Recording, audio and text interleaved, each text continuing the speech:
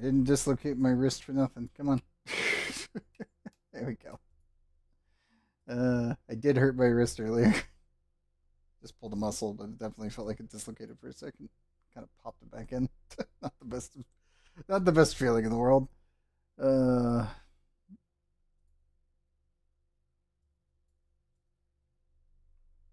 okay. I will be tweaking this a lot. Mostly because it's very finicky.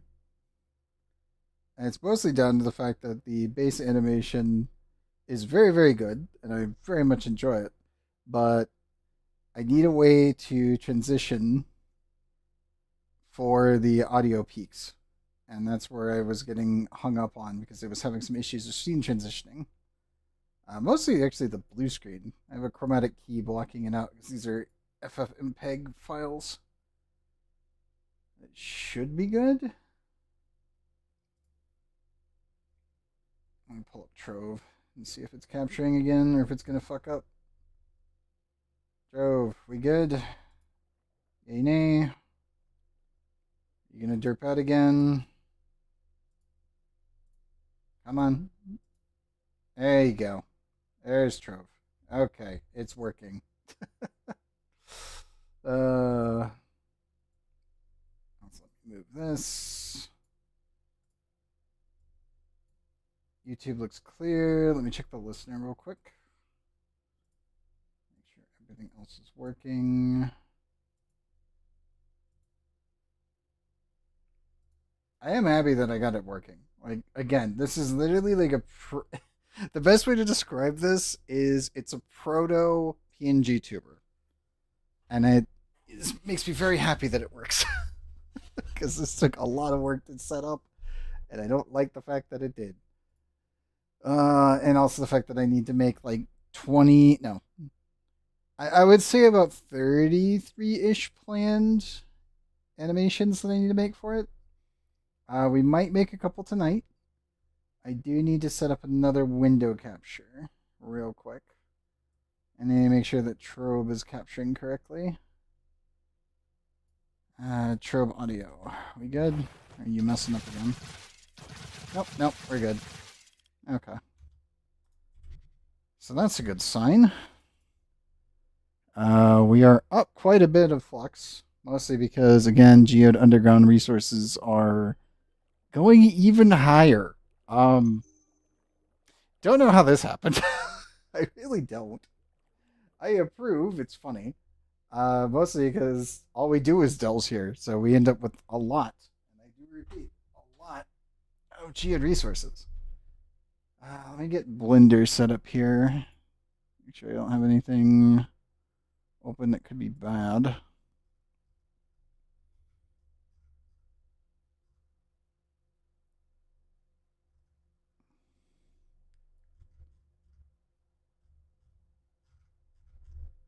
It's really hard to get the emissive to work on this. That's the other issue, because everything is technically in a RGB setting. If I add realistic lights to offset and cycles to do the render, it'll fuck up real bad. Okay, we already have that one saved. Let me load up idle. Okay, that should be the idle one. We will be doing a bunch of, well, obviously, we'll be doing Trove tonight, for sure. But the other thing that we'll be doing is more on Blender's side of things to get everything working. And you guys will get a front row seat to watching everything implode on a regular basis. Make sure that this is set on Blender. Yes, it is. And let me shrink the window here. Hold control. Come on, OBS. To be honest, that should be fine. Right there should be good. Because I will be working on this a lot. And yes, this is actually a 2D, 3D, so technically 2.5D piece that is multiple moving components. And some sections of it are rigged. I do need to figure out why that is flickering at distance. It's probably just the...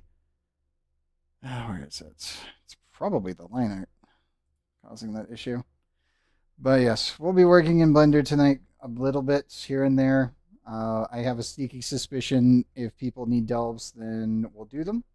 And then if they don't need any delves or we have a breakpoint, then I'll just work on the model. So everything is animated technically on 2s at 24 FPS. But I want to make sure that I get some of the other emotes that I want to have done. I need to set up their specific time that they should play and then what they should override, which is the bigger issue and why the scene transitions have been literally kicking my rear end for the last 37 hours. Because everything was done, and then it's just like, okay, cool. The scene transitions aren't working. They're not smooth enough. Okay, keep working. And I know I am almost 2 hours late because I just kept working. Probably shouldn't have, but I wanted to have it ready. I said I'd have it ready for Friday. I have it ready. It just took longer than expected, which, I mean, at this point, anything with Blender, I'm like, it's either going to be instantaneous completion with everything works perfectly, or it's going to be a flaming pile of me just working every single day. Like, there is no in between. That is how this works. But I am content with that. So otherwise, I wouldn't be able to make the stuff that I make. And oh man, we have a lot of crap I need to store here real quick. Say my name. Hello. And welcome. Also, let me make sure the YouTube side of things is working.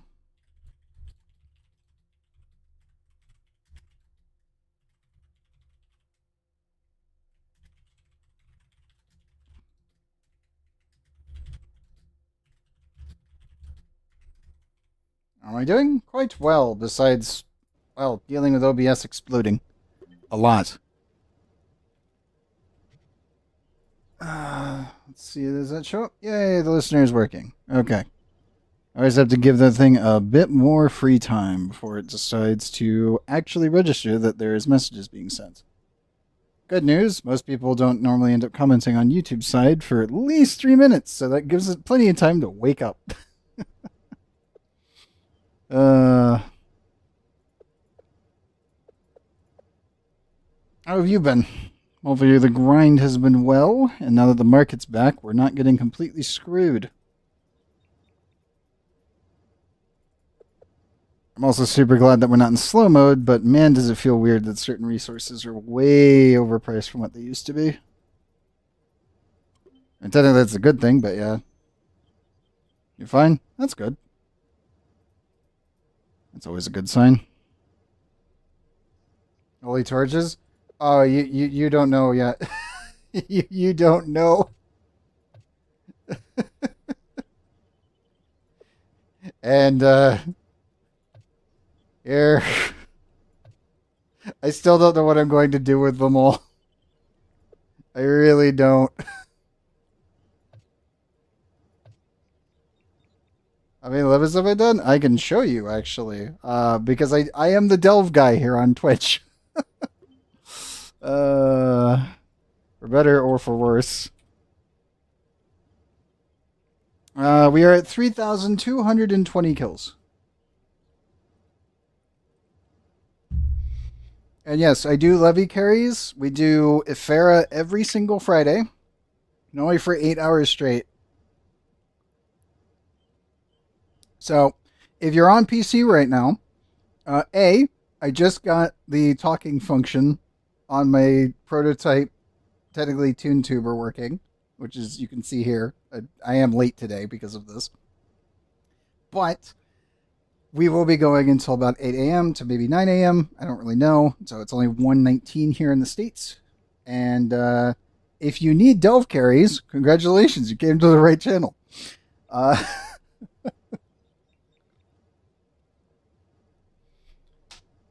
Yeah, we'll go until people don't need me, and then we'll probably work on Blender and continue making more actual animations, and then we'll go right back to Delves as people need them. So it'll technically be Blender stream and a Trove stream as per usual. I really do need to fully organize all this stuff later. I put all these back. Personally, I still don't know what they're gonna do with torches, and I don't want to do like a subscriber thing where I delete torches if we hit certain goals. I know some people have wanted me to do this, and I am like, if I delete torches and we need 3 of them to make a new torch, I am fucked. Because if I start having to delete them, you guys are gonna screw me. It's like, I know how Twitch chat works. I know what you guys do. You'll need carries. Thanks, though. That is fair. Don't do that. I know. That's why I haven't done it. I am in the same boat where it's like, it's a tempting proposition. However, counterpoint, you guys might screw me. These are some of the hardest things to get in this game. Like, let's not. At least for now.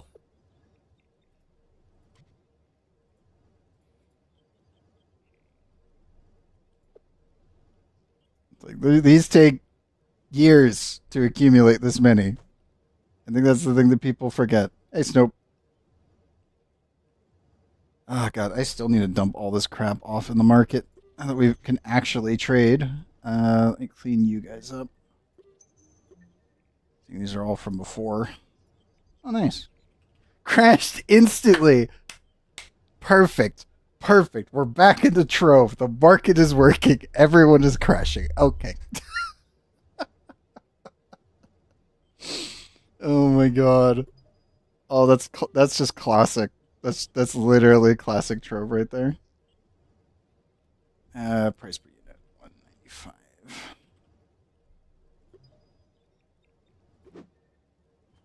Oh no. So we can only do what, 3? So we're technically in slow mode, but not nearly as bad. Okay. Or is it just to that one after I picked up everything? Because I'd like to get rid of the springy mount. Can you go into storage? Nope. We're in partial slowdown. Okay. Fair enough.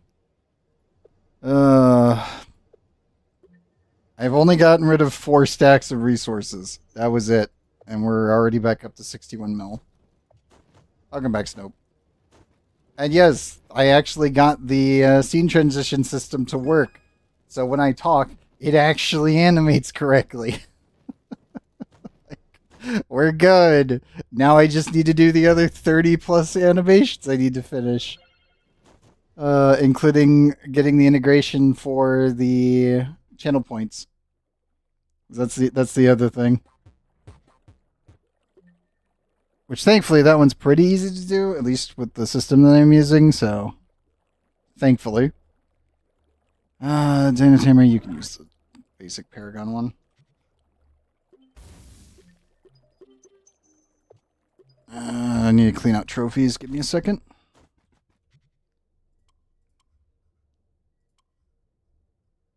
Yeah, that is very funny though. That you literally pop into the club and then poof, it's just immediately just explodes. Okay, game. Okay.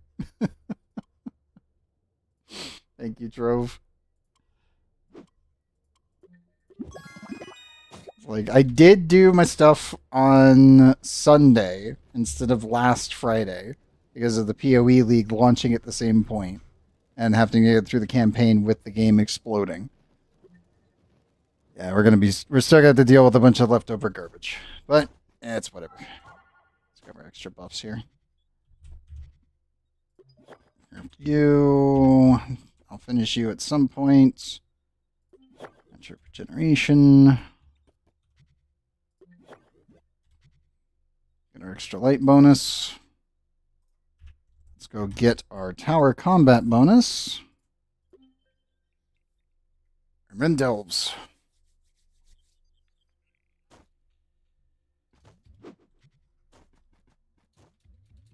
Also, let me see how the servers are holding up. Just the other thing I wanted to see.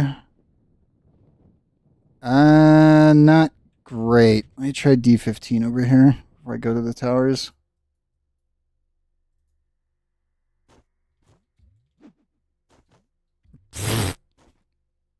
Okay. Well, I know how this day's gonna go. Oh, crap. Trove, why? Oh my god. Every single time, it's just like, okay, cool. The world loads, it's working, we're good. You load into a friggin' geotopside, and you see that, and it's just, okay, okay. Dang it. It's gonna be one of those days. Hopefully the servers for the delves, like the actual instance servers, are fine. Yeah.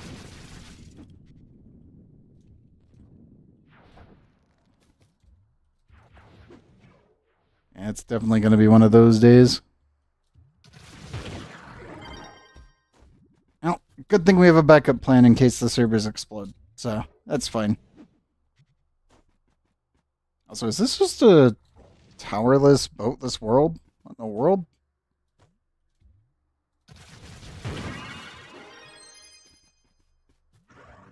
Oh, no, there's a boat down there. There we go. Here's my tower.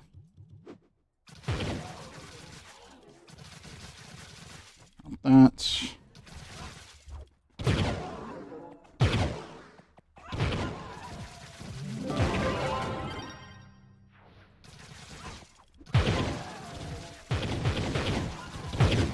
There's nope.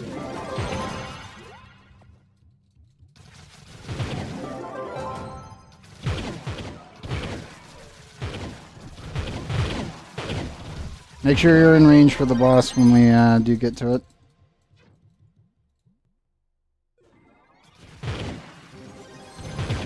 There we go. You got the bubble ready? Okay, cool. I'll show up. Nope, we're good. Okay. Straight to the delves we go.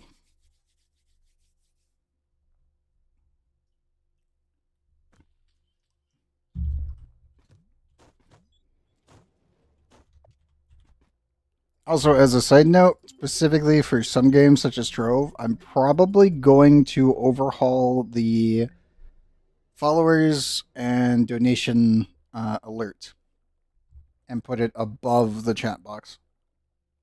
Just as a note. I definitely need to figure out something about it because it does block this, and that's why we don't have it right now. Wisp is probably doing something, and Fishery, I think a dark geotopside might be farming? I don't know. Noises. That seems like farming to me.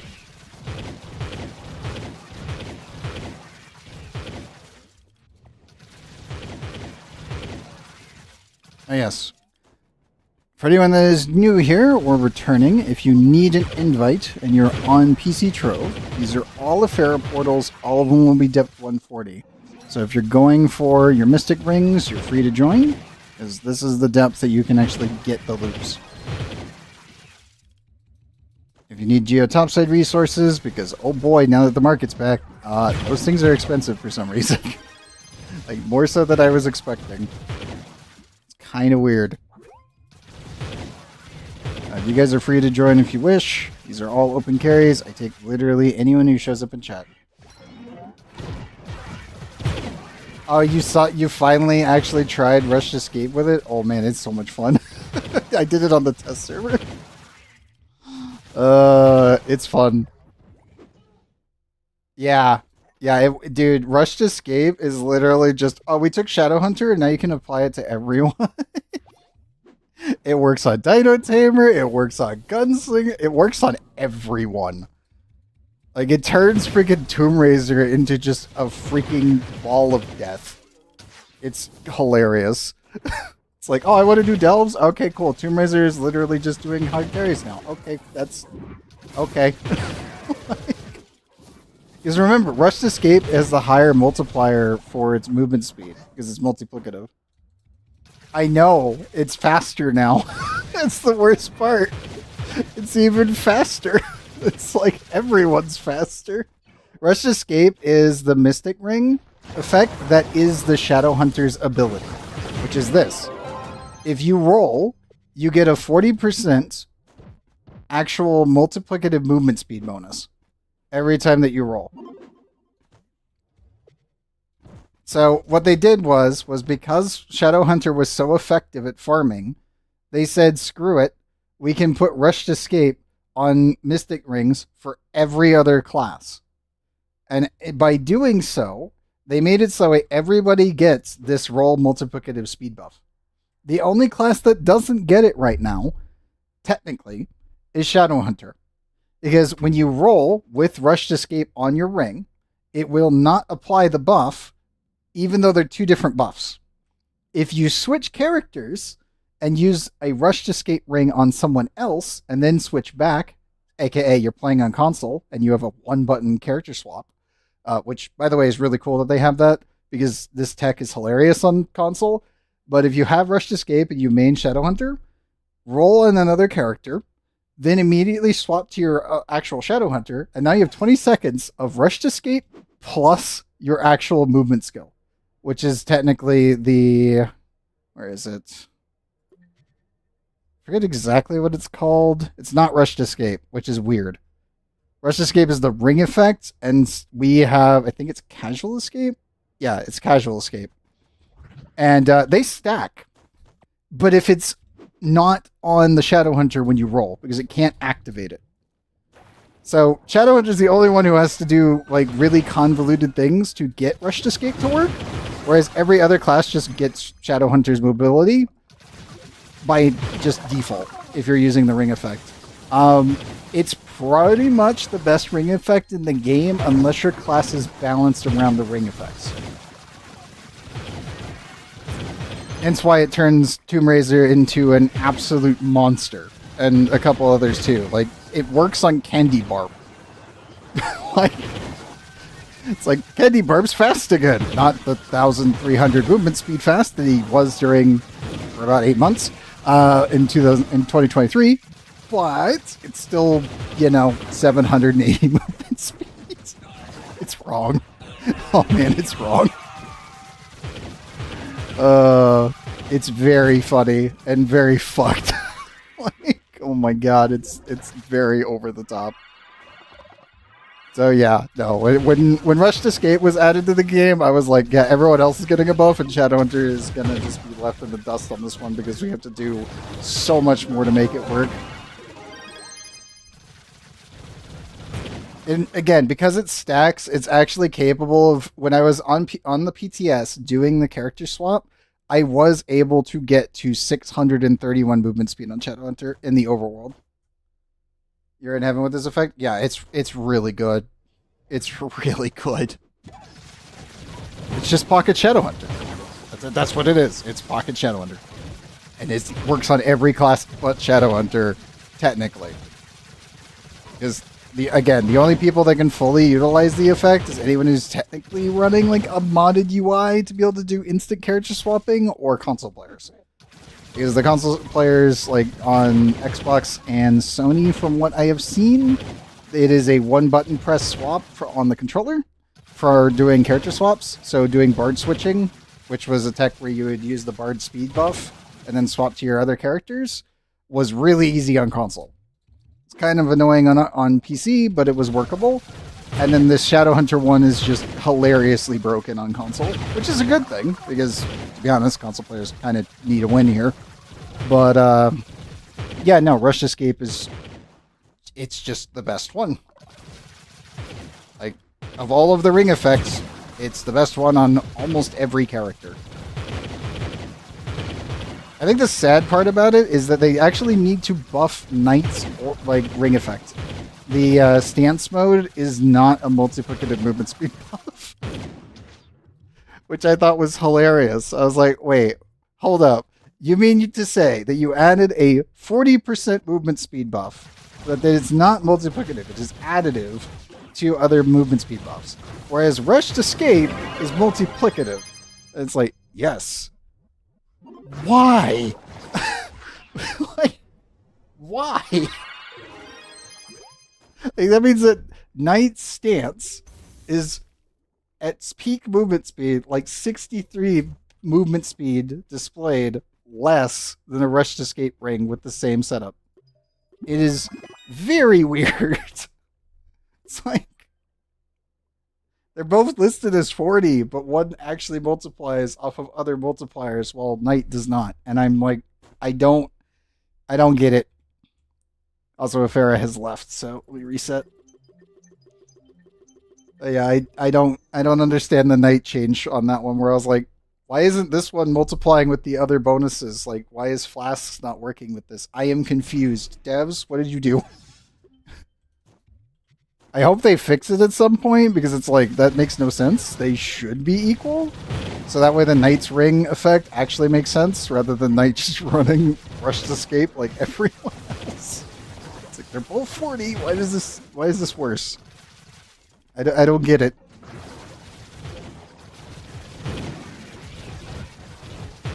The only thing I can think of is that I'm going to, technically speaking, every time that the PTS goes live, and if they do any minor changes to Knight, I'll have to use the EXP coins that they gave us on the PTS to just power level the Knight for a couple times to get a one of the special ring effects. And then just go for it and see if it's working. Also, has anyone been able to snapshot their account to the PTS? Or is it still broken? Now that the market is back.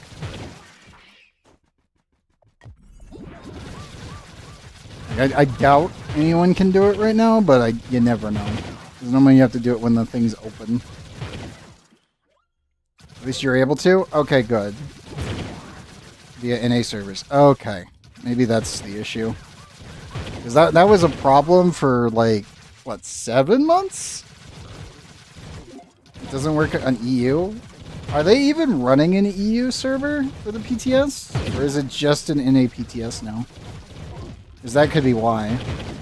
They didn't say, obviously, which, you know, most cases the Trove devs don't really talk to us that much, but and that's the only thing I can think of, is that they don't actually have a EU test server. Maybe that's the issue? I don't know. That's so weird. Because it wasn't working on NA. I will tell you this bluntly. Like, I was trying to do it during that period so that way I would have the most resources on the PTS, and it wouldn't let me when we were doing the Paragon system changes and the Mystic Rings. That's when they handed out the 10,000 EXP cookies. Which, by the way, for testing purposes is great. I wish that they would do that more often when doing PTS stuff. Mostly because it made it so that we could actually figure out what the best depth was for doing Mystic Loops. Figured out when Mystic Rings came in PTS or something Mystic related? Gotcha. Yeah, I was trying over and over. Oh, you mean the 64-bit client? Okay, that would have done it. Because I was trying to do it during the, when Mystic Rings came out and it would not let me. So I'm using, like, my PTS account is like 2.5 years old of a snapshot, but it's still like, it's still almost 50k. I was like, oh. Well, I don't have all my souls, I don't have all the cores, etc. Whatever. It's fine. But to be honest, at this point, I kind of don't want to like migrate my account over to PTS to test things and just use the test materials that they gave us, because they'll probably give us better numbers anyway. I don't know. It was a nightmare to get that to work without converting already. Yeah. Yeah, like I had enough on the PTS for, again, from my PTS account to be able to do the test. AKA, I had enough cores and other stuff to make some rings and stuff. The community manager gave some help. Oh my god, that is rough. Oh, hey, at least the CMs are working. Like, again, I've never had an issue with Trove support, and I've never really had an issue with the CMs. You had to find a new solution, but that which gladly worked. Yeah. Like I think that's the weird thing with Trove. Support works, CMs work. The devs themselves rarely talk to us. Like ever. And patron from the PTS testing. Oh, nice. That's good. But yeah, I don't know if I will migrate my account unless we have another event where they hand out like the EXP cookies again. Because if they do any other changes to the Paragon system, I absolutely need to keep that account the way it is right now. Because I've still got like, I think it's 9,400 something of them. So it'll be really easy to test other characters on there. The only issue is I do not have any souls anymore. Because I used all of them to test the ranks. No cores, no souls. I think that snapshot of my account is almost 3 years old. Like, oh no. It has been a long time. Oh no.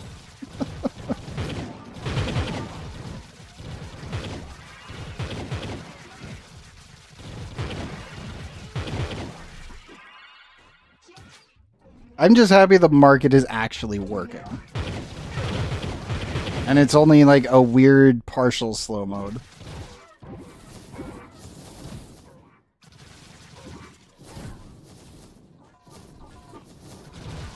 It is also very funny seeing you zoom around as a gunslinger. Not gonna lie. It feels weird seeing a gunslinger actually able to move. Like, I tested it on the PTS. It felt amazing, but it really just seemed kind of weird. Now seeing it in person, I'm like, God, it's weird. I am not used to that. I know the market cooldown sucks ass. It's still better than not having it. I will say that bluntly. But it does suck ass. I don't even know why we have a market cooldown, other than they're just like, well, we don't want you flipping things. I'm like, but people are gonna do that anyway. My old confusion. Also, welcome back. We head back to go get this monolith's enemy wherever it may be. They're flipping dupe store costumes. Dude, I could see them flipping literally everything at this point. Also, yeah, it's all these guys up here. Sad to see it happening. Man, it happens all the time. I think that's the worst part. It's just... The devs didn't make a way to actually identify the problem. That was the one thing I was really hoping for. Like, I know Cash and Clean covered it. I know other people in the community have covered it. We needed a way to know who was selling what. That is it. That is what we needed. We needed someone's name attached to this, so we could identify it. Every item is duped in my eyes. Other than the ones that are untradeable, yeah. And even then, some of those have been duped. It's mostly anything that had an interaction with any kind of box system. At least the non-donation box ones. Because anything from donation box stuff has not been duped, weirdly enough. But it's mostly because the item acquisition itself doesn't actually allow for duplicate UUIDs, so it's not dupable. But everything else is, which is funky.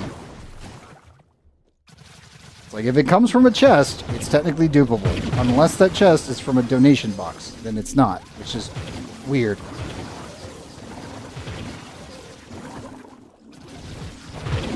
It's actually why they continue to do the, why they changed the October events for Halloween into donation boxes, and none of that got duped.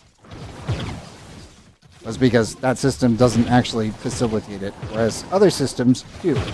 And again, the duping problem is mostly core engine functionality being an issue. Them adding anti-cheat didn't actually stop this, which is very funny and also very accurate.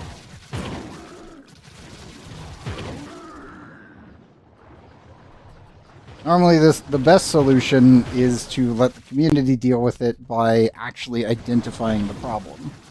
And seeing that they spent all this time trying to, quote-unquote, get the marketplace to work on a 64-bit client, and then only to realize that they didn't actually make it available to a point where we can actually see who is doing the dupes or what items are being sold by who. It's just, it's not working. So it continues.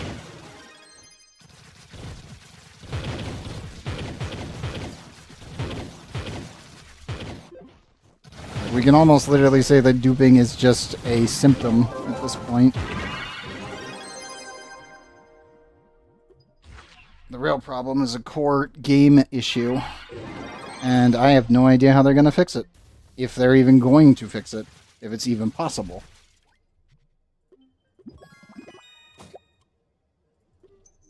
And that's the part that sucks. Because it's like, what do? You normally refactor your inventory system, and you rebuild it from scratch. Like, if it's gotten to the point where even with anti-cheat nothing is working, well, maybe look at the solutions as to what's causing it to happen in the first place. And I'm like, I would assume that you would think that that's what they're doing. We don't know, because the devs don't talk to us, like, at all.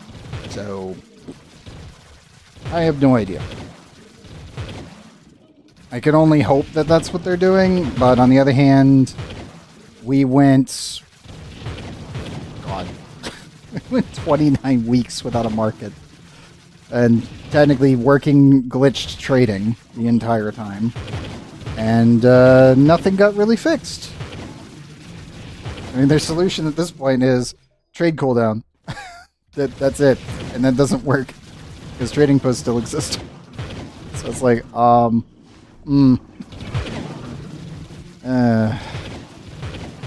maybe they'll find a solution at some point. I will say this, if they kill the market again, the game is literally dead at that point.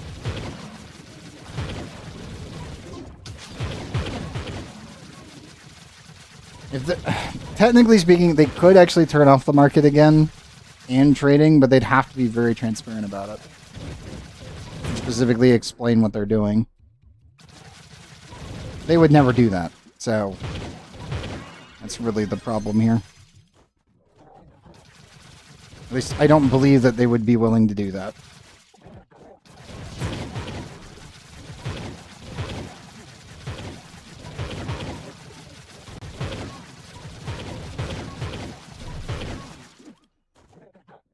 Took them almost half a year to bring the market back in the first place. It's like, did it? No. Actually, over half a year. I don't see them being transparent about it. If they take it down again. But I think most of us have pretty much just gotten to this point where it's like, the market is back, the cooldown sucks ass, we just kind of deal with it. If people start duplicating again, they start duping, there's really nothing we can do to stop them. Because again, we can't tell, like I'm just using Dreadfort as an example, we can't tell who is selling what. So there's no way to actually know what is going on here. Like, at all. Like, there isn't a solution here, other than the fact that it's like, well, how do you avoid a duped item? I can't tell. I just assume everything is duped. Like, same as you, Cal. Like, every item is duped to the best of my knowledge. But the only things I know that aren't duped is the shit that I'm carrying from doing all of the grinding that we do in these delves all this time. Because I haven't bought a single thing from there because I haven't needed to. But again, you also can't tell where my listings are either. And my beautiful loot. Exactly. Exactly. It's like the only way to tell is if you're streaming it the entire time. Stream every single transaction so everyone knows that it's not duplicated. And even then, you can't tell what listing is mine. You can kind of guess. But it's like, okay, cool. So we know that your stuff is duped. What about the other 700 on this page? I'm like, I have no idea. I got nothing. Items in a long time? Yeah, I haven't either. I think I've cleared everything. Mostly just kind of running around picking up extra geodes until I cap there. Let's head back and actually get to the exit. But yeah, it's one of those things where I'm like, we really just can't do anything ourselves to fix the problem. We can't identify the problem. Thus, we can't fix the problem. And that's what sucks. So is this one going all the way around again? Yes. I do hope that the devs actually make a solution. Like, the only way I know that we can tell who's trading what is the ones who are still using the PoE white-styled Trove trade site. And the only reason being is that, guess what? They put the name of the person there so you can tell who's trading what. That's it. That's like the only way to do it. Which is insane. Like, flat out, it's crazy that is our solution as a community is don't use in-game trading, pull a PoE, make our own website until the devs make theirs. Or just grab it themselves. Like, that's it. That's the solution. And that is crazy. Like, that is actually crazy to me. Why? Why? Like, we've been running, this game has been going for so long. Why is this just not baseline?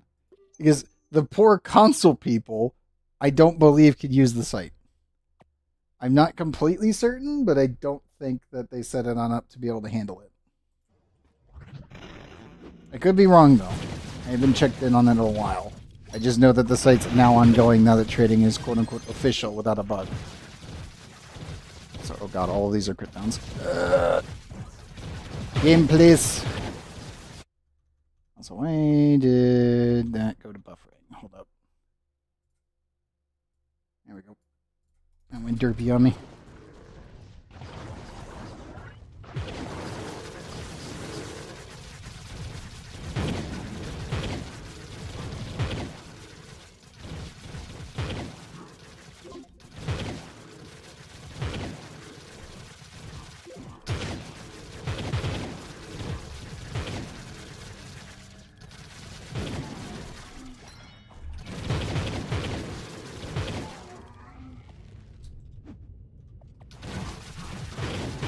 Okay, let's see. What we got.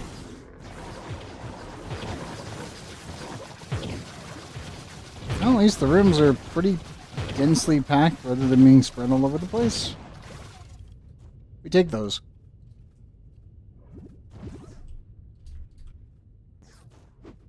We absolutely take those.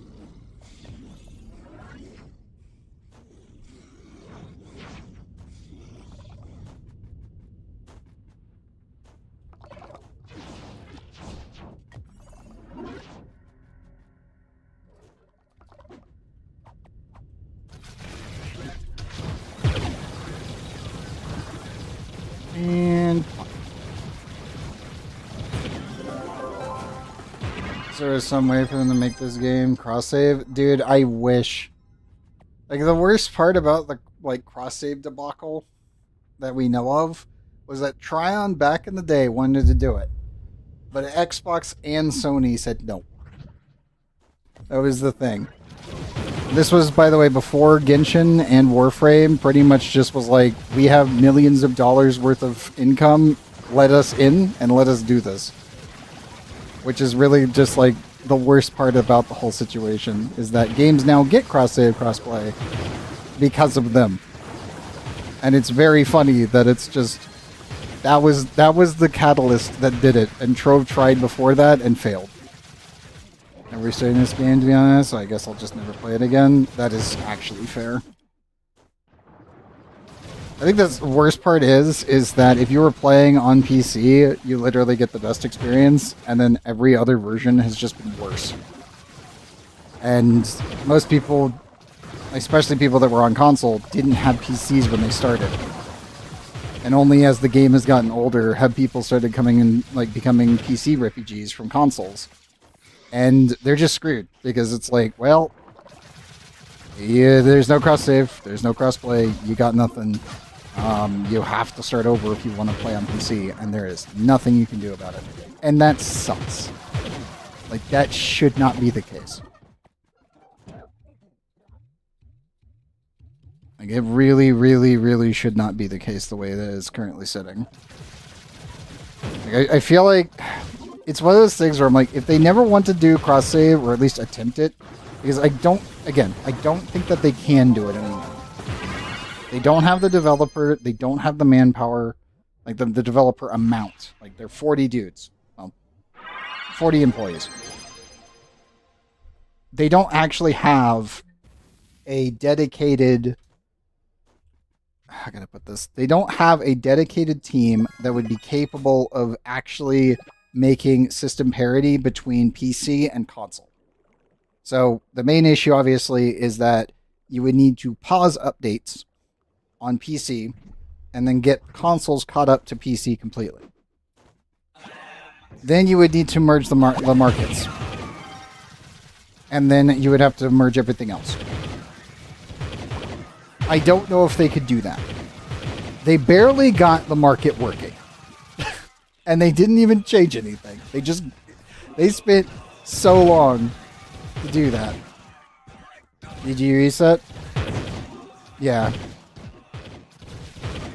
Yeah, that's unfortunate. You're an OG Xbox player. I miss fighting in the old dungeon rooms. Yeah. Yeah. And yeah, also it's just run to the skulls. So it's super easy floor.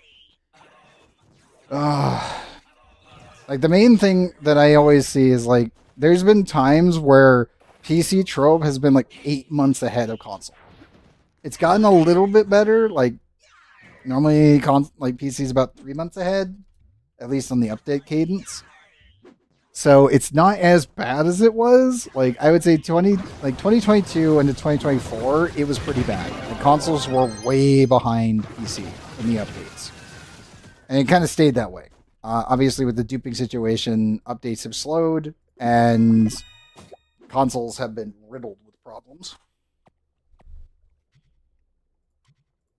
Which, again, it's not the console's player's fault. It's literally just the people that are abusing the systems on console, which are not up to date and up to the same level of everything else.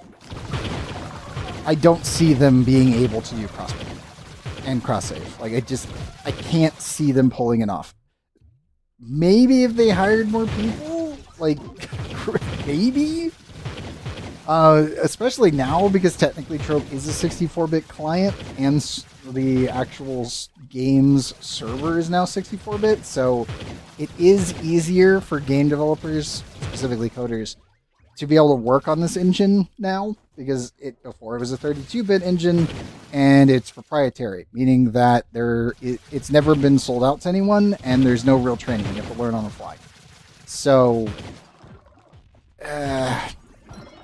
maybe it'd be possible to hire on some people if they had if they added 10 people that were engine engineers plus networking engineers. It might be possible to get cross-save, cross-play, but then they'd have to get permission from Xbox, well, Microsoft. Actually, no, it would be Xbox. Because technically speaking, Microsoft's thinking about jettisoning Xbox and Sony. So, 50-50. I can't say completely for certain anymore because it's not as far away from each other, but I don't know. I don't see it happening. If it does happen, I will absolutely eat my words on that one, because that means that somehow they figured out a way to do it. And then they also got the contracting license with, as I said, Nintendo, Sony, and Microsoft, which that would be huge. I doubt they would do it, even though it'd be really good for the game. I have no idea. A barb was necessary for Pinata boss runs with Gunslinger. Hopefully they figure something out. Yeah. I'll be honest, the game has improved mechanically infinitely from when you played. If that's when you played. Like, I will be honest, most characters now are ridiculously more playable.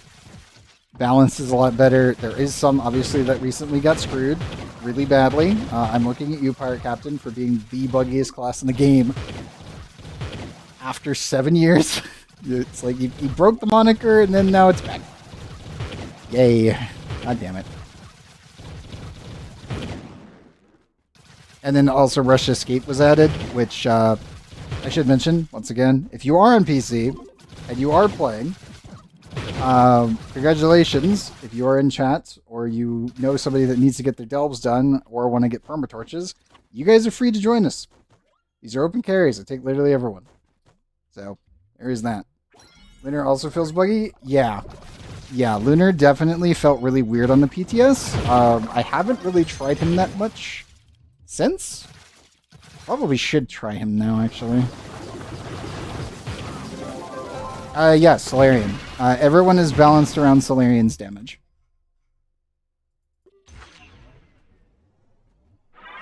So for reference, you're about, what, 4.5 years out? If you said based on Candy Barb. We have Crystal Gems, and we have Mystic Gems now. So that was added in. Shadow Hunter can shoot through the floor. So, like, I can actually just pop things without needing to actually aim anymore. Left click automatically does this. Shadow Hunter's ult was changed. Landmines are still really, really disgustingly good. This is probably going to freak you out. But if you remember Neon Ninja and how he always backflipped, they fixed it. He goes forward now. You can thank the content creators, part of the content creator program, for bugging them to fix this. So, yeah, no, he just goes forward now. Like, it's actually really, really fucking nice. Faye got slow fall. I am still not happy about this one.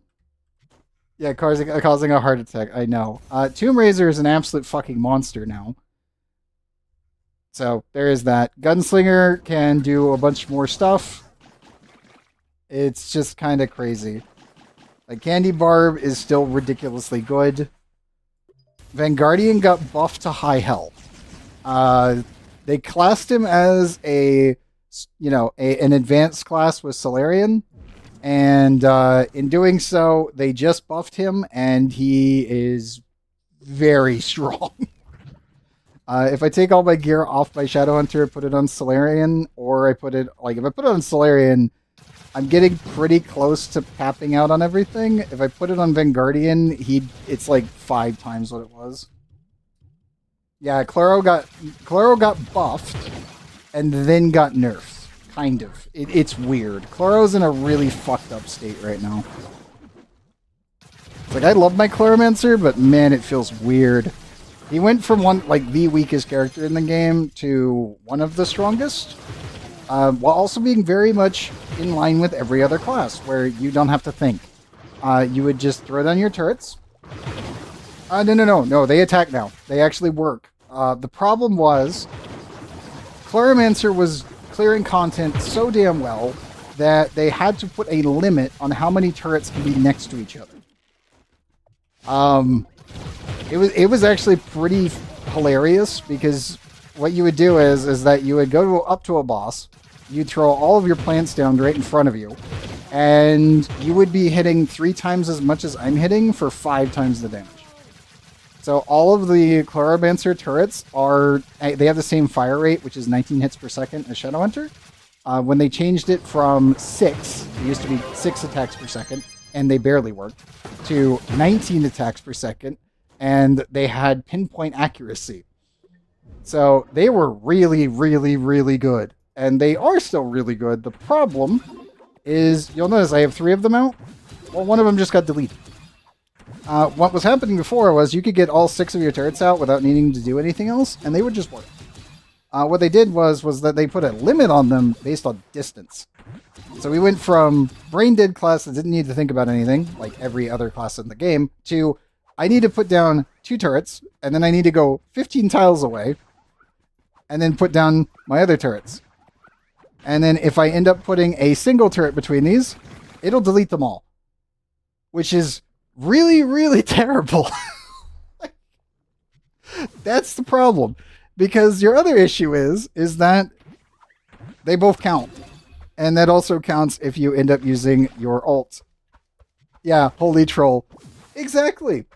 That's why Claromancer got absolutely crapped on. Was because it's like, I have to be 15 blocks away, and then I can place 3 more turrets. Then 15 more blocks away, and then I can place 3 more turrets. And if you press your ult by accident, or you want to charge up your plants really quickly by using the ult, you cannot stand still. You have to move, and again, if a seed actually falls too close, all your turrets get deleted. So, yeah, not the best of situations. And they haven't fixed it, so I guess that's where they want to sit Chloromancer right now, and it feels like crap. It's just one of those things where you're like, devs, why? The weird part is that there is no arbitrary limit. Chloromancer used to have a 6 turret limit, and they removed it. So the only thing that slows you down is the actual animation time and the internal cooldown of throwing a turret. So if you can land all of your turrets perfectly, theoretically speaking, you can have 29 turrets out before the next one dies from duration. Which is an insane amount of damage. If your ult doesn't screw you. Because if the ult misplaces a turret while you're doing the rest of them, congratulations, they're gone. You'll probably delete 10 of them, and then you'll have to start over. Did they ever buff Bard? Yes, Bard got buffed heavily. Bard is actually a really good farming class now, and with Rushed Escape as a ring effect, it's like you're twice as fast as my Shadowhunter. And your damage is actually pretty good. It's not Chloromancer level stupid, but it's up there. He's definitely a very good farming class in general. Like, my favorite classes that I play all the time is Dino Tamer, Revenant, Shadowhunter, and I was playing Chloro, and I'm kind of still just kind of sitting here, but I've been starting to work on Tomb Raiser. I normally swap my magic gems between Dino Tamer and Tomb Raiser now. I was going to do Pirate Captain if they actually buffed him, and they technically buffed him a year and a half ago. They then extremely nerfed him and turned him into the glitchiest class in the game right now. It's bad. Like, Pirate Captain got... I'll be honest, Pirate Captain got crucified to make Knight good. Well, to make Knight excellent, I should say. Why was your first ever class? I played Knight, but that was because Knight was the only class in the game. I played during the alpha. Gunslinger came out after. I played that for a while until Dracolite came out. I then played that until Shadowhunter came out, and then Clash Gems came out. So that was pretty much my way of progression. And then eventually when Dino Tamer came out, I swapped into that one, and I was also playing Pirate Captain on the side. Because, you know, if you're playing Dino Tamer and Pirate Captain, your gear swaps with you. And then my Fizz side was always Shadowhunter.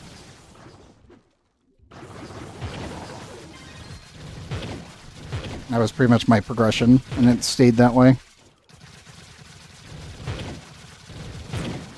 I always wanted to enjoy Neon Ninja, but it always felt really awkward doing the backflip stuff. And now that we have front flipping, I'm like, oh my god, it's so much better. Oh, and Ifera's left again.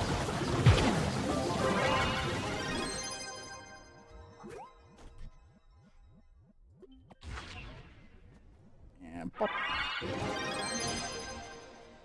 Still trying to get to my cursed sword here. Even though the market is back, I'm still calling them cursed swords. They're cursed weapons in general. I mean, they technically are. Ah, we got our pity. Yeah. Keys are getting pretty low. Let me do... No, I need to do 46 of them. I'll use your Alpha Centaur mount. Oh, yeah, because you need to get the key. Or, not the key, the, we need to go to Castle Castra, get enough, the Cat's Eye Emeralds, and then you could get the ticket to actually upgrade a mount. Yep. They could have fixed Neon Ninja long ago. I know. I think the weirdest thing is that the only reason that it got changed was because the devs opened up the content creator program. And when they opened up the content creator program, a bunch of people who play Neon Ninja were in that group. So they told them, fix it. And then there was just like, what, 3 weeks later, they made it so it front flipped instead of back flipped. And it's like, Okay, so is anyone in the office playing certain classes? We know that there are devs that play Shadowhunter. We know that there are devs that play Tomb Raiser, and we know that there are devs that play Boomeranger and Ice Age. I do not know who is playing Pirate Captain.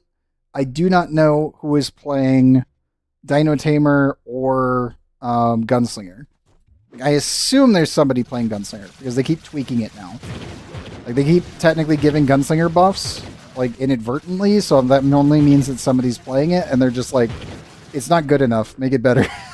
Like that's what it feels like. It's like my gut instinct is whenever I see a change to a class, it means someone in the dev team played it and was like, wait, this needs to be fixed. Or somebody in the content creator program was like yelling at them for a month or two to fix something. Which, that is actually a perfectly reasonable reason to fix things, especially if they're very broken. So, I can't fault them for that, but it's one of those things where I'm like, I get it, there's only 40 devs, and most of them do not play the game in general, because they're not, well, they're not coders, they're not the art team, that's really about it. Like, I would not expect an engine analyst to be playing the game that much, and instead just be literally working on the game itself and trying to get the system to work and stop exploding. Is the Phoenix and Bard still nearly impossible to farm resource-wise? Yes. So, now that the trading is back, the main thing I would say is, obviously, this is completely fucked, as we all know. They were 5 million before, they're now up to 12. Oh, 13 actually, almost. But I would be honest, if you were playing on PC, if you join for these delve runs, one stack of some of this resource is like 20 million. So, just following along generates a shitload of flux right now. I don't know why Geode topside resources are so expensive right now. They've been this way now since the market came back, and they've only been going up in price, which is really weird. Because, again, I assumed most people already got their Geode stuff done, so it doesn't make sense that I'd be seeing certain things, like, I have been selling stacks of 999, and I'm like, why are you people buying, what is going on? And again, they're not reselling them. That's the thing. I'm not seeing amounts being resold. There's a bunch of new players who really want to get this stuff, I think. Maybe, but it's so weird. I'm like, if you go by the leaderboard, I'm like, we gained, I think, what, 6,000 people? At least last week? At least people back. And now when they can get flux easily via duped items, maybe that's what's going on. I don't know. Like, I don't know why the Geode topside, or sorry, Geode underground resources have just skyrocketed. Like, there is some of the plants in there that have gone up from, like, barely 140 flux each to 3,400. And I'm like, ugh, what happened? How? Explain thyself. Like, what the fuck? What is this? Like 30 million in my resources? Dude, I am up to 61 now. And it's just, I've sold 4 stacks. That's it. Like, I have all of this to go. And all of this. I'm only limited by the slow mode. Like, it just keeps going up, and I'm like, well, this has been the most profitable time I've ever seen with Geode resources. What in the hell happened? How much is a Gonda worth now? The person who was duplicating Gonda is no longer duplicating Gonda, so the price has fallen considerably. Yeah, it's back down to where I would expect it.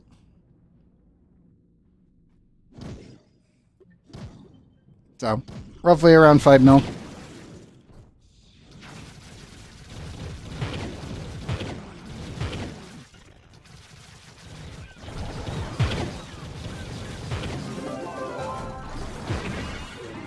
I think the one issue that we have right now is that someone is actually duplicating Dread, which is why I keep searching him and checking him.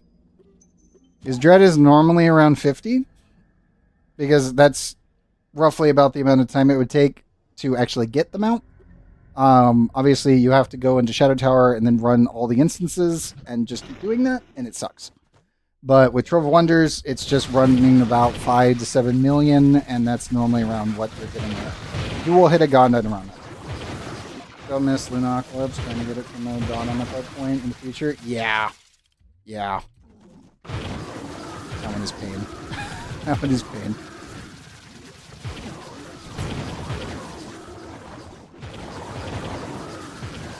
Yeah, like there is a couple mounts in the game where I'm like, this should be way more in the market for how many stipulations you need to get it. But then other ones I'm like, this should have been dropped down long ago, and people were only price fixing just to keep the price up. Which is unironically kind of stabilized now, but still duplication still happening. So it's just a thing.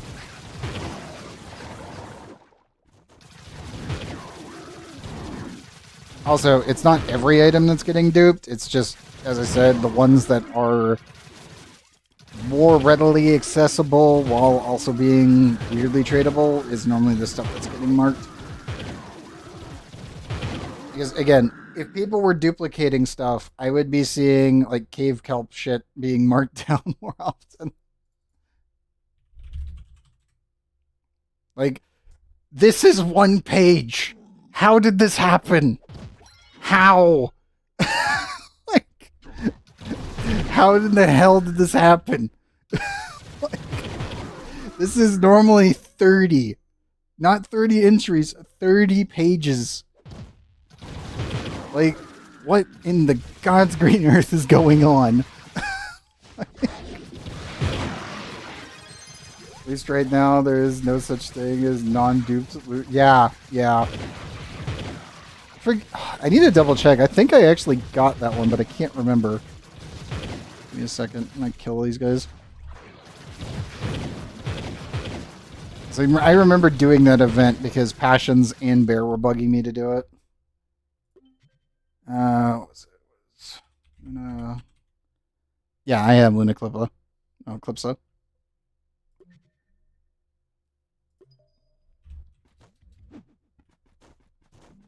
I think the sad part was it was going at the time about the same price as the Dark Monarch because the events were almost overlapping from the Heckbug event.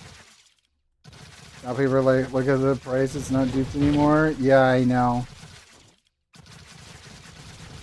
Like 100k to 200. Yeah, when they were going for when the event first started and they were not duped, they were sitting at like 5.8 mil ish.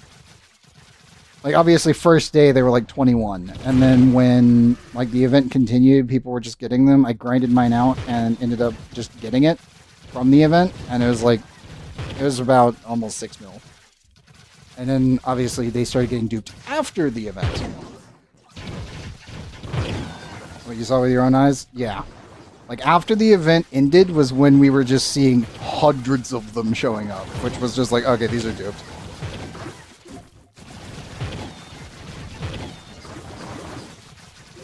Which is crazy, but yeah. Oh.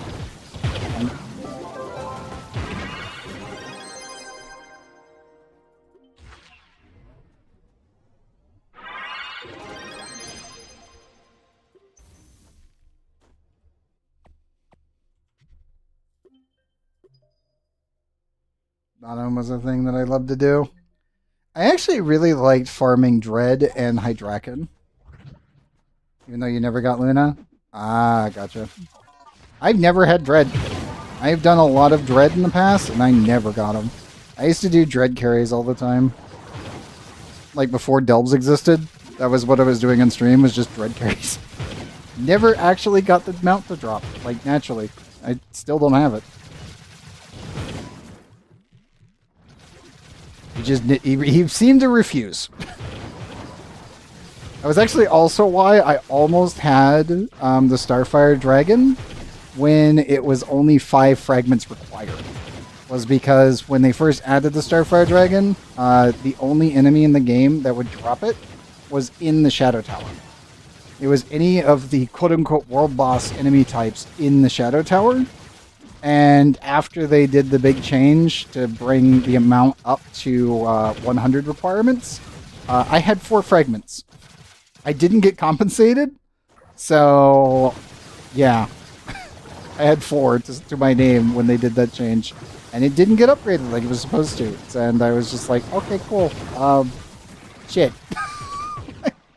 Now I have to grind 100 of them. I am happy I'm almost done with the Starfire Dragon, like, in general. It'll be a fun clip. I might even actually make my first YouTube short that whenever I do that, unless I do the Oni tutorialization stuff.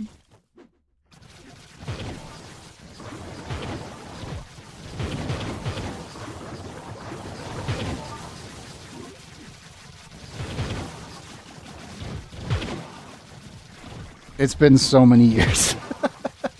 Like IRL years to get that fucking dragon.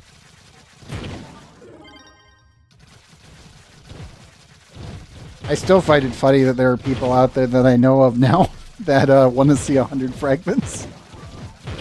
I might not actually craft the dragon until the very end when I've gotten every other dragon completely finished. But I'm definitely going to get the 100 fragments on camera. Uh-oh. Give me a sec. We're kind of stuck. I hate when the map generates like this. Let us in. Screw you, terrain.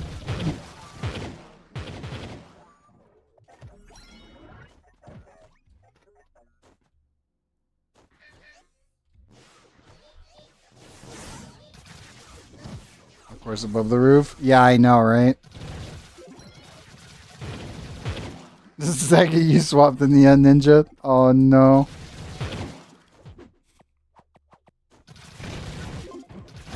Well, you get a free teleport, so can solve the problem.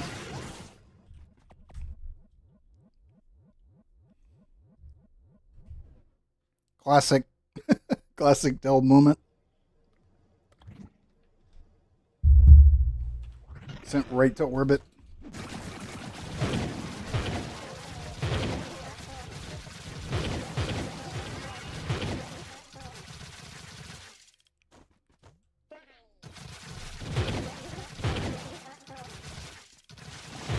True. True.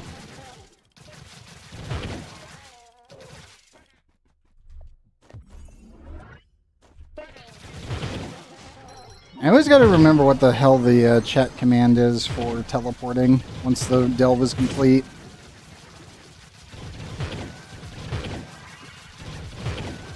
That's the one thing I always forget because it's like super weird. It's like technically a debug code. Yeah. Yeah. Yep. Yeah, that one just warps you straight to the start. I always forget the one that sends you to the boss once it's been cleared. The devs only added that because people kept randomly getting stuck through walls. And if someone else cleared it, like you're doing a public run, and you get stuck outside the wall, you might not get the teleport prompt again. Should just be /delve boss. Gotcha. All delve objectives too, etc., etc. Yeah. I will admit that chat command has been bugged a couple times where it's actually made it so that way you didn't need to clear anything and you would just get warped straight to the boss. I do remember that being a thing from time to time where it was just like we had people that needed to do the command and then they would get warped from one room because we went through the teleporter. They did the, /delve boss teleport and it put them in the next room in the boss room. Obviously, the objective wasn't complete, so the boss wouldn't spawn, but they did get warped there instantly, which was very funny and very stupid.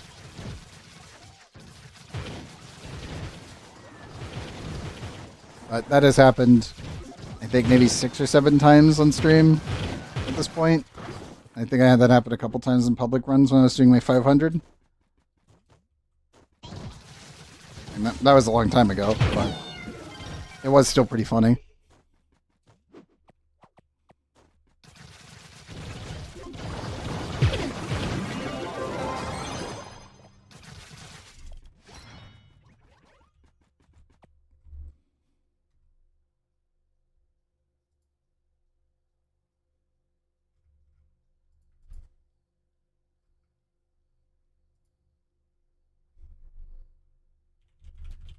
I should probably also inform Shano just in case. I know he needs to get his delves done, unless he's done it before. Also, this is a super weird one to get with fog. What in the world? I have not seen an outrageous Trovian delve with fog with this color palette in a long time.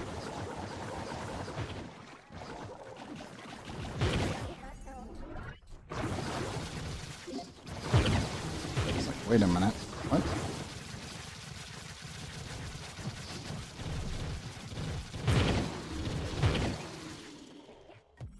Yeah, it is.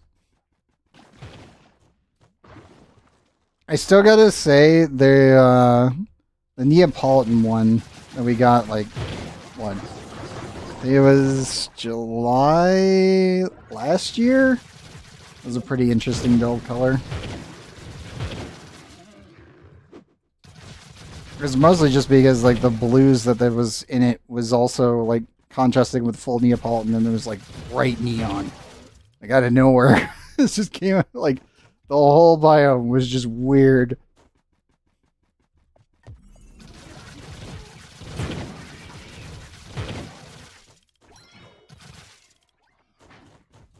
And then also Delve, what was it? I think it was 12,999 of the ones I've cleared. That was the other one that was a really weird oddity.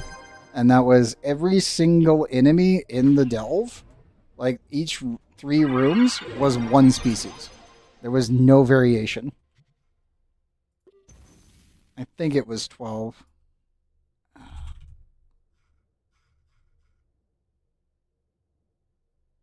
Oh, sorry. It was 11,999. It was technically the 12,000th delve I've ever done. And it was every single 3 rooms was one species type. With no randomness between them, no nothing. Which I have not seen since. Like, we're another 1,000 delves in almost, and I have not seen that happen since. And I had not seen that prior either, which was crazy. It's like, eventually it'll happen.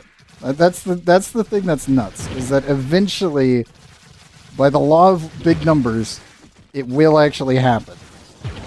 I just wasn't expecting it to be exactly on, you know, depth 11,999. That was the thing that was weird. I do wish that we could get a seed number for delves, but this, when trying to find the map information using chat commands, it doesn't show up for delves, at least last I checked.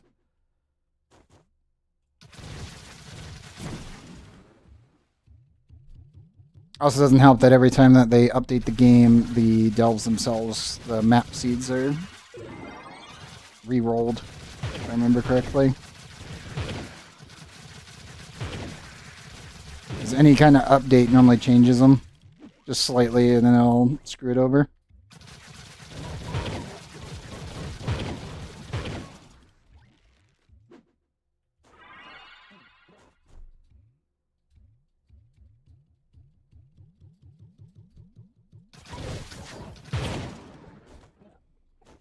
Thank you.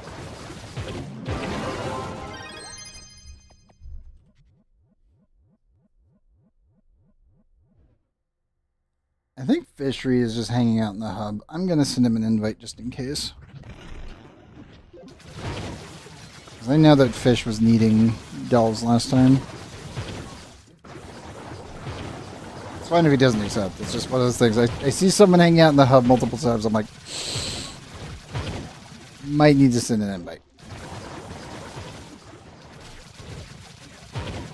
And also, once again, for anyone that is tuning in on Twitch or YouTube, these are open carries. If you guys wish to join us, you are free to do so.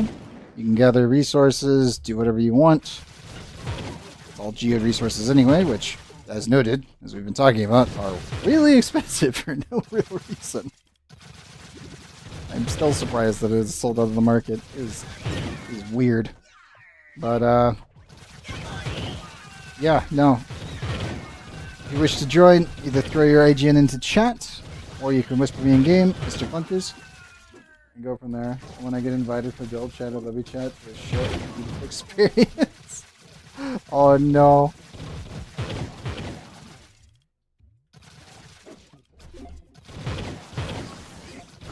I almost never get invited to ships, but it's mostly because everyone knows that I just solo towers and I'm normally 3 times faster.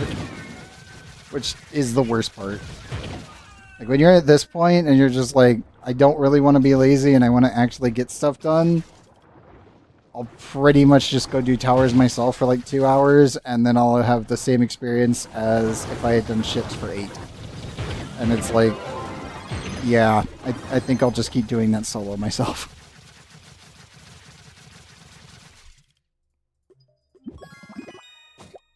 I think the craziest thing is if I really wanted to do ships on any other class to power level them, we have Rush to Skate now. I can just do that. And it doesn't matter the class with the ring.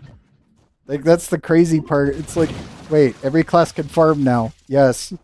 Yes, they can. Oh, God. Oh, no.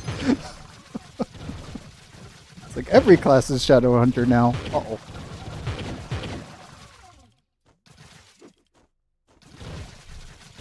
Panic.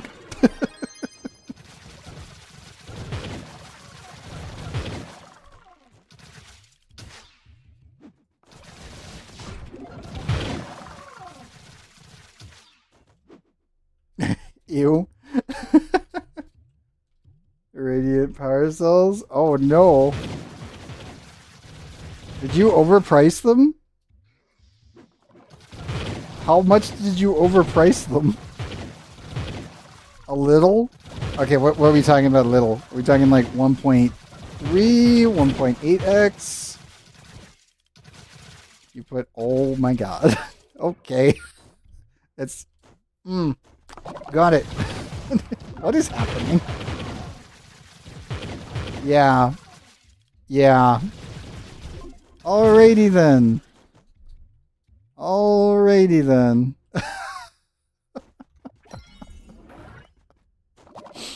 As I said, this market makes no sense. It is an absolute seller's market. Also, why are you buffering? Stop that.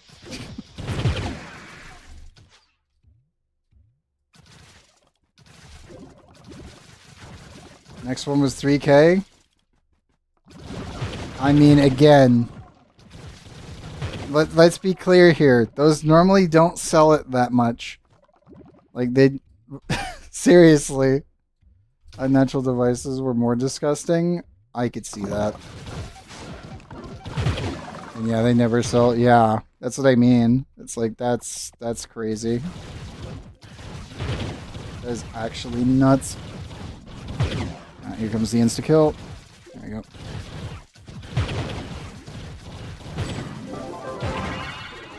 I still find it weird how sometimes Ifera just glitches out on that first spin and does the insta-kill. But it doesn't animate it. He can also randomly teleport to you, which is mostly a desync issue. 2,750 each for 10k stacks. I put mine at 3.5. Goddamn. I still can't believe Cave Kelp was actually going for this much. And this is the low-end number. Like, this is the one that actually blows my mind. Like, seriously. Like, what is this? What is this? Yes, the market is back. Cosmo, welcome back. It is in slow mode. But yeah, this doesn't make sense to me. And people are buying it. As I said, like, we are dumping. Like, this makes sense. This doesn't. Like,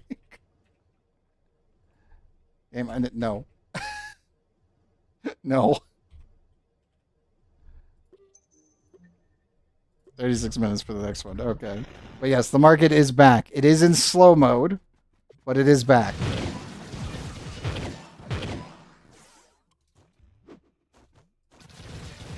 Yeah, some of the resources, I'm like, okay, fine, I'll market price. I don't care. Like, some of this stuff in here, I'm like, Why is this so expensive? How is this so expensive? What is happening? What in the world is going on?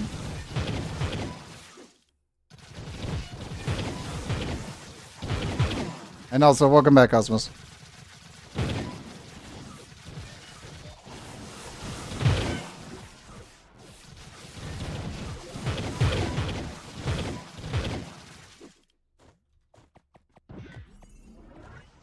And with the honeybee dragon when I don't need it. What do we got? Not be duped via seeds? Yeah. Yeah. I think it's mostly just that. I think that's really what's going on, is like there's certain things that cannot be duped through normal means, that the way dupers normally do it, and in doing so it just makes it that way those resources have gone through the roof. And it's like, okay, oh god. What? I'm so confused. Also, I see Doer is on, but he's hanging out in the club.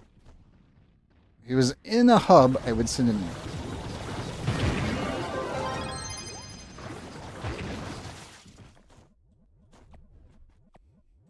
That's before I forget.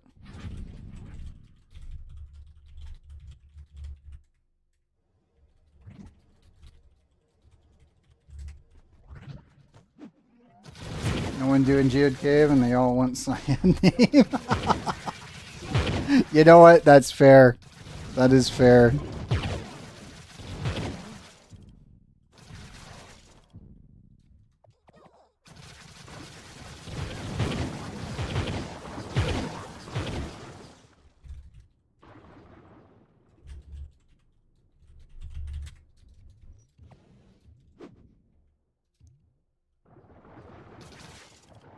Also, Cosmos, did you need an invite? Before I forget.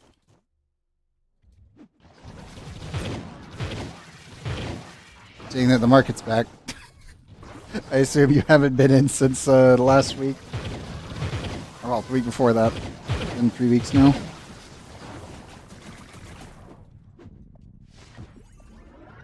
Yeah, geotopside resources have literally went through the roof, and it's like, okay, sure, glad I'm a delve guy. Glad I do all these delve runs. It's finally paying off correctly. Feels weird though. Some of these items probably shouldn't be as expensive as they are, but I don't know.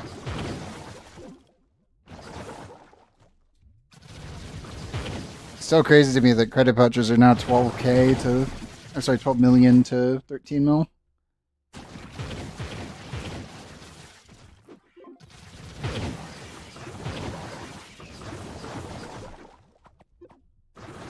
Server.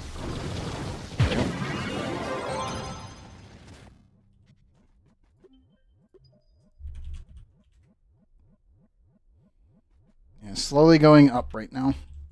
It'll probably dip back down like it normally does on Saturday, because a bunch of people like to buy stuff on the weekend and throw it in. But that's still a pretty ridiculous like bounce back. Uh-oh, we got a Where's Waldo floor. Keep your eyes peeled. Should be easy, but they might get stuck in the ceiling. Yep, like that.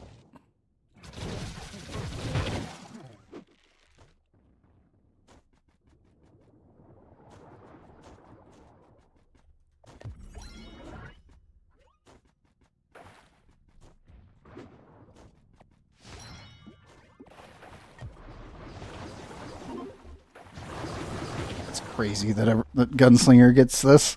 It just blows my mind, man.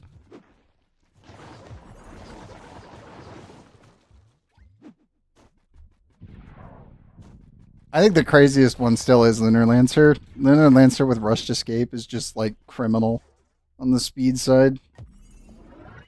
Like, Dino Tamer is damn good, but my god. That one's ridiculous.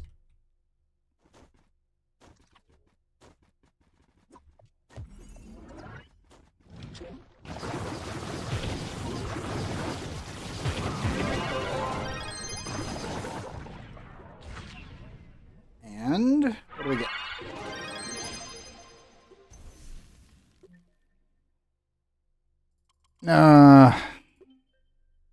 kind of hoping. Oh, we got a permatorch. I was wondering about that because I saw orange. That was 3 Iferas ago. Oh well, there's another for the bin. Do I even have room? That's the bigger question. And get rid of the cube rooter, I guess. Is that my collection already?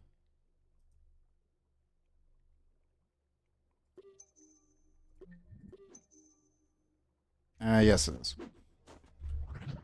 Is now I can use Linear Lancer's one ability for damage buff instead of movement speed? Yes, actually. Which is kind of crazy. Yeah. I feel like Rush Escape for every other class was just like an actual game changer in how you can like move around and farm now. Which again is really, really good. It's just really weird that it ended up being just Shadowhunter's ability, and that Shadowhunter couldn't use it. Oh, I see Shano has whispered. Full text invites it. Kind of reminds me of the new Arcanes in Warframe. Like, Arcane Sculptor literally changed half of my character's builds. It's like, how powerful is this? It gives you max energy efficiency. It means that your character just never runs out of energy, so you can just ramp damage through the roof. Made a Mesa build, spent 500p for Arcane Hotshot. Oh my god.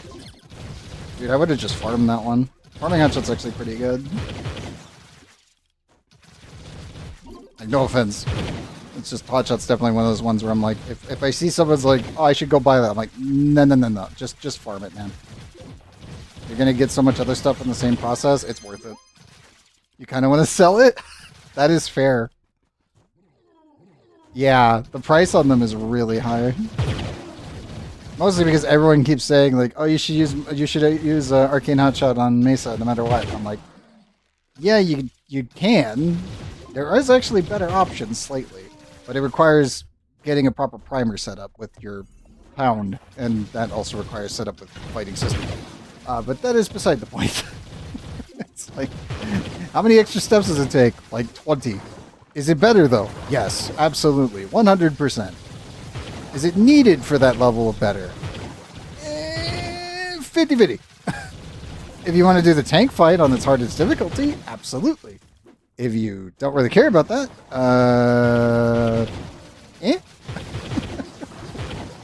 The build is awesome though? Oh yeah, absolutely. I mean, the more fun thing is being able to use Hotshot with other weapons, and also being able to use it with Uroli. Because that one's a fun one.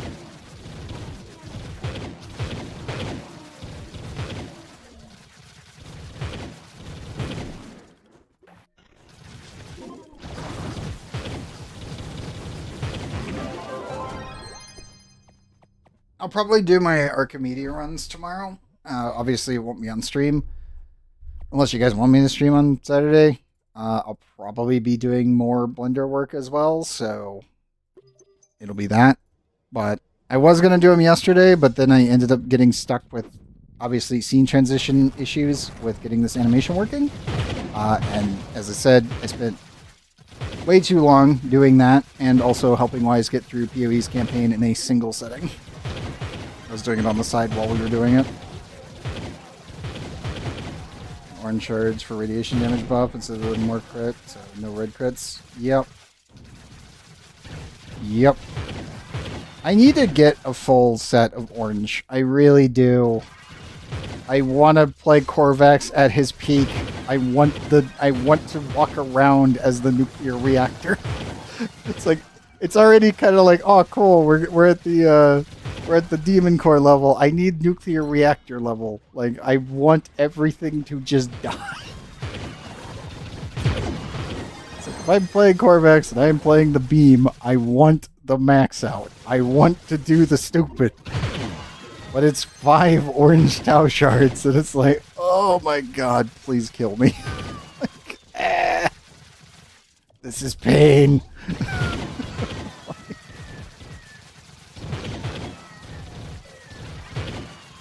I'm in the same boat as Mr. Warframe guy was for years, and still is, to be honest.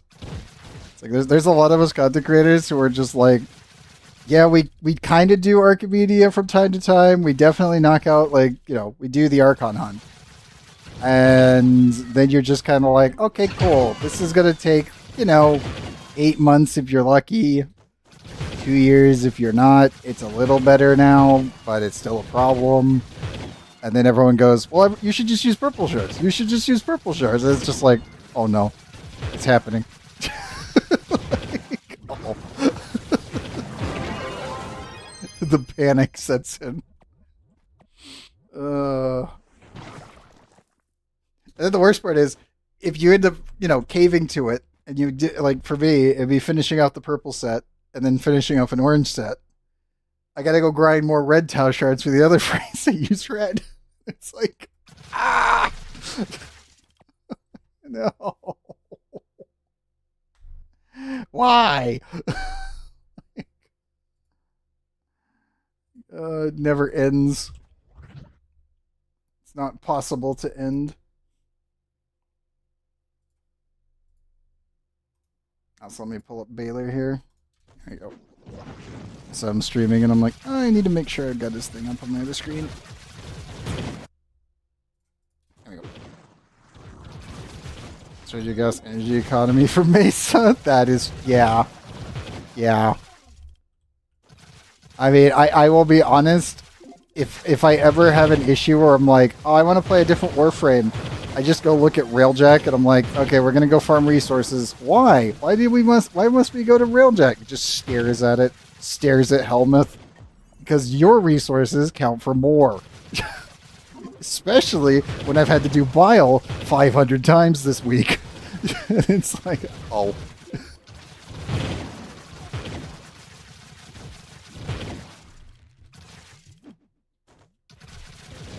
Thank goodness, these resources, you get more of them in this run, and you don't have to think about it. And you get them in such abundance that you never have to worry about it. One of the best things that you've ever played. I actually like them. The problem I have with them is that they are extremely poorly designed. And it's not like, oh, they're not that much fun. It's the biggest problem is that they waste your time for no real reason. And it's not like, oh, well, the ship should be able to do other stuff. I'm like, no, no, no, no. The Railjack, when you do a skirmish, should just be the skirmish. You should spawn in, and there should be a fleet that's waiting for you that wants to fight you. It should not be a primary mission beyond the fleet that that's the problem. It's like, why must I get out of the ship that I enjoy flying and blowing stuff up in? It's like, oh, but Warframe. I'm like, that's what the defense Railjack missions are for, and survival Railjack missions are for, and exterminate ones. A skirmish should be in the ship. Why am I getting out of the ship? Like, that's the thing I think that's actually gets at people, and then they just don't really, you know, communicate that problem. And it's just, oh, well, we just don't like Railjack. I'm like, no, you just don't like the fact that you have to get out of the ship when it's fully upgraded. Which, again, valid crash out on that one. I do understand why people get pissy about it. Because, again, when you spend that much time working on the ship, which, again, making Railjack, fully outkitting it, getting all the mods, you're looking at like a 4-month grind for a single, quote-unquote, Warframe level ship that includes intrinsics. Not the best of situations to be getting forced out of it when you're having fun in it. I think that's the problem. It's also the damage and survivability floor is really bad. The start point of a Railjack is also the start point of most of the Archwings is really bad. Like, the fact that you start with an Odonata as your Archwing, that thing is a piece of literal garbage. Like, every other Archwing is infinitely more dangerous to everything around it than the Odonata is. And it's almost the same thing with the Railjack. Sounds like a Warframe is a toxic X that you keep coming back to? What do you mean? Also, welcome back, Mystic. We're talking about Railjack specifically, and why people do not like Railjack missions. Which the sad part is that the majority of the Railjack mission is pretty good. It's just when you get out of the ship, when you're forced to leave the ship, is when I can see why people get very, very pissy about it.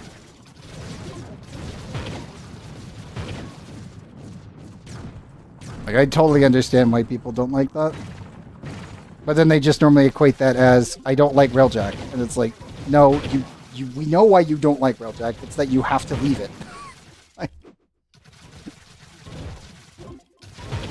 If you never had to leave the ship in certain mission types, and you just did the entire mission in the ship, you would have a lot more fun with it. I think everyone would. Obviously, if you're doing the defense missions, then that means leaving your ship after you've done the Railjack mission and then doing it inside of something else. And that would make a lot more sense. So I don't really fault people for that one. I thoroughly enjoy Railjack missions, but I do understand where the pain points are. And I'm also fairly certain that DE also knows where the pain points are. They don't really want to speed up the missions, because then the reward structure might end up getting completely fucked. Which did actually happen before TennoCon. And then they nerfed it so badly that no one wants to play it anymore. It went from the best reward structure and completely broken to the worst reward structure we have in the game right now. Which, that, not great. Just not great. Like, it's kind of crazy that that's exactly how that panned out. It's just, okay, cool. You were able to get Steelpath Essence using the resource booster that is innate to Railjack missions. Hence why getting resources in Railjack is really easy, as well as getting Endo. And then they took that away, and they made it so it is a guaranteed 2 Essence drops per mission in Steelpath Railjack. 2 for a 15-minute mission. And even for speedrunning, you're looking at around a 9-minute mission because of how weak Tier 4 weapons actually are in Steelpath. Yeah, not great. Like, it needs another, like, 4 passes, and the reward structure needs to be refined heavily. And I totally get why people do not like Railjack. I personally really enjoy it, but I do see the problems, and I know where they could improve it. I just don't know if he is going to. I hope they do. Like, we need Tier 5, and we need Tier 6. Like, Veil Proxima Steel Path should be rewarding Tier 6 weapons. And equipment. Like, just by far. That's what it should be doing. It's really weird that it isn't. Mind you, the Railjack is pretty much invincible.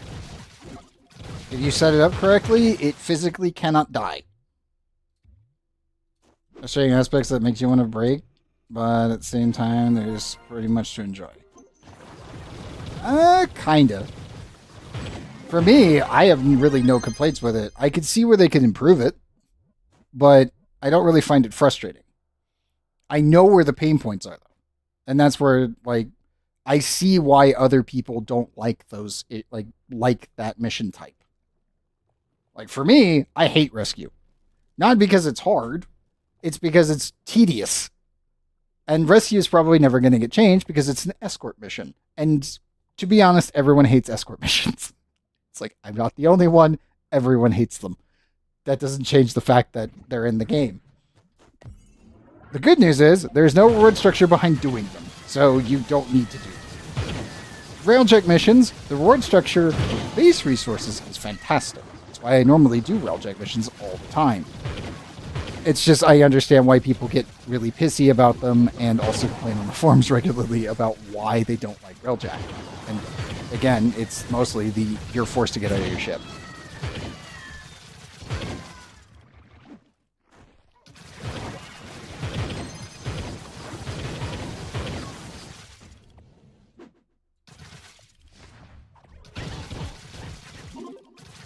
I do feel like if they ended up making like skirmishes and maybe crossfire into only spaceship combat, it would actually alleviate a lot of that.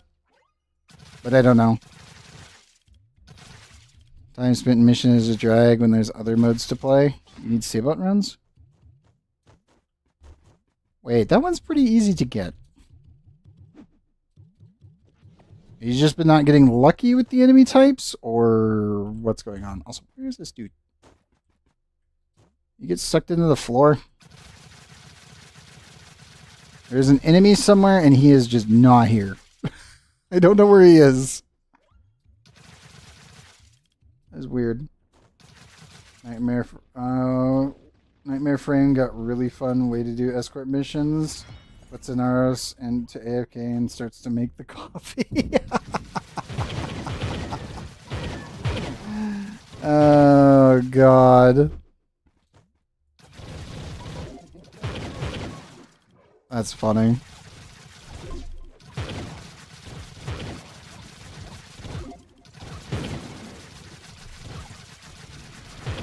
That's hilarious.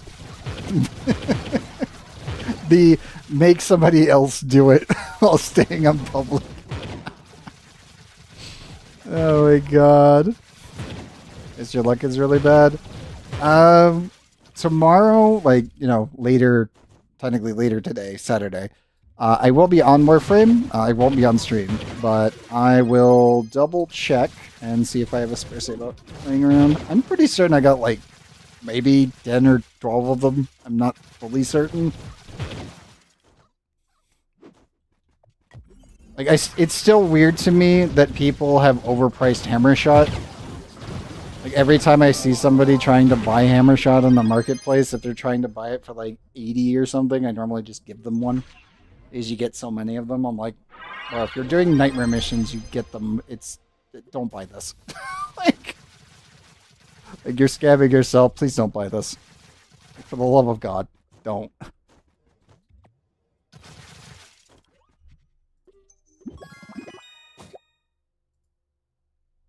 Yeah, I know. It's fucked.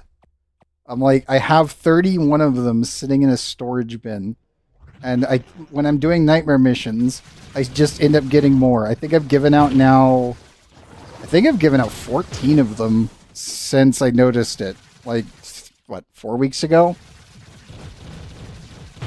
Like, the only good news is that I'm starting to see I am seeing the price of it going down a little bit on the market. It's probably not just me doing this, where if you see somebody under 20 MR, like, trying to buy Hammershot, it's like, dude, just here. Throw it in their face, like, here, man. Just go farm it yourself. If you don't know where to farm it, check the wiki or the codex. If you're having an issue, here, I will just hand you one. Like, seriously, please don't play yourself. Like, that mod is good, but it's like, you just get it by doing nightmares, man. And nightmares are infinite. Like, just do the mission. Like, what are you doing? What is this? It's always one of the two options. Check wiki, or there you go. Exactly. Those are the two options. It's like, if it is a mod that is readily available, I do not care if I see somebody that's under MR20, and sometimes even above that, where it's like they don't realize what they're doing, I will just like be looking at the market from between missions, and if I see it, I will throw them the mod. Like, for free. I do not care. And then also I will tell them exactly where to get it, because 9 times out of 10, they don't know where to get it. Out of all of the people I've handed them, like, out, only one person was farming it, and they only farmed it for, like, what they said was 3 hours, and they didn't get it. And I was like, you just keep going, but here's the mod. like if you're having that bad of luck, you will get the other mods that you get from Nightmare, and do those. And don't sell this. Like, even if you get a new one, don't sell it. Just hold it and give it to somebody else. Yeah, the Hammershot stuff is just really weird. Like, I don't understand why it happened, other than the fact that it was just Mesa Heirloom caused the price to skyrocket for no fucking reason. And it was actually, like, disgustingly weird, because I'm like, this mod is common. Like, this isn't a rare mod. This is common. Just do nightmare missions. What are you doing? It's like, my god. It felt wrong. But the first time I saw it, I was with Robo, and it felt wrong seeing someone trying to buy that thing for, I think it was 90p. I was like, no, no, no, no, no, no. No, that's a whole ass wisp. No. Like, I'm solving this. I checked my storage bin first and saw 31 of them sitting in there, and I was like, no, I'm fixing that.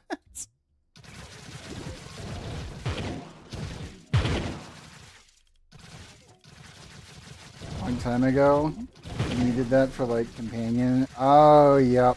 Yeah, it was regulators. It was for the regulators. Yeah, hammer shot's normally used in the regulators because of the status and crit damage. But it's literally only because of the Mesa stuff. That it's like it was going for 10p before Mesa's heirloom was announced.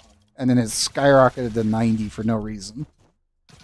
Because again, everybody has like fuckload of them if they farm Nightmare at all.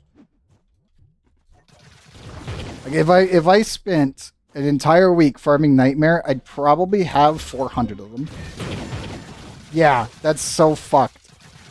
If you go on the trade chat, you'll see them for 90. And as I said, if I see people trying to buy it and they are under MR20, I will hand them one. Like, free of charge. I don't even care. I'm like, this thing is not worth this. Like, it's not. Like, at all. This thing is a common mod. What is happening? I think it's mostly just because people don't realize that you can just go do Nightmare missions. And again, Nightmare missions are some of the easiest missions in the game if you get Vampiric. If the Vampiric mission spawns, congratulations, grab a freaking Bratton Mark 1 and just shoot things. You physically can't die. Because you will actually regen all of your health back from 1 point of damage. Which is really funny and hilarious at the same point. It's like, yeah, you get health drain, but any point of damage counts. If you really want to be an asshole, then just bring Wisp. Because Wisp has like no line of sight, shock modes count, and you regen. And also just do as much range as possible. Because you just hit more stuff, so you regen more. And you can't die. Not to mention your motes also give you life regen. So, yeah. And if you don't have Wisp, bring Ember if you have it, or Volt, because the Shock Rock will actually do the same thing. Which is hilarious. The only frame I could think of that might have an issue would be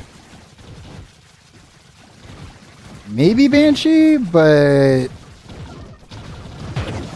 that's still one of those weird ones where I'm like, you have sonar and you have silence, so you could technically instantaneously get 5 billion HP by hitting a single weak spot, because again, it's scaled by your damage. Don't think that's actually a problem. It's one of those weird ones. Maybe Hildren, because it goes straight to life. It actually does ignore shields. I don't know. I'm trying to think of what frames would have a problem with most Nightmare maps. I'm like, I can't think of any. Yeah, it does. It's the Vampiric one just does damages life specifically. So I think maybe Hildren would have a problem. But that's the only mission type in the game that does that. Just imagine Inaros gets one-shotted. I mean, Inaros can be one-shotted by certain things, but you just get right back up. Because, remember, when he dies, he turns into the sarcophagus, and then he can just kill something and instantly get back up again. Yeah, he can't. It's like, wait, no, that doesn't work. Inaros is literally undead. He just comes back. It's like, oh, never mind. I still find it hilarious whenever I see an Inaros doing arbitrations, because it's like, I know he physically can't die. It's like, bro just like bites the bullet, instantly gets back up, bites the bullet, instantly gets back up, doesn't need anyone else to revive him, and you're like, yeah, that's fair.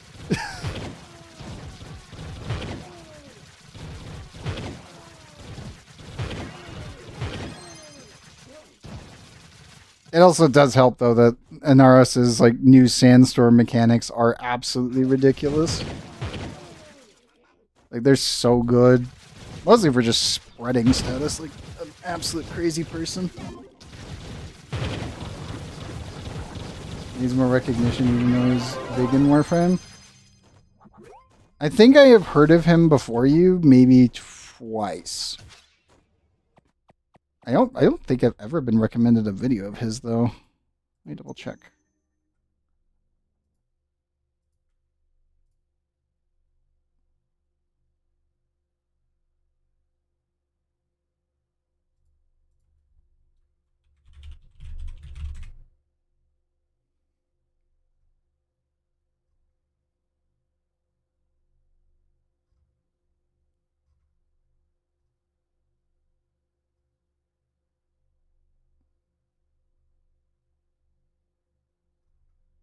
Yeah, I have never been recommended a video from him.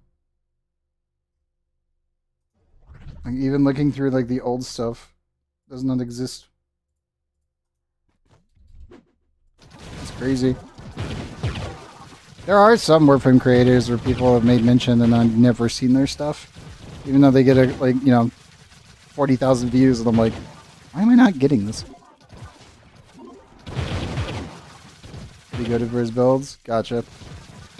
I mean, the most crazy builds in the entire game, like a build crafters, is still gotta be Mr. Warframe guy's stuff. And Sabuchi's other stuff from, like, actually technically data mine data on how certain things interact.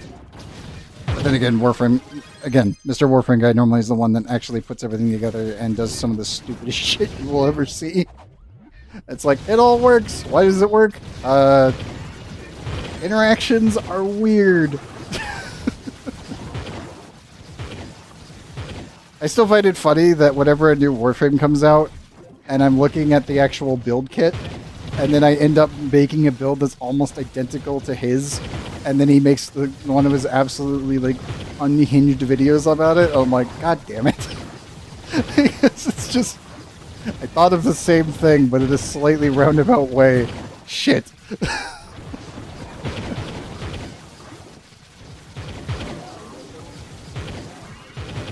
Like, were you thinking what I was thinking? Yes. Crap.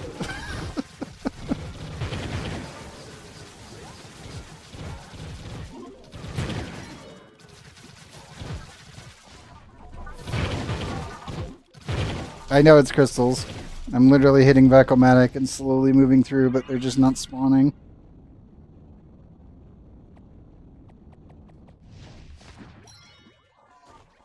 Like, as you can see, we got 8 there. Oh, you didn't notice. Oh no. I've literally every room I've been going slowly killing everything while hitting the crystal button. Because again, kills don't push it, it's only progress, which is still a problem. Which is still derpy to me. I wish that they would fix this. That is the one thing that drives me up the wall when it comes to delving. Is why does the quest get worse the further in you go? It shouldn't be a thing. Like, it really, really shouldn't. It's been in the game since the very beginning of Delves, and it's still stupid.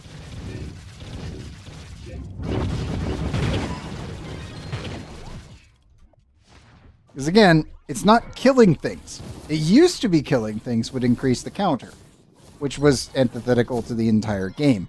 Now, it's how many top blocks am I away from the endpoint of the actual delve? And that's how much it starts adding to your tally, which is dumb.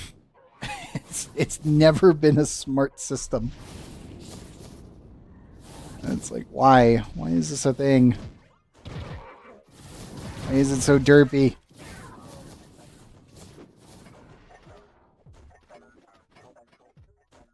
Like, I originally thought it was specifically to counteract bots. But then you realize, wait, bots can't handle this deep. Like, they can't. Even kitted bots don't survive this. Everyone kind of knows that. And it's like, okay, so it's not that. What is it? Why does this system exist? Oh, it's just to screw over groups. Okay, but then why would I play in a group? Which is 90% of what people do. Unless they're getting carries like what we're doing. And then it actually screws over multiplayer. It's just funky. It makes no sense. It goes against the spirit of the game itself. So I don't really get why they have it. I mean, there's got to be a reason. But I just have no clue what it is. Like I mean, hell, it could even be a coding error. Like, flat out, it could be. Like, the integer could be increasing as you're actually progressing in the delves. I have no idea. The devs have never commented or even, like, answered that question ever. So I truly do not know.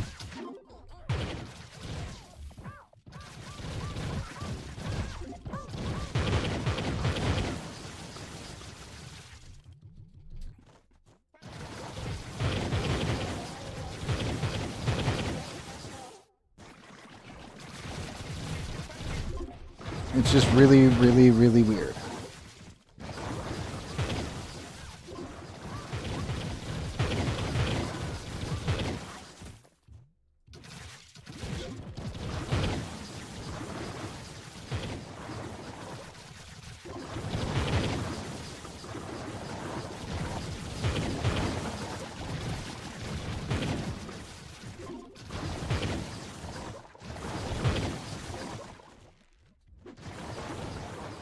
Those are all cut down, so I'm going to ignore them for the time being.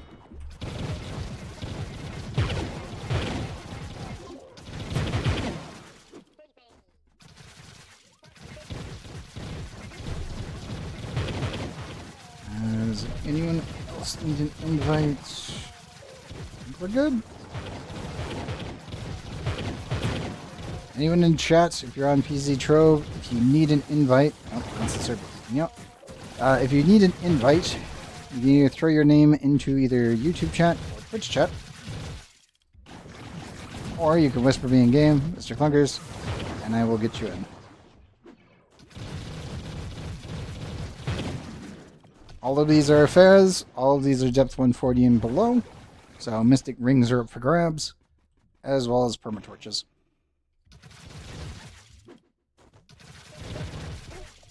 Oh, yeah. Also, I need to grab another water bottle because I am out. Once I get to the next Ifera, if he still sticks around, I'll go for water real quick.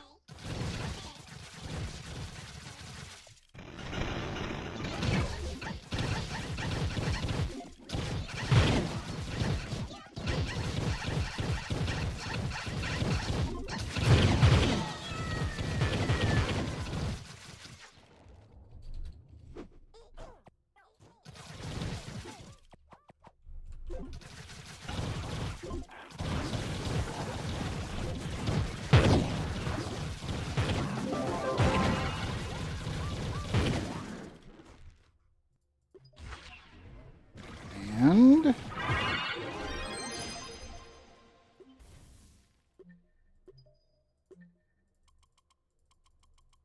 any mementos? Anything of note? Nope. Okay, I go grab that water real quick. I will be right back. And to make sure I got the... See if this works correctly. Yes. I got the alignment right. I will be right back. I go grab water. If you hit the portal, Snope, it's on you.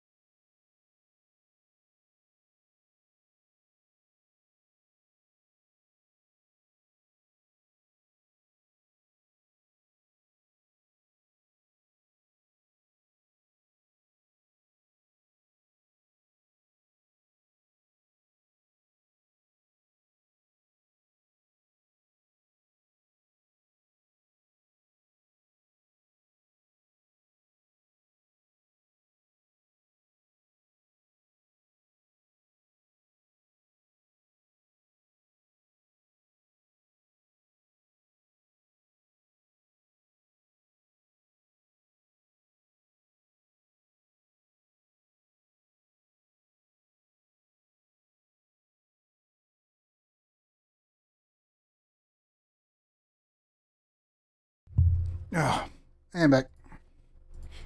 Let's see a teleport.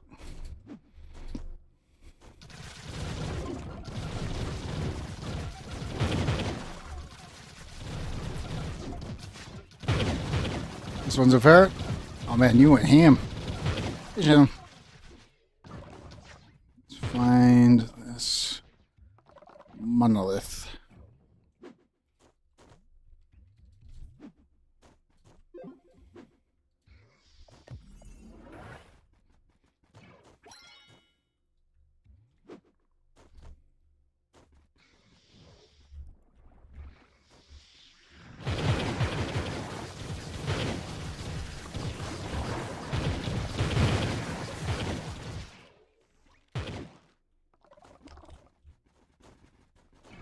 And around we go.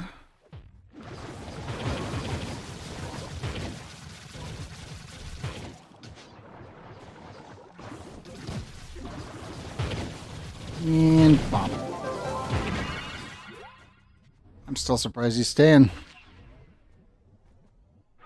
I might hit 180 again.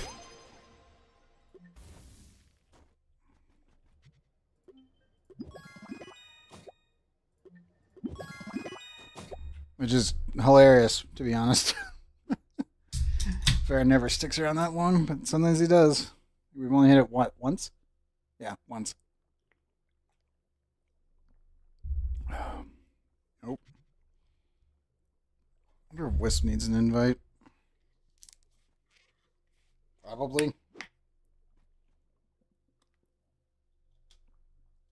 They crashed instantly. Oh no. Man down. Man down. Tries loading into the hub. Crashes. Ah, yes. Yes, the Trove experience. I hate that so much. That's happened to me on many, many occasions. I think it's happened to all of us at this point. It's like, oh, Wisp is on. Boom. Never mind.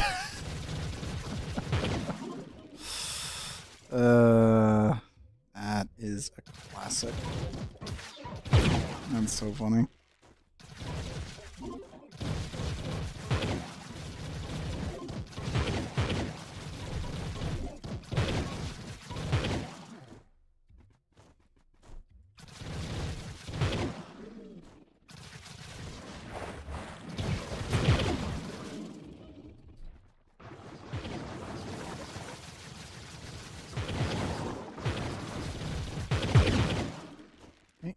Clear.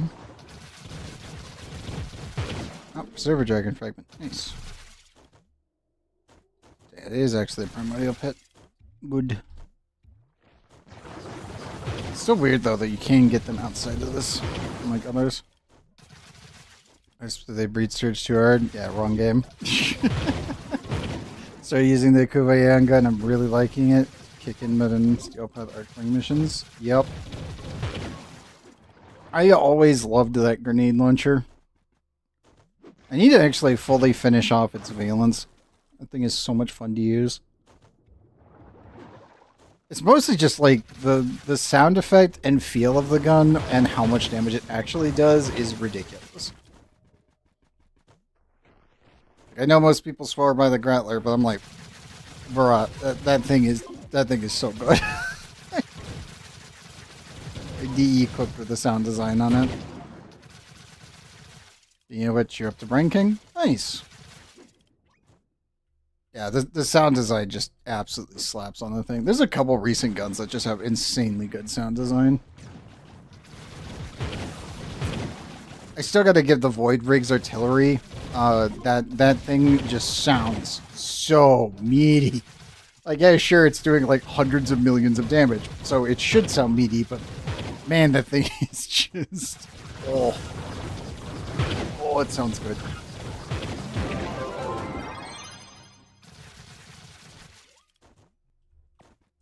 Like, I would not put it past them to have technically went out of their way and to get the sound effect from a 155mm howitzer. Because that's almost what it sounds like, but just reverb to hell. It's like, god damn, that thing sounds good.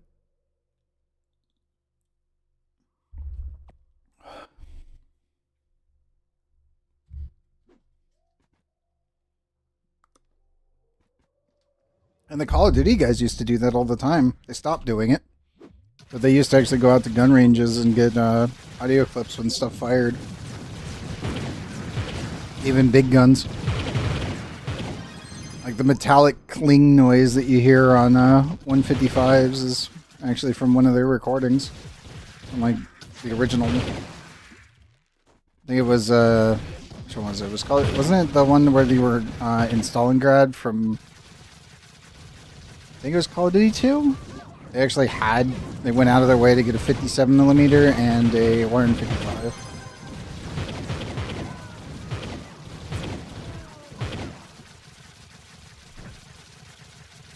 And to be honest, it's kind of hard to replicate that without actually having the actual sound. Mostly because whenever any like large caliber gun fires, you're not going to normally hear the, like, how can I put this? You don't hear the primer as much as you hear the boom. And whenever they do the sound recordings, you don't really get the metallic clink when the breach opens after the shell is fired. Unless you're actually there to get the recording.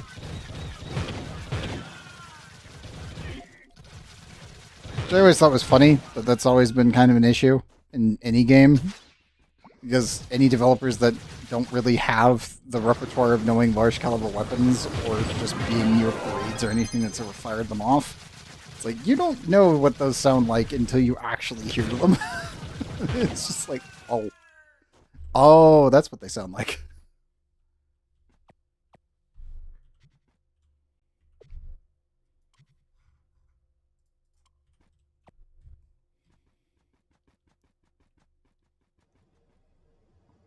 Which again, the ones who actually do go out of their way to go to firing ranges to get audio feeds,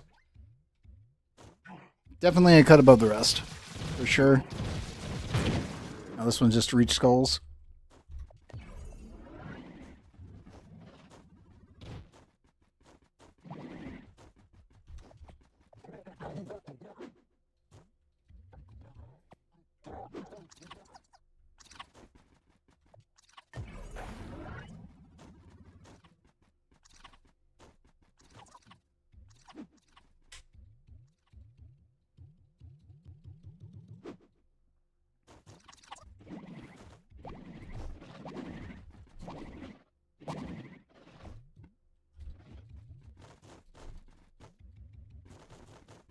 I will admit, the urge to go work on my Tomb Raiser is strong. For how many delves we've been doing as of late, and because I know what it feels like to play him with the ring effect from the PTS, I'm like, I kind of want to do it.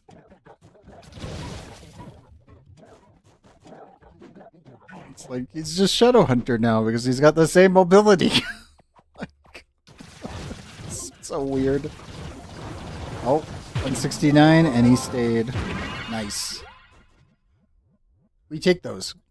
We absolutely take those.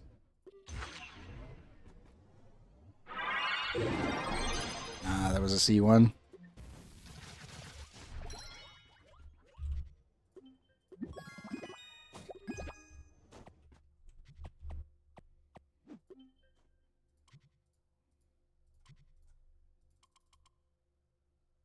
Oh, nice.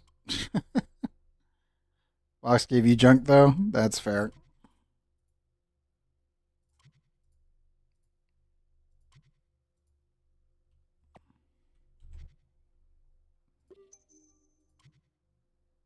Oh, we did get a long shade box at some point, and a golden chaos chest. What is this week? Core. So we're not going to use that.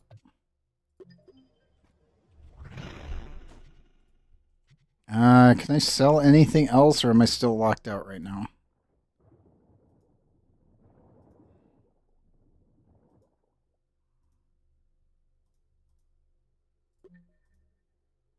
Yeah, Gleamstone is in the toilet, which was expected.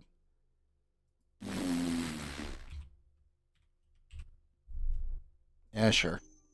Corkstone, go up. Go make money. That's crazy. Even if that's lowballing it, that's still insane. Now they're slightly magic resistant, it looks like. And crit down. Yikes. Crit down, yep. There we go. We'll just trade off getting negatively hit. That'll do.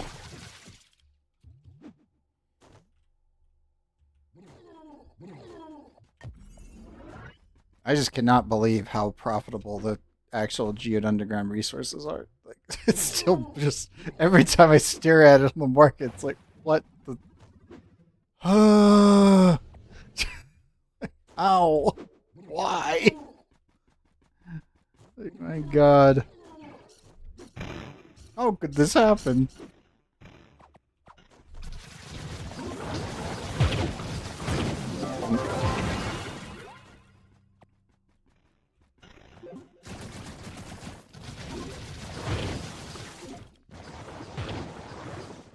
It is crazy that we're still going.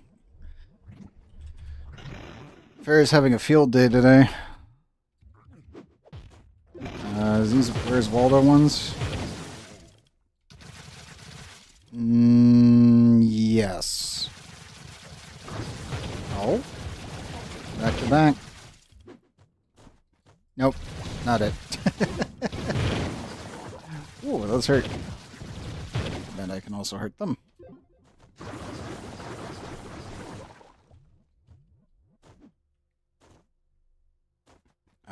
Enemies? Hello?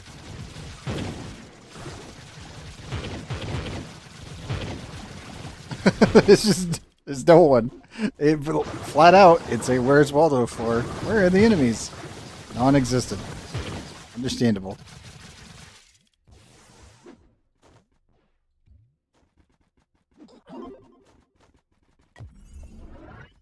I hope I got that placement right.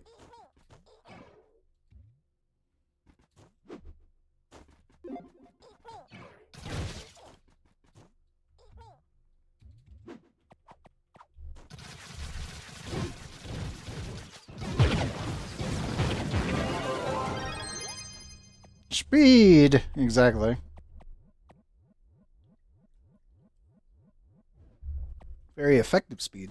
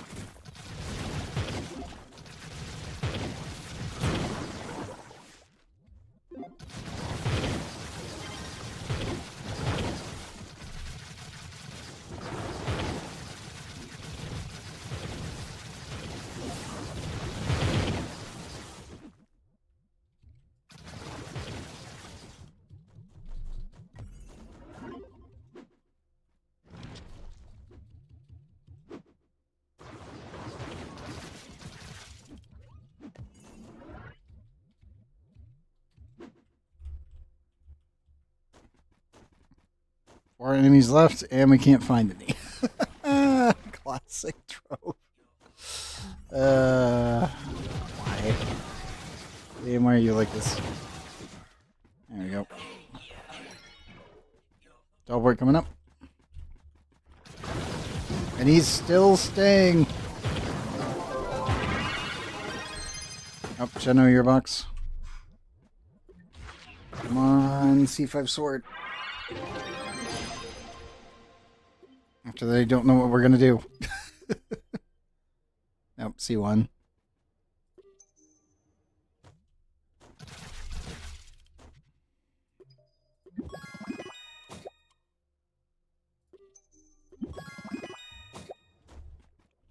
Little cockroach still alive? What happened?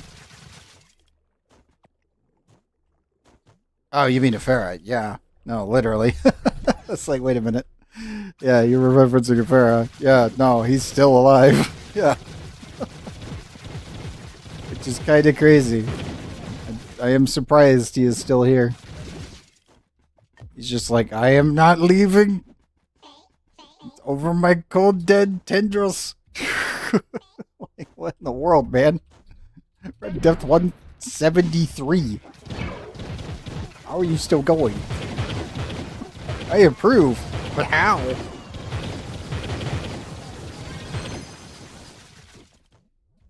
Like, that is crazy.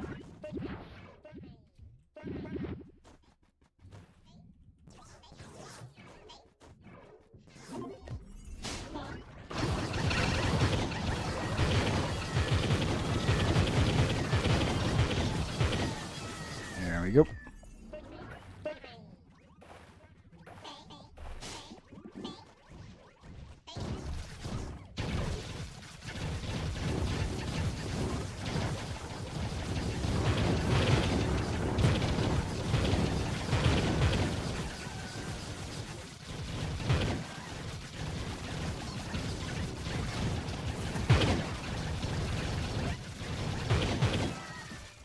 There we go.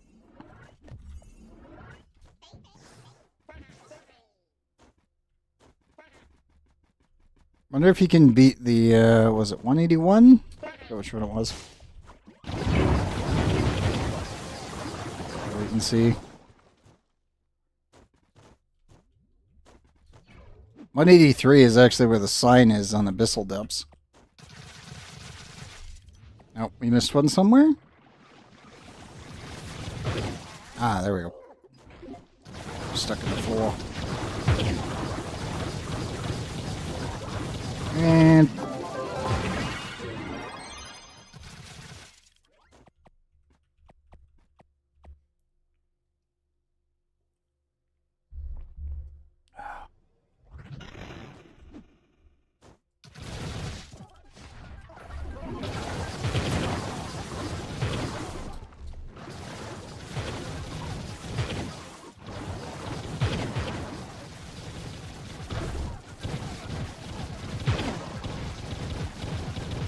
Okay, making a snack run to the shops. Out of snacks. Drew that.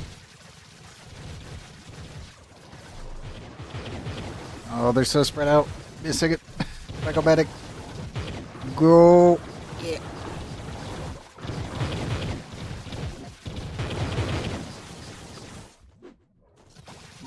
Gonna trigger all the critical hit rate stuff. No.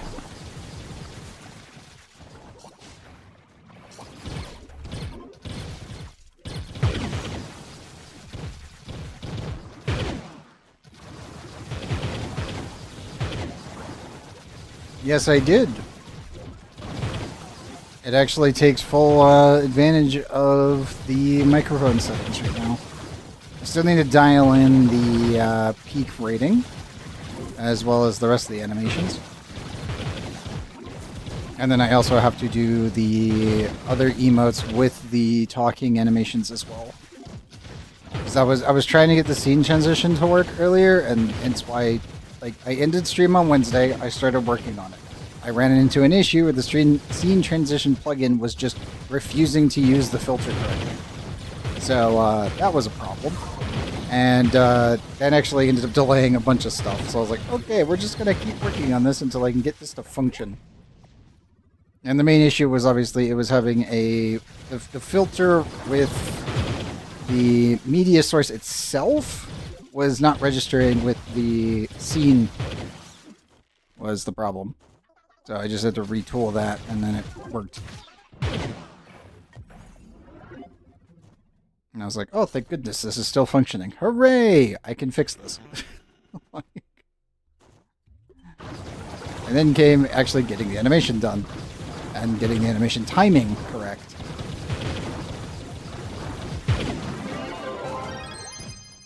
Because again, making things move, it's all about the timing more than anything else.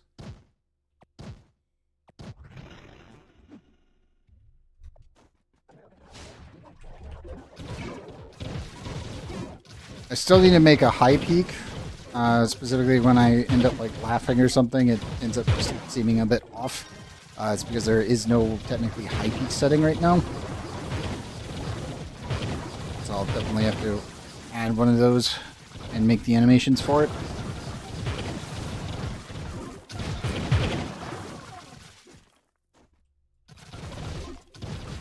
Thankfully, it doesn't actually fully interrupt the idle animation. Mostly because of the way that the scene cloning works, which is really, really cool. I am glad that thing functions because it's like, oh, it saves me so much effort. It's so nice.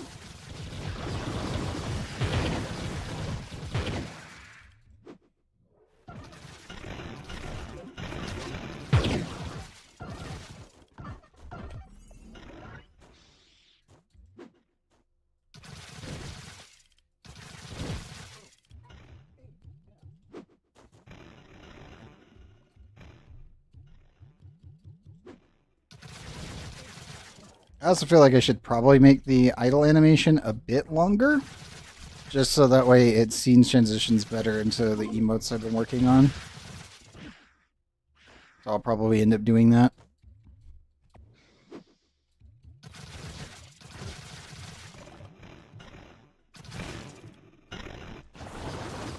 Oh my god, he's still here. Yeah, we're gonna probably hit 180. Oh boy. If he lasts for 2 in at depth 180 and beyond, then this will be the longest running affair we've ever done. He just has to last 2, and then we've got it. Which is hilarious.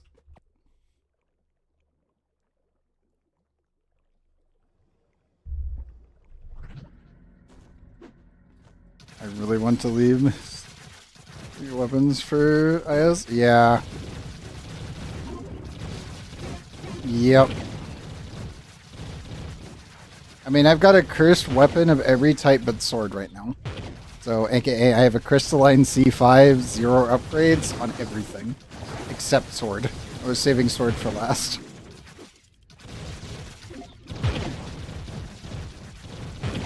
So, technically, I can make the staff, like, right now. It's just going and wasting the souls. Every C5 weapon max, though. Ah, you just haven't upgraded it to Mystic fully. Which is fair, because, man, getting the Mystic Souls is annoying. It's just tedious. And it's maxed every class with Crystal. Ah, nice.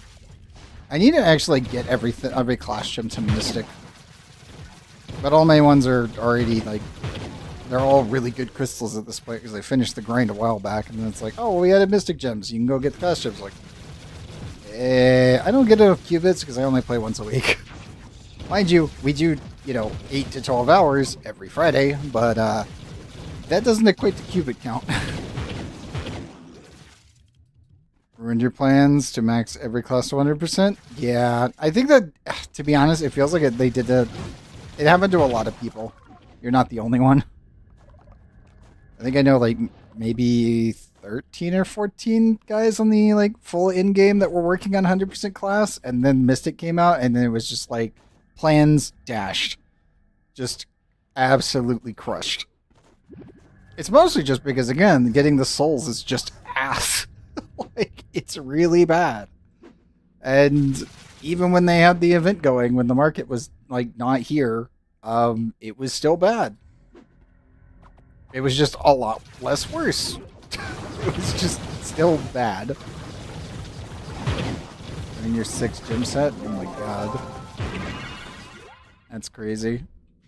Like, again, getting everything for Crystal is fine. It's just that needing this and this together is pain.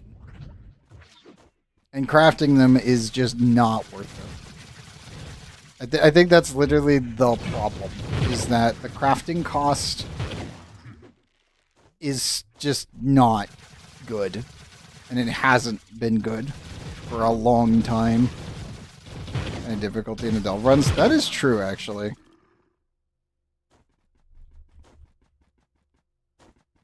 Again, this is the only content in the game that's pretty much just PoE light.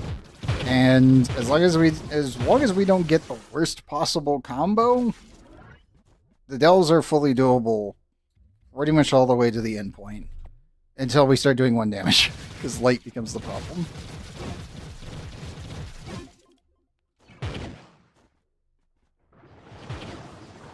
Shouldn't back up on anyone.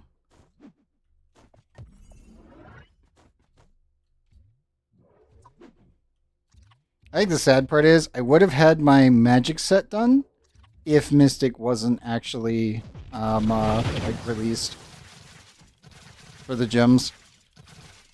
Because that was the one thing where I was like, I almost finished my Fizz set. Like I think I had 1 gem left before Mystic came out. And then it was just like, well, now I gotta work on this one. And that means all the resources are going towards the Fizz set. So, Magic will again be postponed.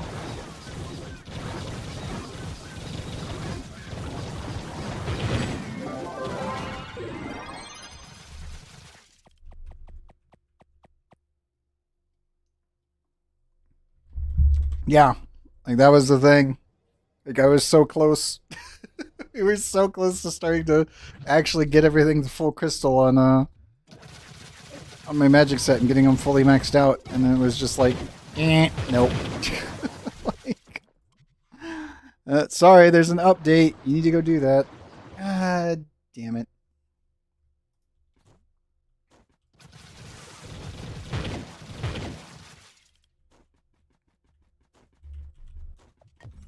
Looks like another Where's Waldo floor. 16 enemies.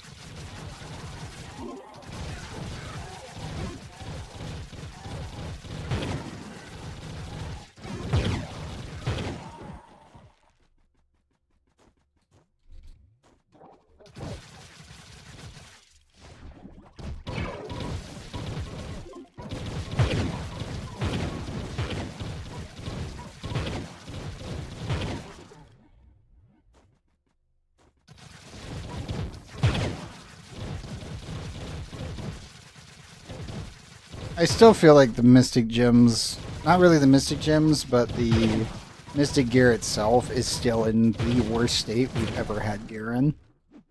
By far.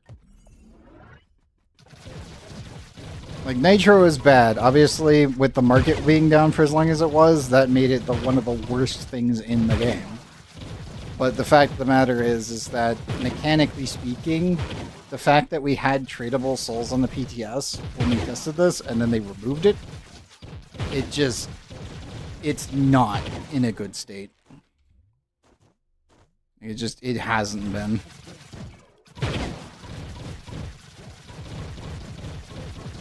Like the last time it was this bad was when Crystal 3 was the top out.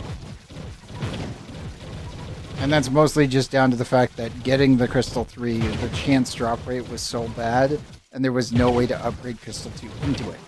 Mystic, it's like, okay, cool, we can upgrade from C5, but then you're looking at the soul cost and you're like, oh. Oh. That's where the problem is. Got it. It's like, oh, why?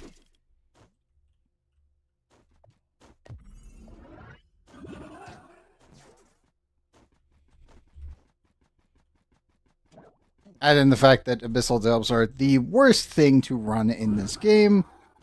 They're not in a good state.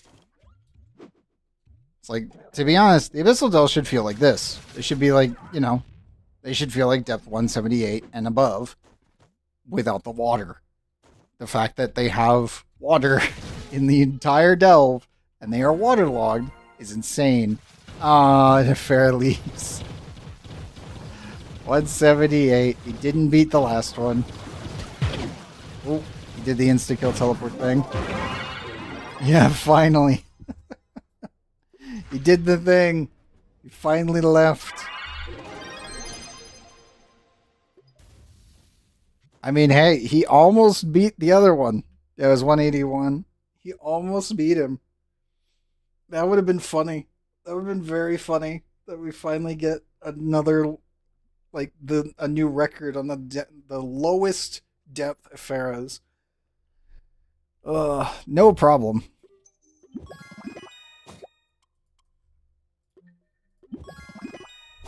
Oh, let me go prep the portal.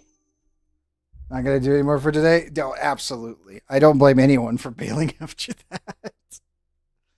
Like, dude, we went to depth 178 with a single Ifera portal. I don't blame anybody. If you had actually gotten beyond that, I've been like, well, that's the lowest I've ever had an Ifera go in a single setting. Like, holy crap. He almost beat it. Almost. That would have been crazy if he did. I approve.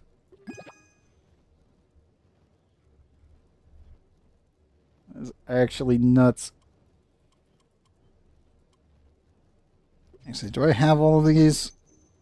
I think there's a couple that I don't have. Yeah, not them. Those are all clear.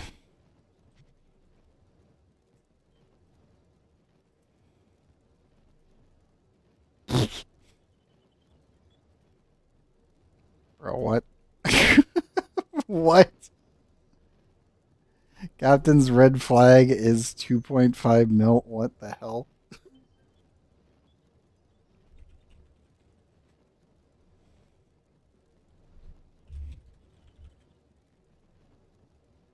That's actually nuts. Yeah, that's actually nuts. What? Sure, sure. 250. Like, I'll take that. Time to take still back from the loot collector. Yeah, yeah, I know. This is why I check them from time to time. Oh, that's hilarious. Oh man. As I said, some of the Delve stuff is just really expensive. And it's like, okay. Sure. I think the craziest thing is which one is it? I think it's the yeah, it's the Affair of Madness ones. You had it? Ah, that's fair. Check the green flag I looted that one. It's been buried. Oh no. Yeah, I don't normally clear them out until we get to a pretty good stop point. Then I check prices, then dump. But yeah, I mean, if I sell these at 255, it's not bad. It's not that. uh, it's funny. Yeah, some of the actual flag ones, like the banners, are worth quite a bit. Mostly because they're just tedious to get, and they're all delve related.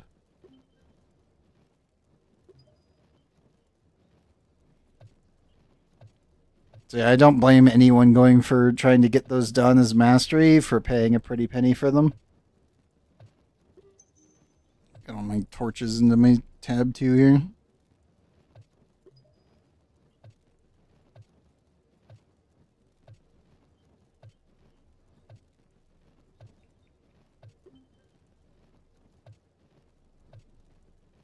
Yeah, that was a good haul. That was a very good haul of just that was a lot of affairs that we murdered just now. Uh and also, yeah, once again, if anyone needs an invite, we can go right back in at any point. Scoot that around a little bit. I know chat's over what I'm moving right now. Just know it's a stupid amount of free range electrolyte crystal. Don't worry about it.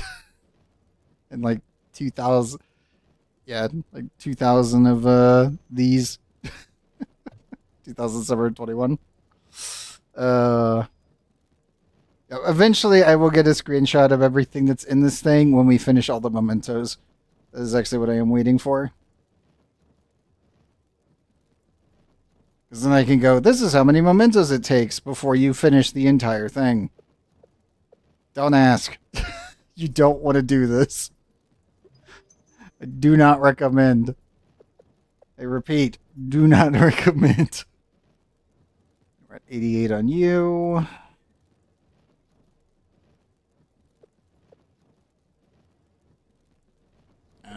I think I had my super style stashes. Where? Where are you? Here. We're up to 204 that I can't use.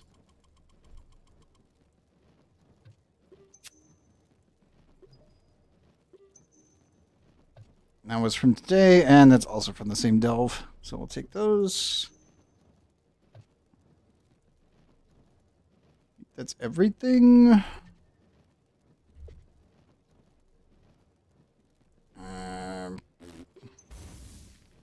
Nope, nope. You're already carrying a stack. Bard, what are you carrying? Nothing. Okay, there you go. Might do that. All the torches. So many torches. Uh.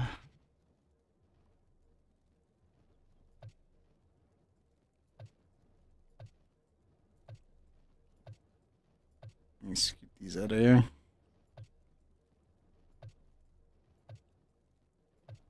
How much time you got left? 2 hours and 6 minutes until reset. Okay.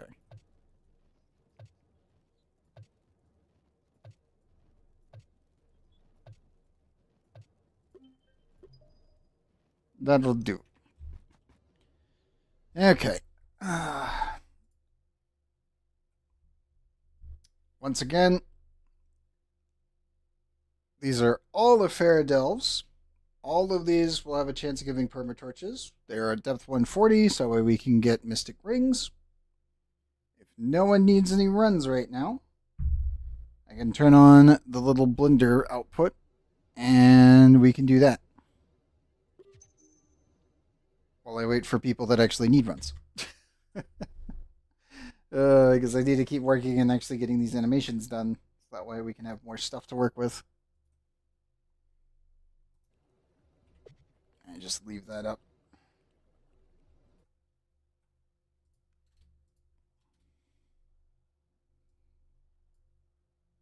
And let me make a new save here and do this.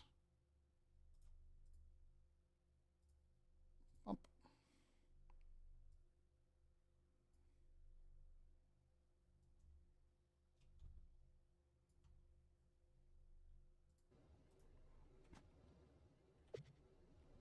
There we go. Actually, yeah, there. It's got to rotate a little bit.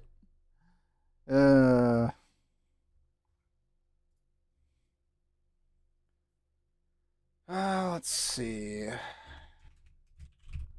I guess I'll just wait until someone needs me while I work on this. And if anyone wants me to make this bigger, I can do that too.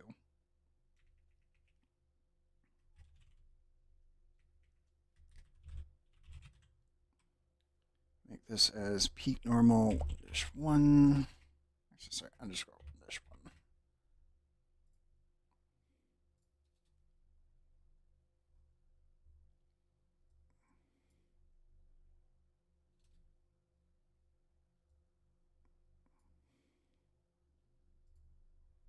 And we want to make sure through rotations.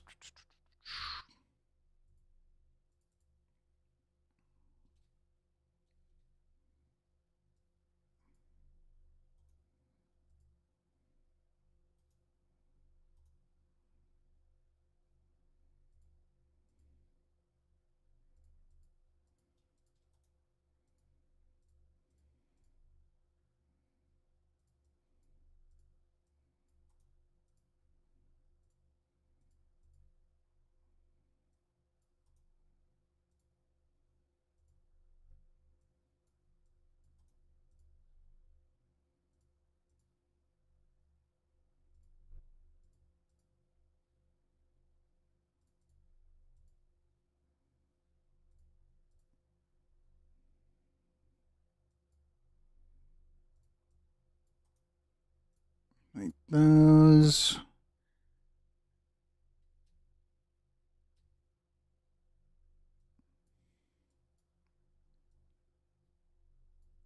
Should still be holding that.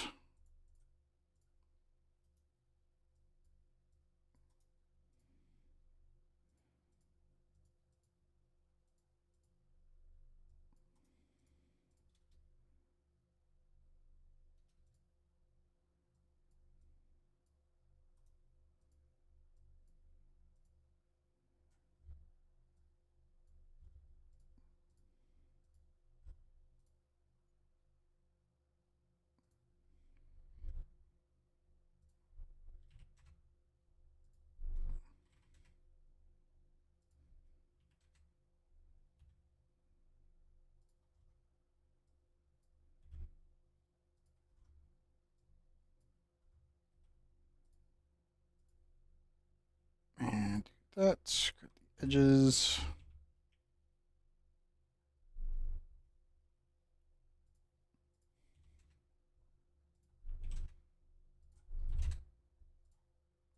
Just be a clean 3.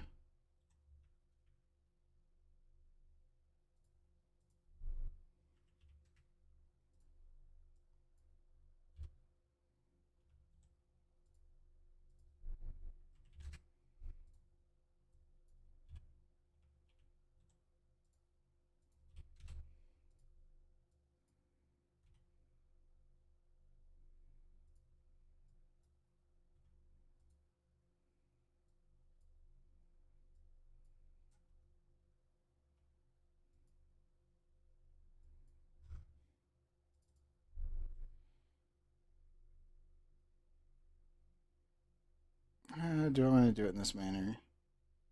Debating.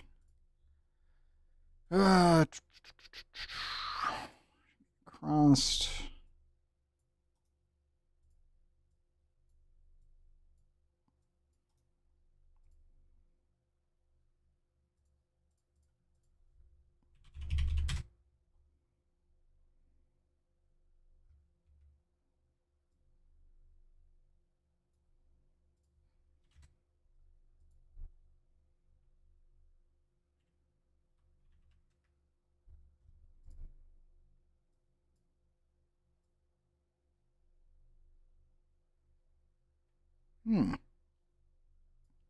That is not fully there.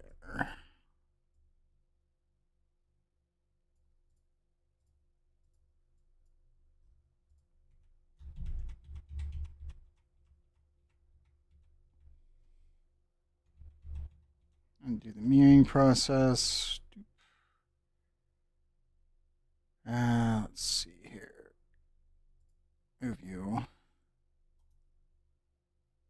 You just set this. And yes, if anyone needs any delves, we can jump straight in. Right now, I'm just going to be working in Blender until people need it, which is perfectly fair. If you guys want me to expand the window, I can do that too. Save. Should we Control A?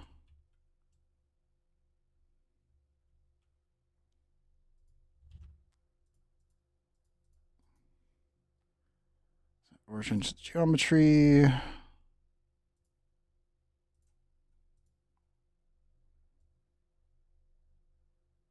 Okay, that is still showing as 0.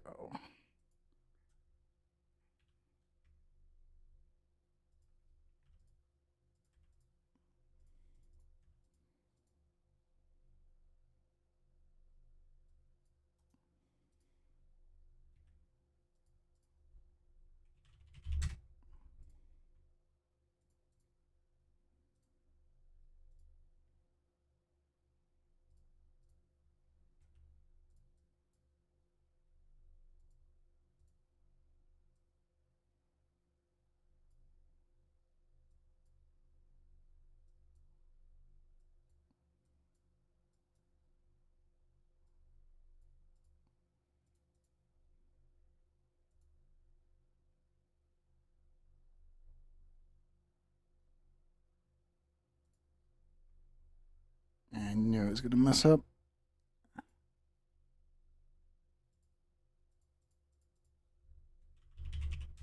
You're not base mirroring right now.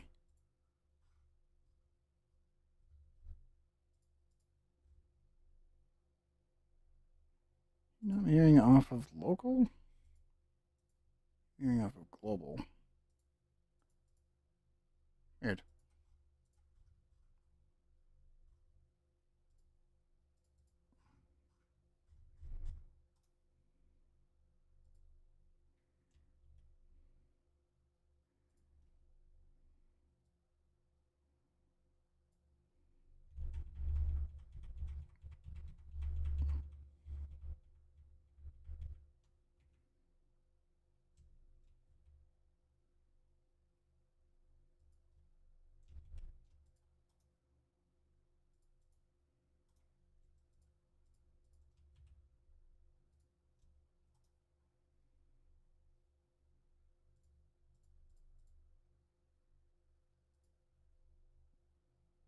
Okay. Set origin. And object apply.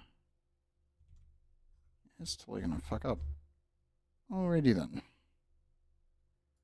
That should be mirroring correctly. It's not.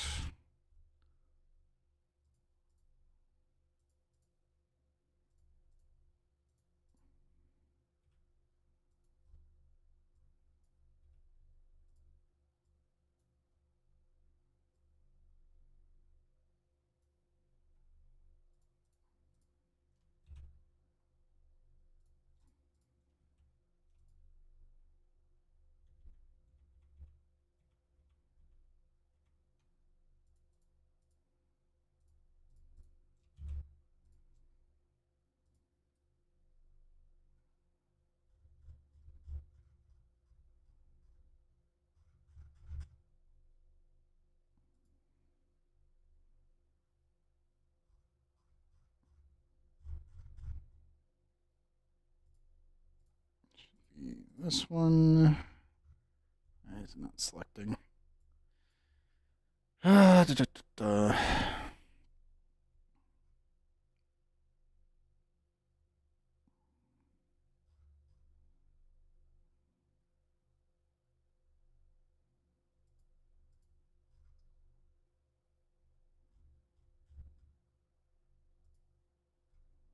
There it is.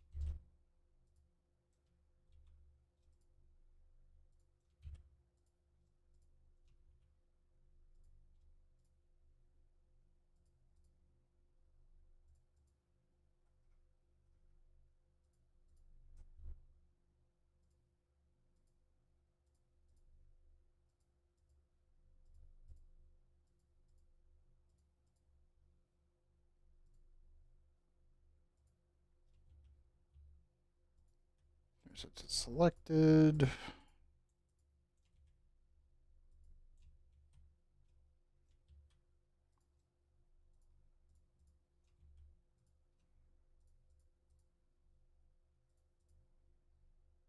And one more.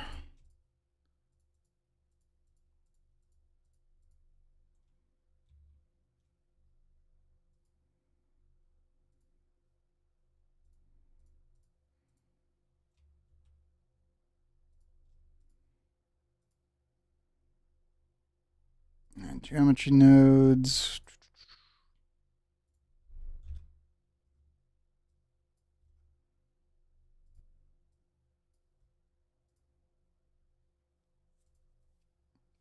Should be key rotate left.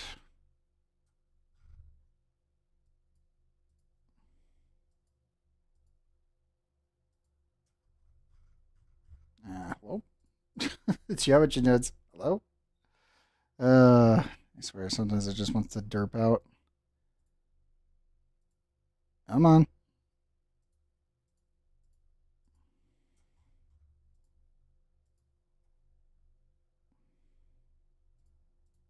There we go.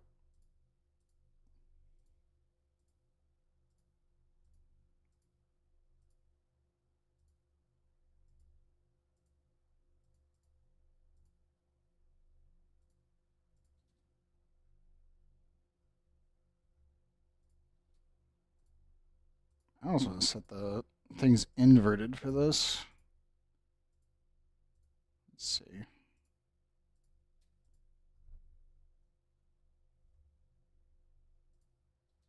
We need to adjust the speed.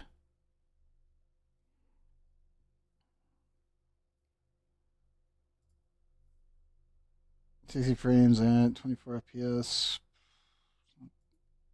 Wait, we could do 30 because it's technically just an emote shift.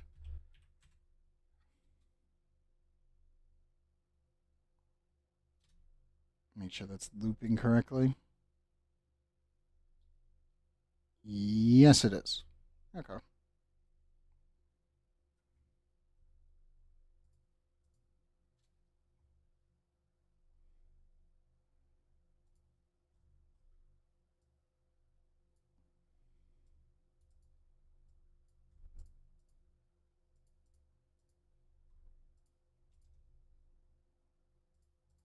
And if I use subdivide surface, one go to simple.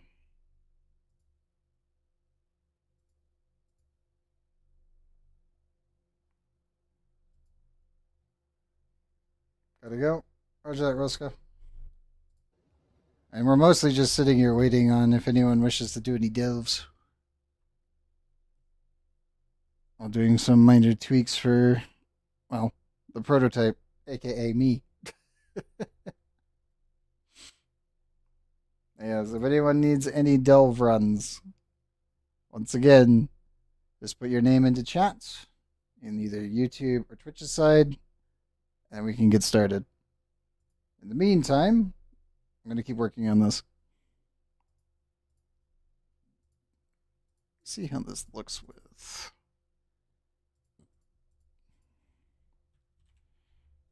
subdivide surface. I'll have to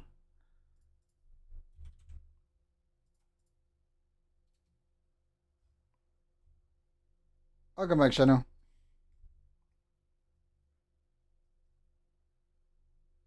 Yeah, it needs to be 60 unless I change the other system up here.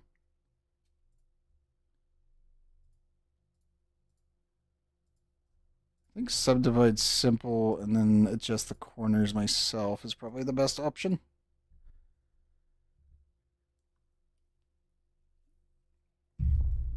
I do that for us.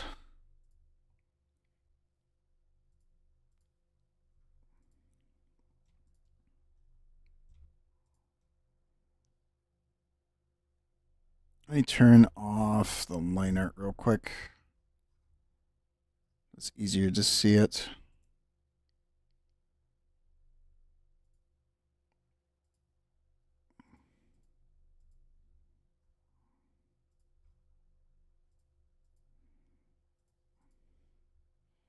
There we go. Can I be cheeky with this and just do it like this?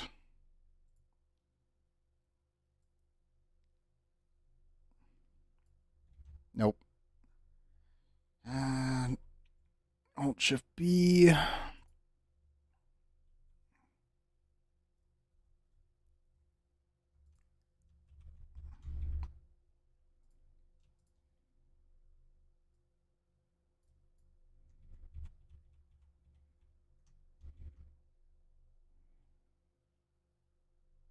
I just turn off the subdivide.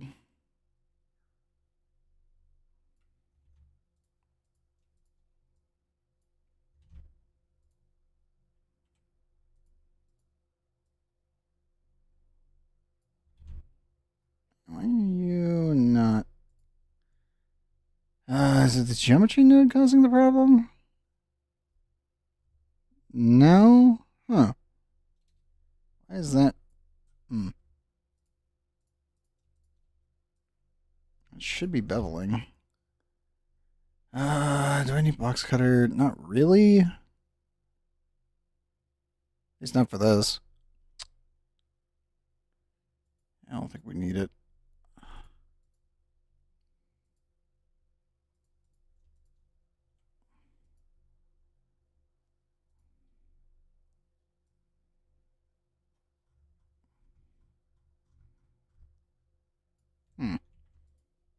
That's very weird.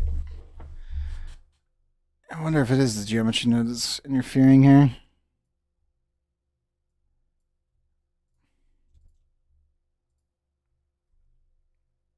No, I can just manually do it. It's fine. those.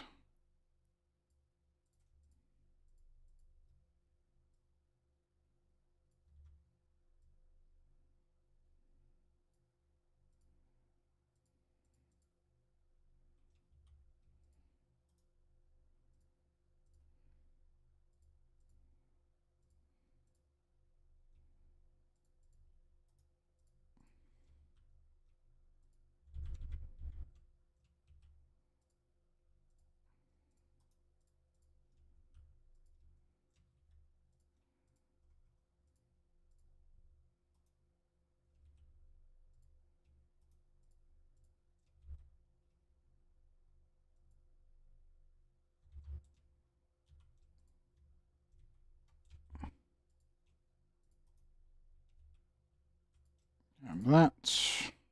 You duplicate, shift.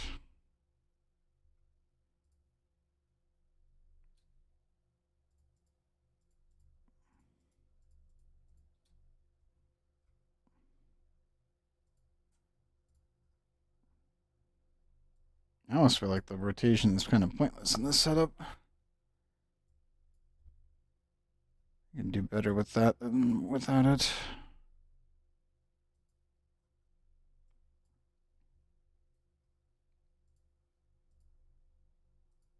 I'll do geometry number 3.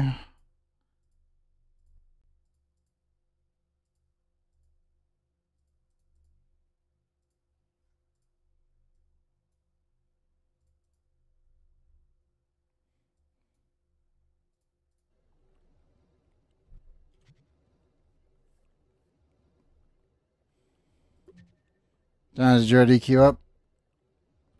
You did. Okay.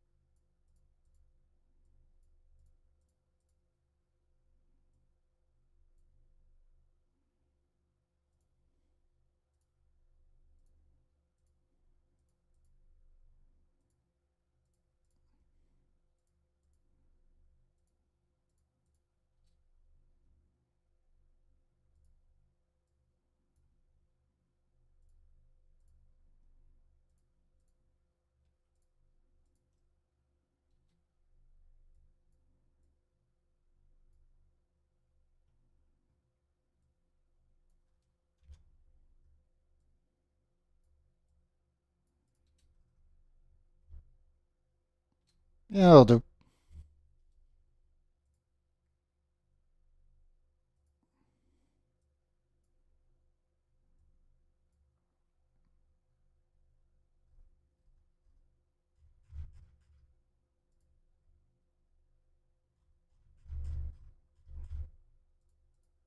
Turn off those for rendering purposes. And render animation.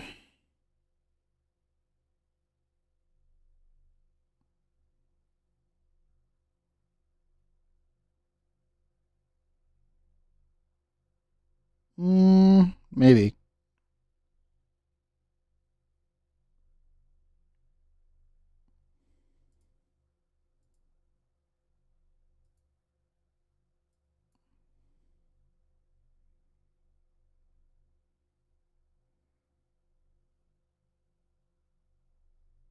I feel like I should add yellow. I mean, it's fitting, but I feel like I should add yellow to that. Didn't I already have yellow material? Lime.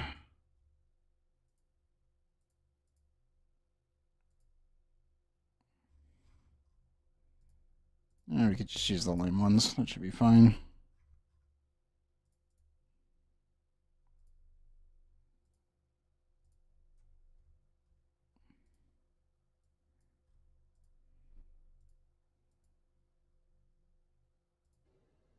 Now, see, we don't really have anyone else. Shanna, do you want to... Shall we go? Or do you want to wait for one more person? I'm fine with either right now, obviously.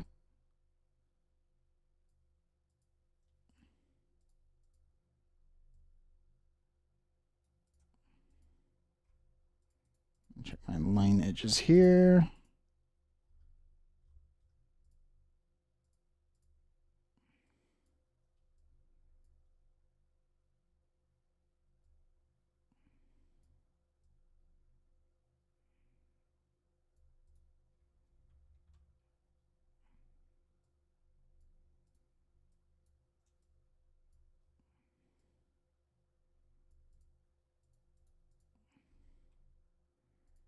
Yeah, it needs to be more exaggerated for what it is.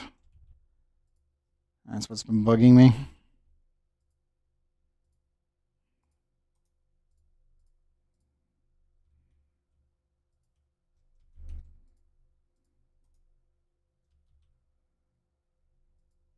Yeah.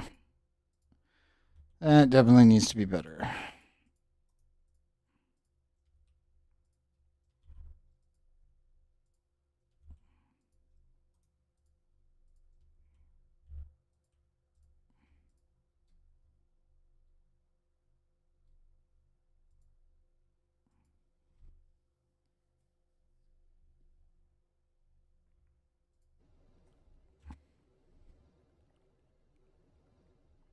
We can go whenever you're just chilling and numbing in stacks.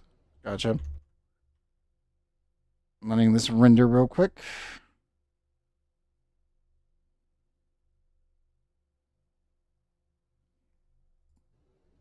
There we go.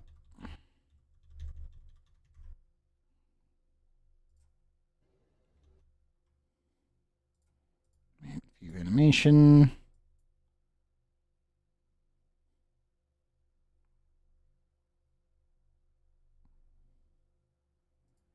I almost want to change these for this specifically.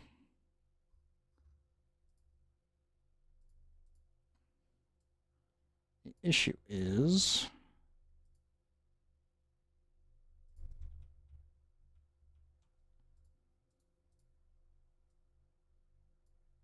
I don't need my chess piece getting changed. There we go.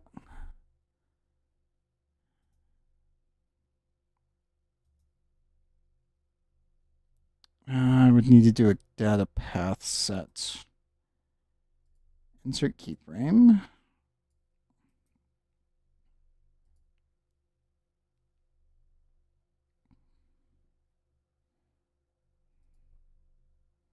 Shader real quick.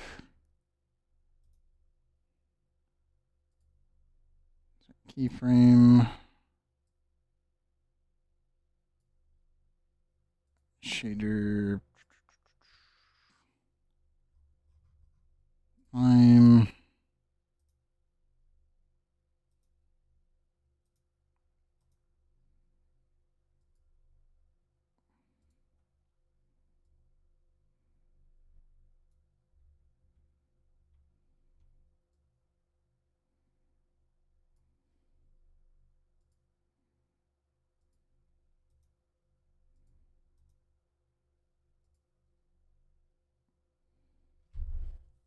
Yeah, I would need to actually make a data set. Okay, I'll do that later. That's just tedious. Totally doable, but very much tedious. And yes, once again, if anyone wishes to join us for any delving runs, these are all Iferas. These are all depth 140, so you will be able to get your Mystic Loops whenever you hit a prime level for your Paragon. If you're new to the game, you will still be able to get loot. You will also, once you get to the Paragon levels, be able to get the loops down here. Does not matter. The only thing that you would need is keys, which you get from regular delves. There's like regular dungeons in general. These are not Abyss, so we don't have to worry about water. But If you wish to join, put your names into chat or whisper me in game, Mr. Clunkers, and I'll get you guys in. Right now, as I said, just working on some stuff in Blender for, well, my prototype, as you're seeing right below it. Trying to get some emotes that I'll be using with channel points. Almost not just get, but making them. We can do some delves, though. It's hard to tell what Cheno's saying if he's saying anything in chat, because he's normally saying it in-game. And I cannot tell. I have Blender on my one screen, and I've got chat on the other.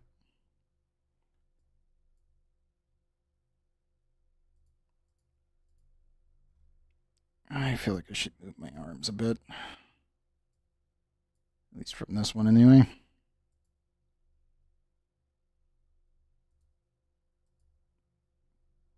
Let me lock in my rotation.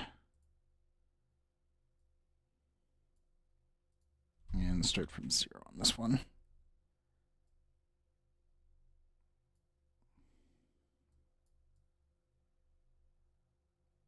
I'll go to 8. And set this back to local.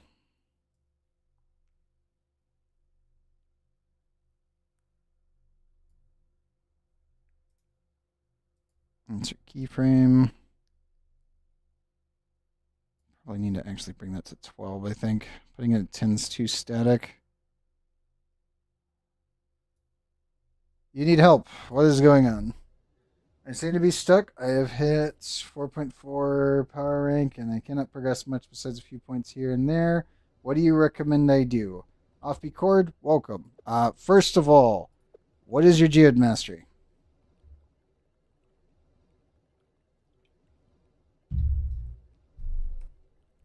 Number 1, what is your Geode Mastery at? How are we looking at?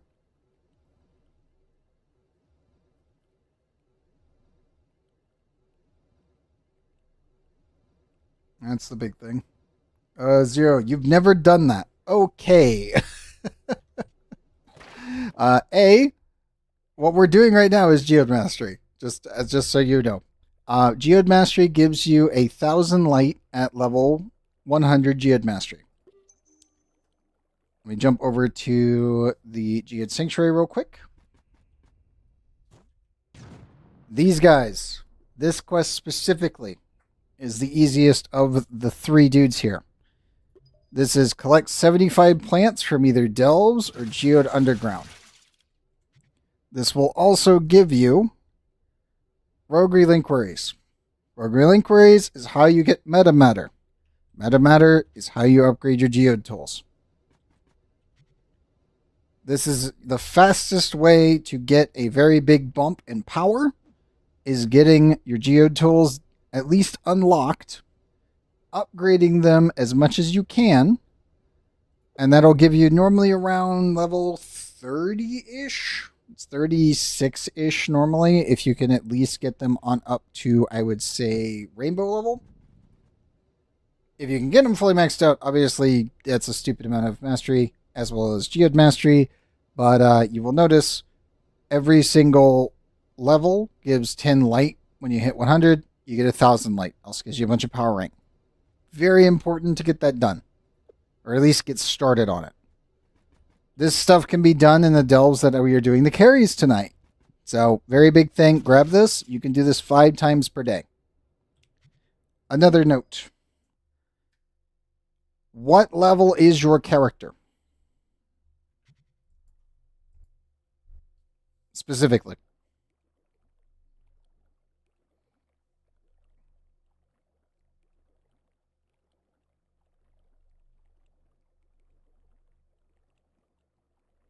Okay, so your main is level 23.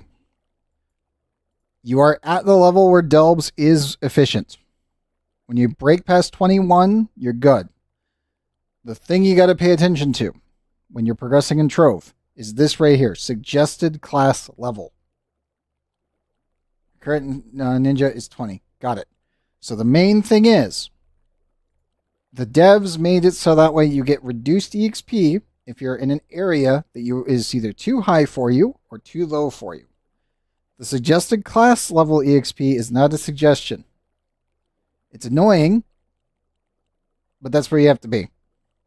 If you're over that, say you're like level 21 and your equipment is like 15k, congratulations, you will not get full EXP when you're in here. Even though you're technically capable of absolutely dumpstering everything in this actual area, you will not get extra EXP. You will actually be penalized for going to that area. Stupid, I know. But stick to your actual suggested level ranges, and you should be good. Your Neon Ninja, Jurassic Jungle. Yeah, it's really dumb, but that's actually how it works. With your main, obviously, seeing it being at level 23, you actually want to be over at Forbidden Spires. Is 23 to 24. It's kind of dumb, but that is how it works. When you get to level 21 and above, the delves and other content such as quests give scaled EXP. The scaled EXP at 21 and higher is way higher than anything else you will get in the game. This includes the Geode Organic quest. So, seeing your main is already at 23, make sure you're doing your quests. And make sure that you either do delves, or once you get to the point where you can go here, when you can get to technically D13, U13, you do ships. Delves is the fastest if you're running with 3 people, or you're getting carried. Either way, it doesn't matter. If you're doing ships, that is the lazy man way, and is the second most effective way of getting EXP in this game. Just by far. If you're really wanting to push for it, you do delves. If you're being lazy, do ships. Whenever you see ships in chat, that's what people are doing. Ships are just a technically infinite-ish dungeon that keeps spawning more targets, aka 5 different spots. You clear those 5, you go to the next wave. Respawns the dungeon, keeps going. Normally people can go to about wave 100 when they're fully maxed out. If you've got average killers, you're probably going to look at maybe wave 70. I would say 78 seems to be the norm with most people. That's what ships are. They're just an infinitely repeatable dungeon. If you're one of the cleaners, you're cleaning one of the dungeon spots. If you're not, then you're going to be staying in the middle. That's how it works. If you're having issues trying to push your power rank right now, yeah, normally it's 78 to 82. It's around there. But the other thing is how many key fragments do you have? Because we can jump into the delves right now. I'm mostly just waiting on if anyone shows up tonight that wishes to do stuff while I'm working at emotes for my actual daily proto-toon tuber, which is what you're seeing on stream right now. I just need to get the channel. I need to get a bunch of emotes and get my channel points linked up with the system, so that way you guys can actually redeem things, such as outfits and other stupid things that you could put on me.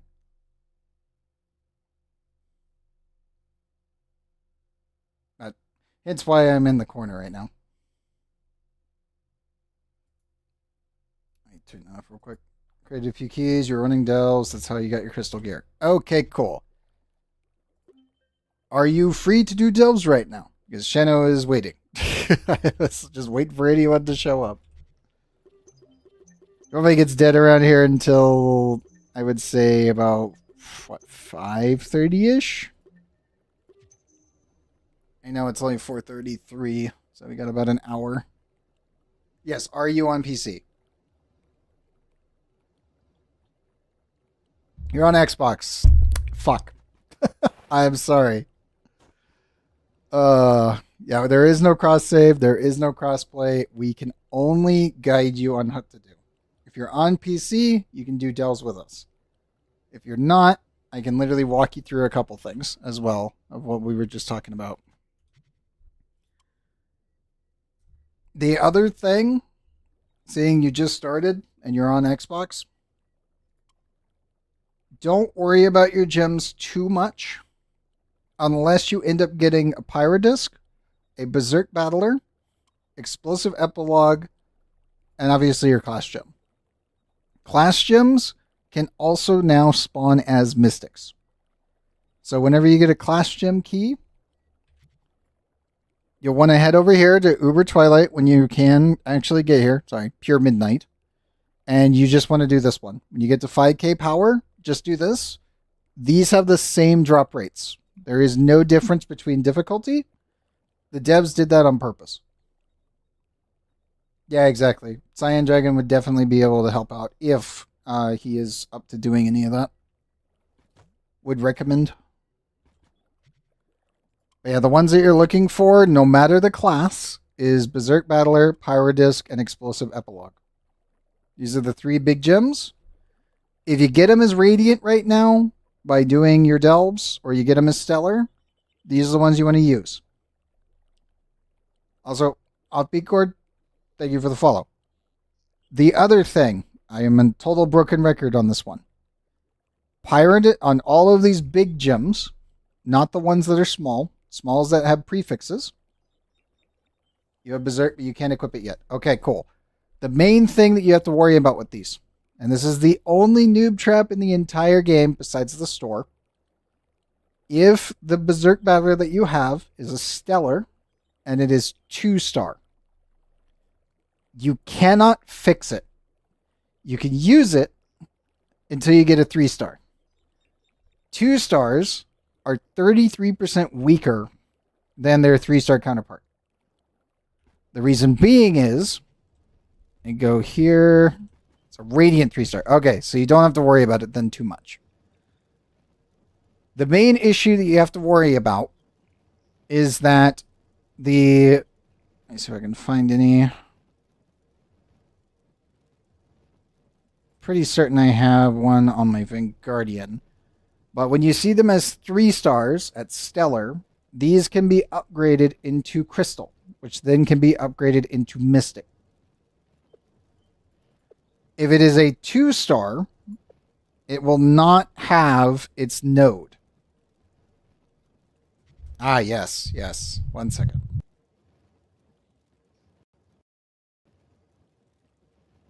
Real quick, just in case. There we go. I think my Vanguardian has it on him. Let me double check. I already hit the button. Remember, Shadow, I have a literal button that resets the driver. Which also, I should tie the button press to a color change. Which, thank you for reminding me. Yeah, I got this one.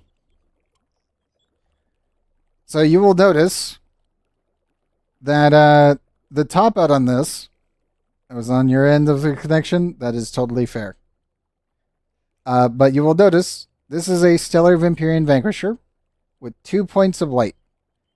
These 2 points, because this started as a 2-star, can never get a 3rd. Even if I upgrade this again into Crystal or Mystic, it will never get this 3rd pip. The top out is 983. If I go over to this, the top out on this, which is a 3-star, is 1,450. That is how much light you are missing if you get a 2-star. Technically, it's less than that because these are crystal, but you would literally be, I think it's 1,000, is it 1,080? And then it gets worse as you go up. So when you get to Mystic, if you were at a 2-star to start, which, again, never do this. If you are a 2-star to start, if I remember correctly, it is 1,100 light on a 2-star at Mystic versus 1,715. And again, you can't fix it. That's the problem. Devs never fix this problem with the big gems. Small gems, however, they did fix. Anything that has a prefix, so fierce or arcane, so fierce for physical, arcane for magical, the small gems will never not have their 3 marks. Only old gems are the ones that can actually not have them. So all of these ones were perfect 3-stars to start, so I didn't have to worry about it.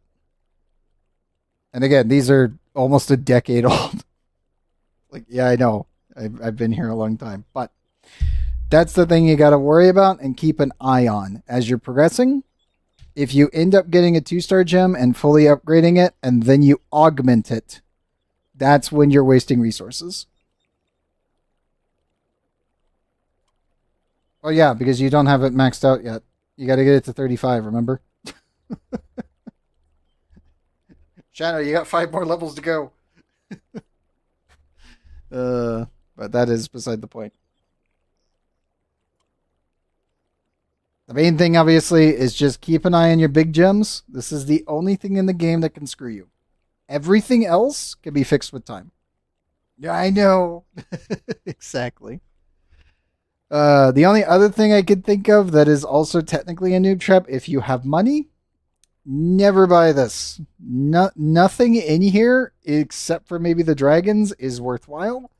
And then if you ever see the dragon deal, even on the Xbox, the only one I could ever recommend is the 85 dragon coins that looks like this for 1 credit pouch, which is 250 credits. Maybe the Sweet 16 if you want to get Vanguardian. Mostly because they just buffed the ever-living hell out of Vanguardian. So, I can kind of recommend it. I would not actually pick up the Sweet 16 until you have crafted most of the craftable classes. That's the $20 pack in the game. That gives you every class except Solarian and Bard. And what it does is if you own the other classes, then you get a credit pouch for each of the classes. So, 250 credits for every class that you've crafted. Then you could use that to pick up dragon coins and then just bootstrap your way through most of the dragons. I'm not even kidding on that. That's normally the way that is really effective of doing it. Obviously, if you end up getting annoyed or there's a class that you really specifically want to play, probably just pick that thing up. But yeah, it would be cool if I had more than 3 classes. Exactly. It's why I said don't pick it up yet until you actually start crafting some of the classes, because then you'll get the extra bonus of the credit pouches. That's why I'm like, I could recommend it once people have played the game. Only because it gets you Vanguardian, which removes that grind out of the completely out of the picture, so you don't have to think about it. The other note, specifically for newer players, once you have classes and you've gotten like chaos boxes and you've started collecting cores, never, ever, ever, and I repeat, ever, use your cores in here. Unless you're going for the dragon in... Where is it? Am I at the bottom yet? Oh, wait, no. I moved it over here. Yeah, you would only use your cores on the Dark Chaos Bolt and Light Chaos Bolts if you've started doing all your costumes. The reason that we don't ever use the Chaos Cores in here is that the Chaos Boxes actually have all of these items in them. So as you've been playing, if you play the game for long enough, you will end up getting most of the Chaos items automatically. The outfits are not in the Chaos Boxes. So do not waste cores on the allies, mounts, and wings. You'll get them eventually. Use them after you've gotten the classes on costumes. That's their primary focus. The only other option, obviously, is the vaults. And that's if you're going for the dragons. That's about it. It's just a little tidbit. It saves you a lot of time. If you remember that, even like a moniker of that, you'll probably save yourself a couple months worth of time. I'm not kidding. Which is quite nice.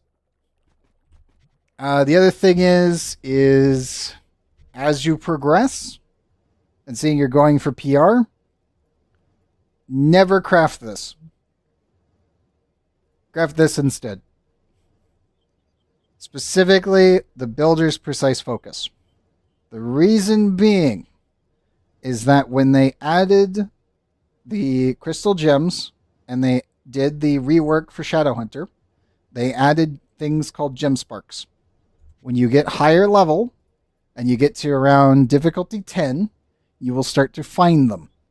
These bad boys are 30,000 gem dust each. You get 1 gem spark of each of these, congratulations, you make 10 of them. That simple. It actually invalidated builder's rough focuses, which is what most people used to use to max their gems to actually make progress. Just because of the gem sparks. These things are absolutely juiced. Fully recommend. They are great. Like they're one of the few things that we can point blank just be like, okay, Debs, you win. You made a good item. We're good. This is good. I accept. The other thing is, I would not craft the keys unless you're really desperate. You want to save your qubits for the key converters. If you're playing every day, this is not a problem. If you're playing like I do, which is I play every single Friday, this is slow and tedious. Acceptable, but slow and tedious. I would, again, the main reason I say that you would normally don't craft these ones is because these resources are time gated, and you will end up, if you're not running Patron, you will make 4 crystal gem, like the crystal gem converter keys, before you can actually pick up the craft. Like you can get enough qubits 4 times over before you can make this once. And that's if you're doing Sundercharge crystals every week. That's how annoying it is. And then the Mystic is roughly about the same, but it's mostly just the souls, which again is just keys and a lot of D15 farming later. So don't concern yourself with this one. Mostly just concern yourself with eventually getting to Stellars and doing your delves. Because the main thing is that if you have done your delves and you've killed 6 bosses for the week, you can head on over to the shores of the Everdark. You can talk to this little dude, the Shadowy Market. Seeing you're new, I will point blank say this, probably spend all of your lunar souls on empowered gem boxes. If you can get your Stellars early, all 3-star, you do not need to worry about anything. Like, at all. If you get your Pyre Disc, if you get your Explosive Epilogue, and you get a 3-star Stellar Berserk Battler, you're golden. If you end up getting a Vampirian Vanquisher instead of a Berserk Battler that's 3-star, you're also golden. Doesn't work on all classes, like Berserk Battler does, but it's definitely up there on the this is how we farm, and this is how we go. Vampirian Vanquisher gives you more movement speed and also more leech. Normally you would only use it on Shadowhunter and Lunar Lancer, but yeah. Found I could buy those. It's the first thing I did. Then I tried finding out how to get more Lunar Souls. Yes. So with Lunar Souls, it's every 6 bosses in the delves every week. Also playing on Saturday and Wednesday. Sometimes Wednesday. Those are the 2 times that you can get an extra one. Sometimes. If they ever do the Bonanza stuff, then normally that's in there. And then also Halloween. I can't even say Christmas anymore because they fucked up Christmas 3 years in a row now. So probably not Christmas. Halloween for sure. Because they brought back mini Skelly boxes that aren't dupable. So that's probably set in stone now. Christmas is pretty screwed. Some events have Lunar Souls in them. Sometimes they do, sometimes they don't. It's kind of been all over the place as of late. It's really just weekly. So I would say definitely do your delves. If you haven't fully done 6 bosses, which means 6 well, it's technically 3 floors for a boss by 6. So 18 in total. If you've done that, then you've gotten all your stuff, at least for this week. If you have done that, you'll have to wait till next week, which will be Monday. If you haven't, I would recommend going and doing that. You can do them on low levels. So if you have depth steppers laying around, I would recommend starting them at whatever level feels comfortable to you and then going as far as you can. I will say this, the main thing that you need to worry about right now, I don't know anyone on Xbox that does the carries like I do here on PC. So with the changes that they did to rings and Mystic rings in general, every time that you hit a prime level and you level up into a prime level, you are given a like the actual loop for your mystic ring. If there are people on Xbox that are doing delve carries at depth 140, can't be 139, it's got to be 140. Every time that you hit a prime level, you will get a mystic loop, which means you are getting the in-game fully maxed out ring resource, which is these. I don't know anyone on Xbox that's doing that. I know that Cyan sometimes does delve runs, but I don't know if he does the carries like I do. I can only hope that there's people on Xbox that are actually helping newer players get their rings quickly, or at least get them set up to do it. Because if you end up hitting a prime level outside of D15 or depth 140, you do not get a mystic ring. Like, you don't get the actual resource for the mystic loop of your class, which sucks. Like, it's kind of one of those like catch-22s of you kind of don't want to hit 30 until you're at D15, but you have to hit 30 to be able to push to D15, or you need a carry to be able to start getting your mystic rings, or you're going to lose out a little bit. Which again, as you level up more and more, like obviously I'm at level 801 right now, it takes longer and longer to get your primes until you hit 1000. When you hit 1000, you reset to 0, and then it goes all over again. You get a little mark and everything. So I don't know on Xbox if anyone's doing it. If you know someone that's doing delve carries at depth 140, absolutely go with them. Like 100%. If you're given the chance, even if you feel like dead weight, go with them. Make some D4 charges, gather the resources down there, pick plants, do anything to help. And you'll be doing a hell of a lot better than you thought you were, like within I would say 2 weeks. You'll probably already start pushing your gear. You'll probably be pushing into 30K, and then pushing beyond that, you should be good.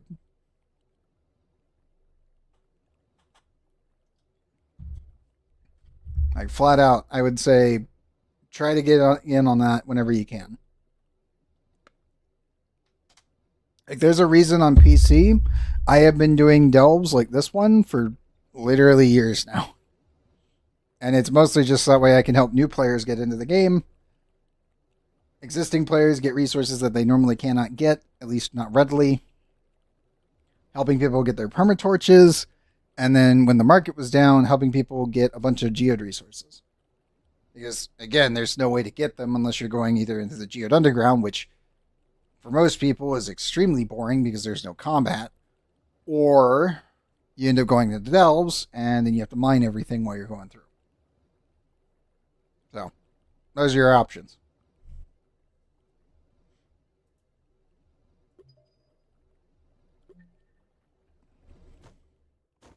I think what else could help out early. If you've done the Cubesley quest, which is this one, mine is reset so many times I stopped doing it. But now I can use it as a talking point.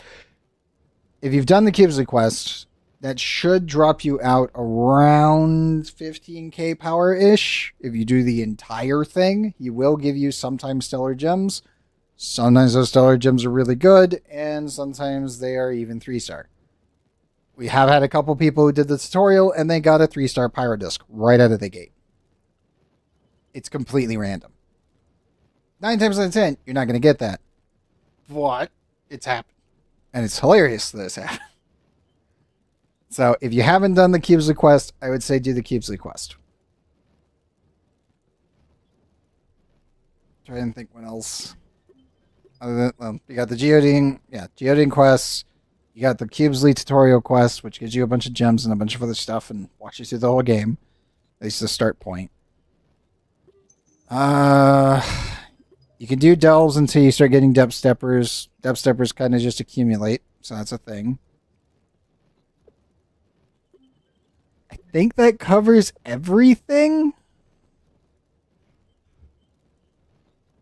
Yeah, I think that covers literally everything that you could do right now as a new player. At least safely. I haven't either. Mostly been doing dells or whatever they have as the daily. Even so, I've been getting dragon coins all day mostly. Yes. Make sure you're doing the hourly challenges because you're a new player. Dragon coins are the only thing in this game that is terrible.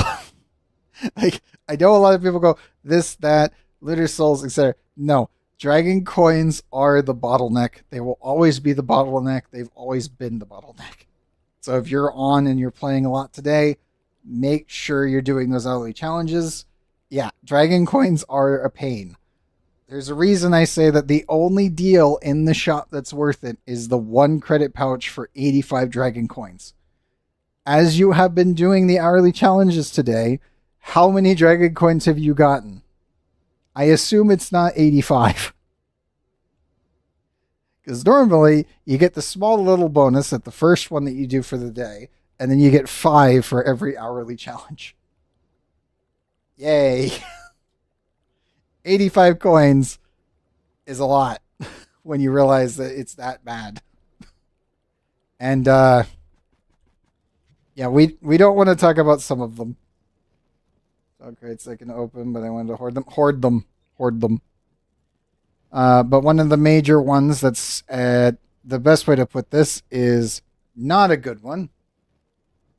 You have 18 crates. Yeah, hoard them. I was going to say is this is the one that we don't speak about. And this is probably the one dragon I will not do. I'm doing all the dragons free to play. This is the one I will probably not do. Main reason being is that's 800 dragon coins.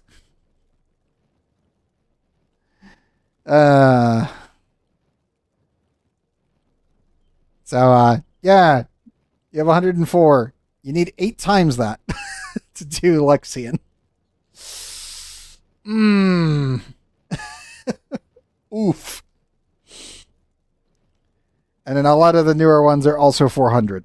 So that doesn't help much. Roger that, Mystic.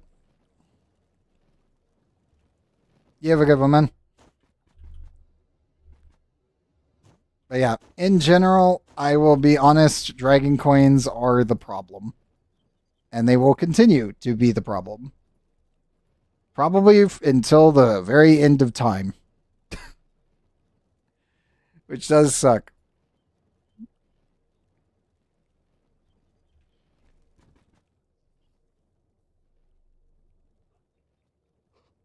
So yeah, definitely keep working on the hourly challenges. Do what you can. Don't miss out on it. As long as you do that, you'll be good.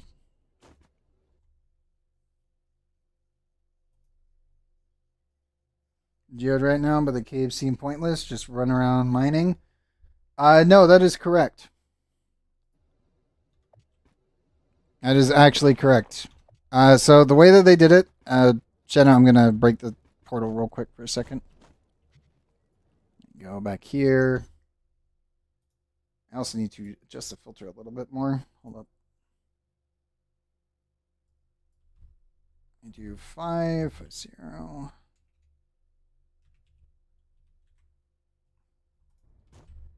There we go. Okay, so let me go down here, and I'll just show you real quick. So the geode caves, specifically, diamonds are forever. Hey, Giovanni. They are specifically to gather plants, such as obviously the day drops, etc., and then mines things. They are non-combat focused. That's why I said that they're kind of boring. At least for most people. The delves is the combat side of things. But your main goal is to clear the quest. You will also find little companions from time to time. There's one. If you see this little chest above their head, just beam them. They give you crystals. And sometimes a cash. Yep, that's a crystal cache.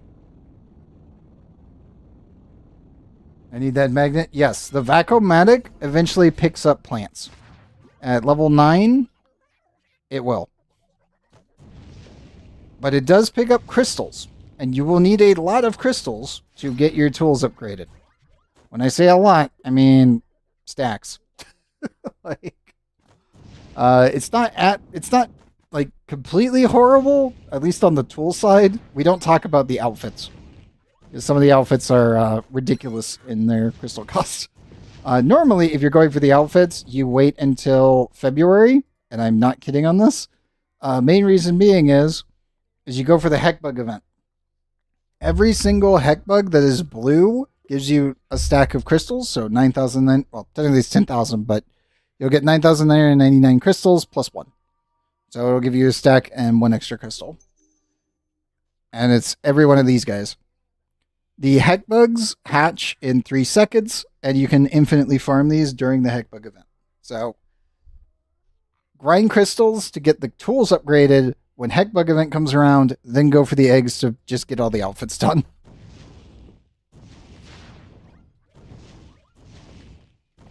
But the main thing I would say is focus the...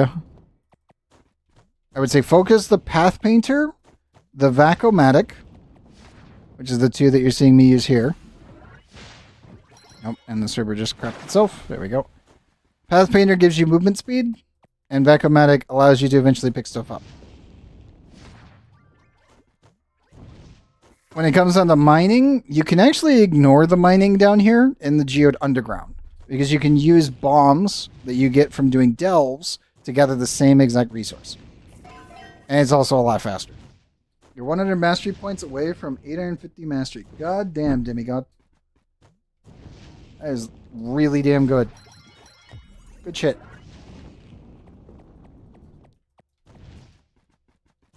But yeah, your main goal is to just get the quest done, and you want to do it 5 times. And remember, it's per day. So, seeing as it's Dragon Day, when EXP Day rolls around, it'll double the EXP of the quests. Unless the quests are bugged out. Which, if the quests are bugged out, then it might end up glitching out and you only get it for 1 day. Or 2 days for the week. It kind of happens. The way that you can check to see if it's broken is go to the leaderboard, check contests, and if any of these are not working, there's a high likelihood the quests are broken for the week. I'm not kidding on that. That's kind of just the norm. You just need the flux. Oh no. How much flux do you actually need? Like, with everything with the market finally working, what do you need? How bad is it? What are we looking at? How wallet burning, like, is it? There's no other way to describe it. Like, how big of a hold is that going to make?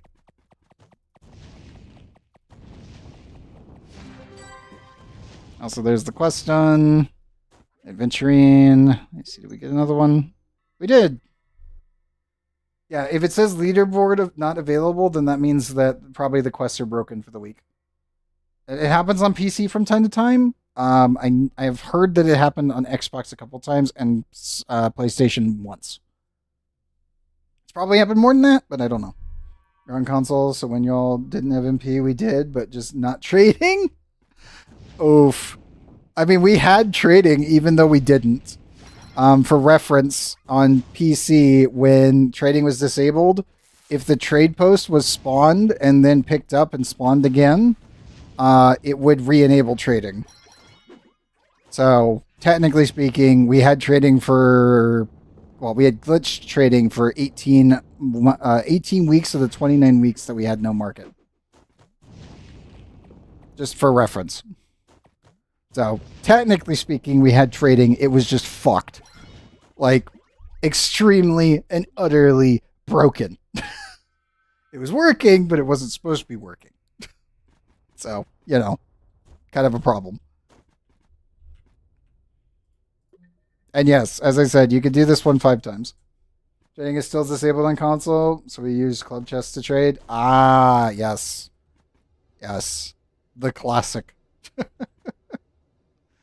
I'm just happy that we actually have the trade market back, even if it's pretty damn wrecked. At least at this point.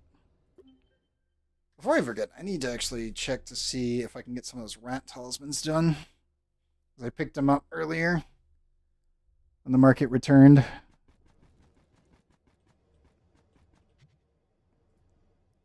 I can. At least a couple of them.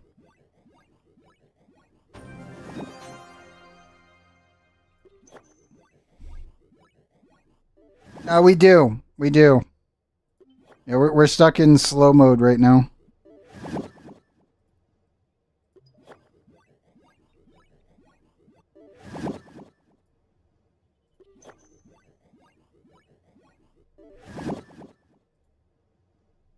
Need diamonds for that one. Yeah, I'm literally just missing the materials to finish these off. I have all the talismans done finally. But yeah, if I go in here and you got your first reliquary token, but not sure what I'm supposed to do with it. Okay, so they open like a tome. So I'll go back here real quick. And Chenna, we'll go back to the delves here in just a minute. I just want to walk him through this. So when you go inside of either the delves or the geode underground, in the delves it doesn't actually show it up, but it will complete. When you go in here, you'll see this. You have everything in all the benches. Rip. Yes. I was stuck waiting on talismans because I hate talismans and I've never gotten any. I have never seen a rat talisman myself. I've never looted one. In all the time of playing, never got one. You have twice as many hours that's listed for me. I know I have more, but they reset me a while back. Back when the first hub changed over, I had according to Raptor, I had 1,431 hours at that point, and then when it got later, it would hit around 2,400. And then Steam came out, and I'm only at. Let me check my Steam numbers again. Steam, I am at 2,863.9 hours. And in game, it is /time /2.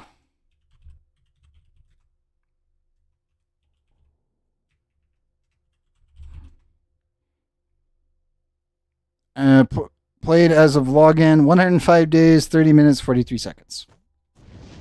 As duly noted, not really lining up very well. It's kind of a problem. You're at 4,397 hours. Nice. Yes.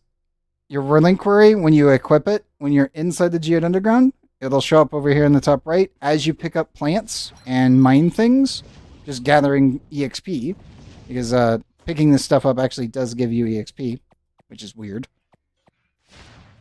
Doesn't list it, but you do actually get it. But it'll actually eventually fill this up.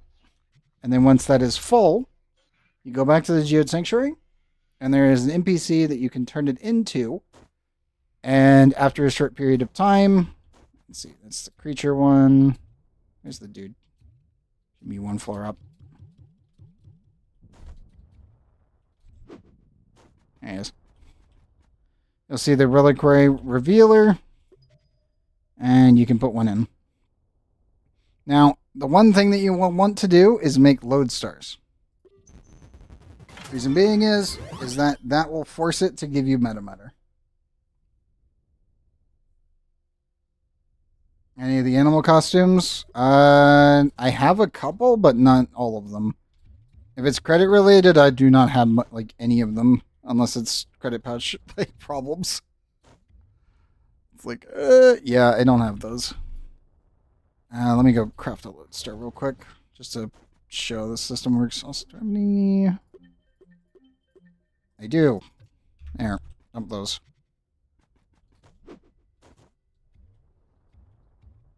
And jump over here.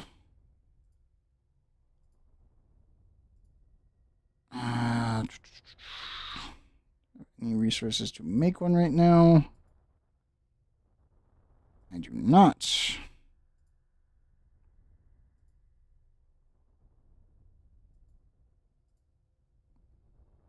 Yep, not at the moment. You'd want to go and get some corkstone as you're doing things, and then cave birds and cave kelp. I have a lot of meta matter too. I was just trying to show him how to actually do this. Offbeat Chord is brand new.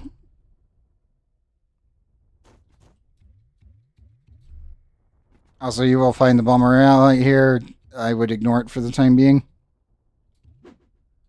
It's one of those things that you do later to eventually get your tome for it and then call it a day.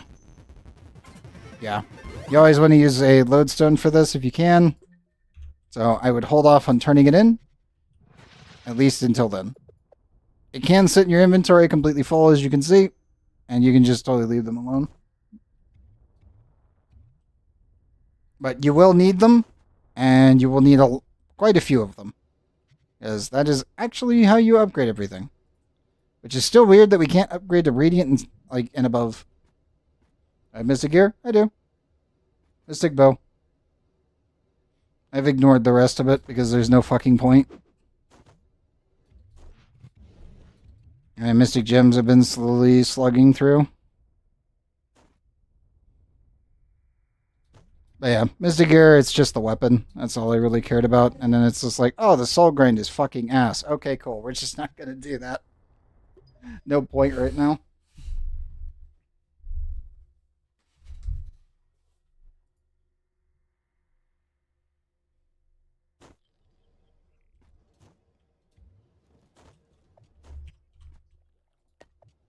Okay, let me requeue this back up.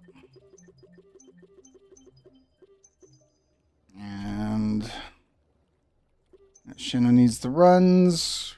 Ramen's farming, and fisheries. And probably doing something. Yeah, exactly. That's exactly it. You get so little for such an annoying grind, and then the funny part is the second that Mystic 2 and 3 comes out, it's probably just going to be invalidated anyway. Knowing the devs, they're probably not going to continue this upgrade system. Of course they won't. Like, I don't see them continuing it. Especially as things have progressed, I'm like, they're not going to do it. And even if they did, it's still going to be just as bad. And it's like, okay, cool. How many souls are we going to need? Oh, like 40,000 of them? Cool. Have you added any way of making it? Yeah. They will make it impossible for real. Yeah, I know. It'll just be a drop, and then it's like, okay, now you got to go do the same grind that you've already been doing. And then, 6 years from now, we'll get the equivalent to what happened with C5 gear. And personally, I think that's really what's going to happen is we're going to get the freaking gem spark of soul situations, and then it's just like, oh, it fixed the problem. And then they add a new tier gear, and then we repeat all over again. And it's like, man, can we just keep this shit? Like, please. Like, devs. You've made amazing systems. You've made these really nice things that actually make this grind reasonable and fun. And then you ignore it and add a new layer, and that new layer is ass until you fix it years down the line. It did a better update than that. Yeah, dude, the Tiny Quest update didn't even get added to the game. It's still sitting in limbo. Like, just for note, there's pieces of the update that made it out of the PTS and onto the live servers. That update is not real. None of it actually works. The NPC exists, but it doesn't work because it was delayed indefinitely because it was so bad. It's like, that was the first update we've ever had that was just abandoned because it was just such a bad idea that it had no merit. It was like, oh my god, what have you done? I think the worst part is conceptually, it wasn't a horrible plan. It was, the execution was so fucking bad. It's like, oh, we have a way to level up our pets and mounts and things maybe. And then it was like, oh, no, we're just going to allow you to level up your pets. Okay, how much? 3%? Like, what? yeah, it's going to take like 160 hours to do 6 actual allies. And you get 3% gain. And it was like, what the fuck are you talking about? And then they indefinitely postponed it. Because it was that bad. Is that red thing? The red beam? That is a mod. You are playing on Xbox, you will not have these. So obviously I use Auto Easy Happy UI, and then the other one is Chronicles Boss Radar. I go over to it. This one was made by one modder and one of the devs, and they technically fixed boss spawning when he made this mod.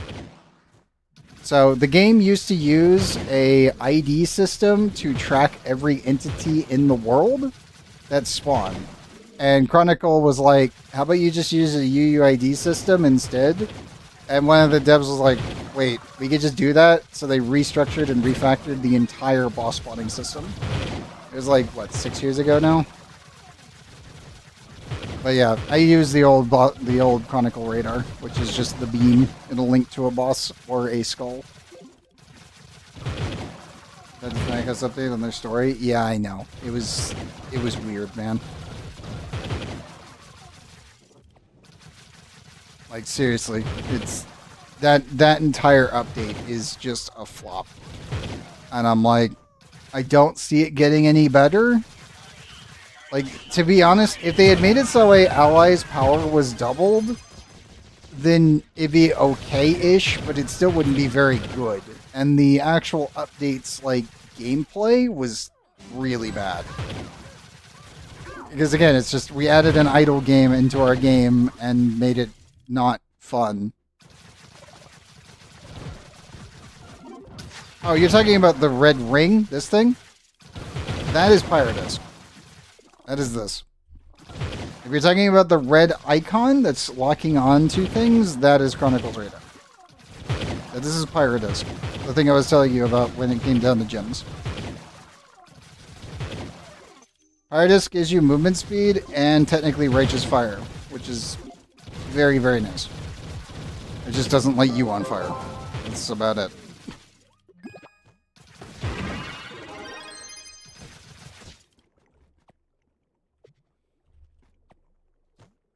Yeah.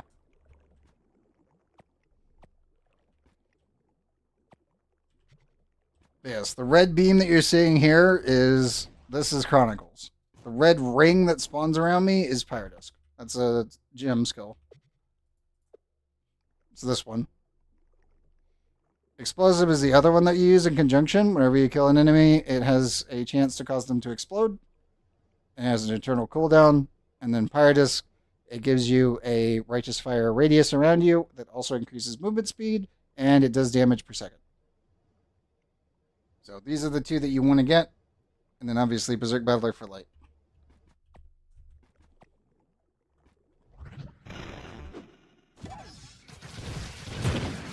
This ring right here, as you can see, that's Righteous Fire, aka Pyrodisc. Which again is doing your delves.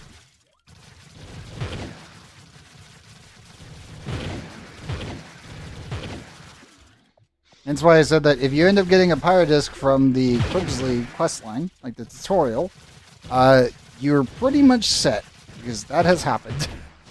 That is a thing.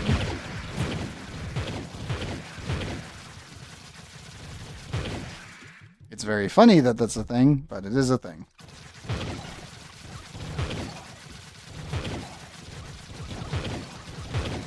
I still can't believe Quibsley actually can give out 3-star sellers. It's still funny to me. 9 times out of 10, it's going to be freaking flower power, but yeah. Yeah, not if it's a 2-star. Yeah, I already explained that. I went over with Offbeat Chord for like a good 15 minutes explaining the issue with it. Like 2-star versus 3-star. It's like I am absolutely a broken record on that one, but yeah. That is literally the only thing that can screw you in this game, so just be careful. Forward in the next room, landed in an empty abyss, and exploded into bits. Joy. Yeah, the servers have been kind of exploding tonight, which was very evident at the very beginning, and that has continued. Lost one, had so many with the lunar you didn't know back then. That is fair. I doubt it, but mostly because you would have seen the different colors and probably went, wait, that's better, and then just instantaneously slotted it in without thinking. Like most people.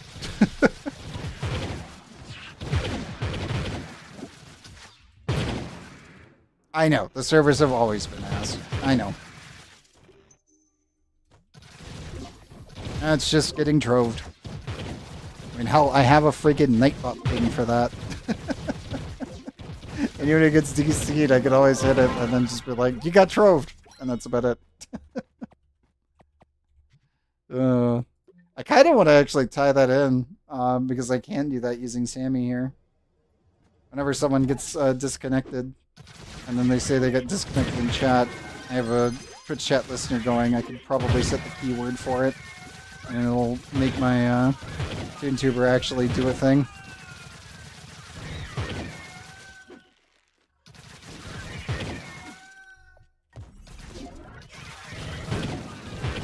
Now that it's actually working and the scene transition isn't exploding, I can actually do that now, which is great.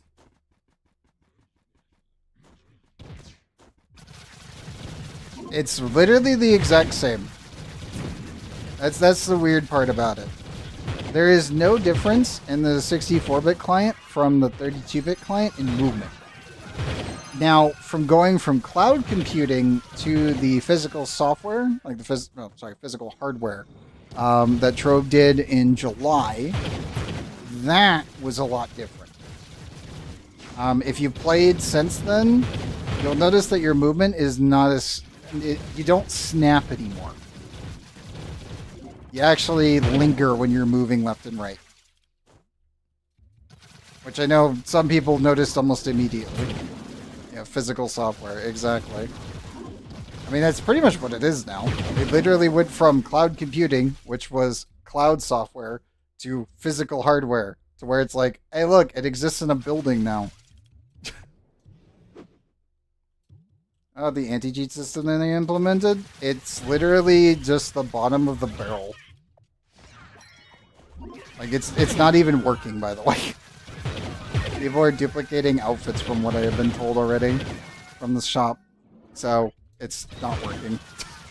Like, it's literally done nothing. The only thing it screwed over was people that were on Linux. If they were on Unix specifically, it's having some issues trying to get past the actual, like, kernel level fucking anti-cheat, even though the kernel level itself is technically blocked. It's very weird and derpy. I didn't expect it to be, like, working really at all, and then it's like, oh yeah, it barely functions. I'm like, oh, okay. I know. Oh, I know. I mean, again, the biggest problem is that the game itself has a core vulnerability in the item distribution. This has been discussed on Reddit, like, over and over by dupers in the open. And it's like, well, yeah, because the entire system never used a UUID system to link to character accounts. So, technically speaking, because of this distribution of items, the game doesn't check if the item is actually attached to an account. Like, it's like a classic fucking World of Warcraft blunder. Like, there's no other way I could describe this. This is like this is 2002 all over again, permanently. I think the worst part is that now that they've made the game on this, like, they actually upgraded the game engine to 64-bit, even though the game engine itself is proprietary, they actually can hire, like, trained developers now.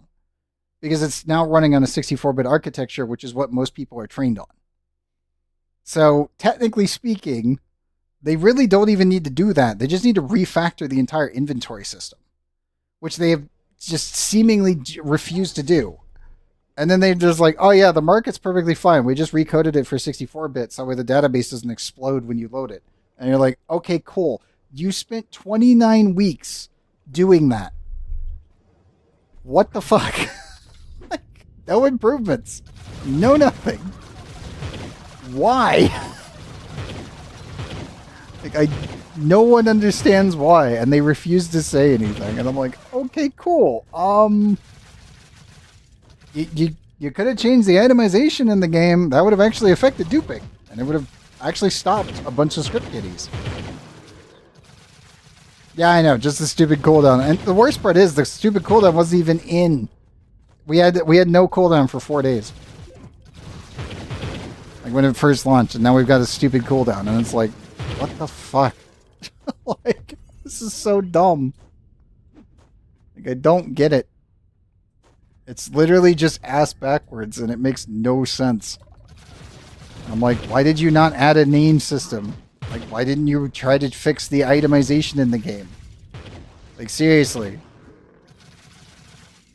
Like, just make a check for if an account has an item, and then you see the same item again. Like, if you do that, you're gonna get, like, 30% of them right then and there. And it's like, what the hell?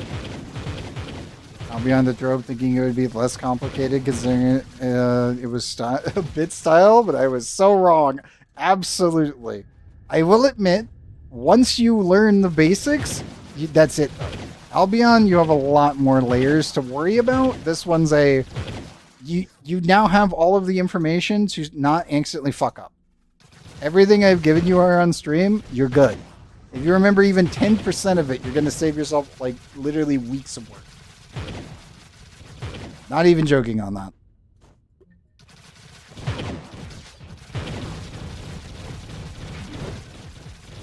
Like, flat out, you're good. True. True.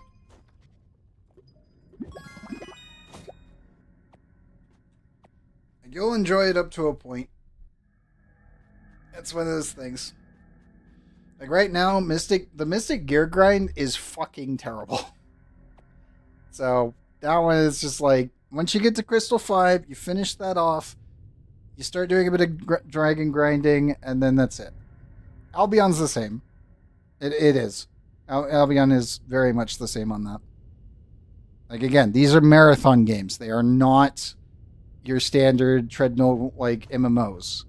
Like this, like obviously this one, Maple, BDO, all of those are marathon games. The problem obviously is that you can easily get bored. If the combat is not up to what you enjoy, or you stop doing the combat, then the marathon game normally loses its luster pretty quick. Which is why every time Trove does events that are not combat related, it fucking sucks. Like, it's always been a problem. And it is a major problem. Whenever we get combat events, they're fun, because the combat is fun. And it's one of those things where I'm like, can we get more combat updates? Just more of those. Like, it's a lot more fun to just shoot stuff and just explode it constantly. It's pretty cathartic and very enjoyable. I don't want to do another fishing event. Please, no more fishing events. Keep that stuff away from me. Thank you. I got the Monday bonus after the market returned.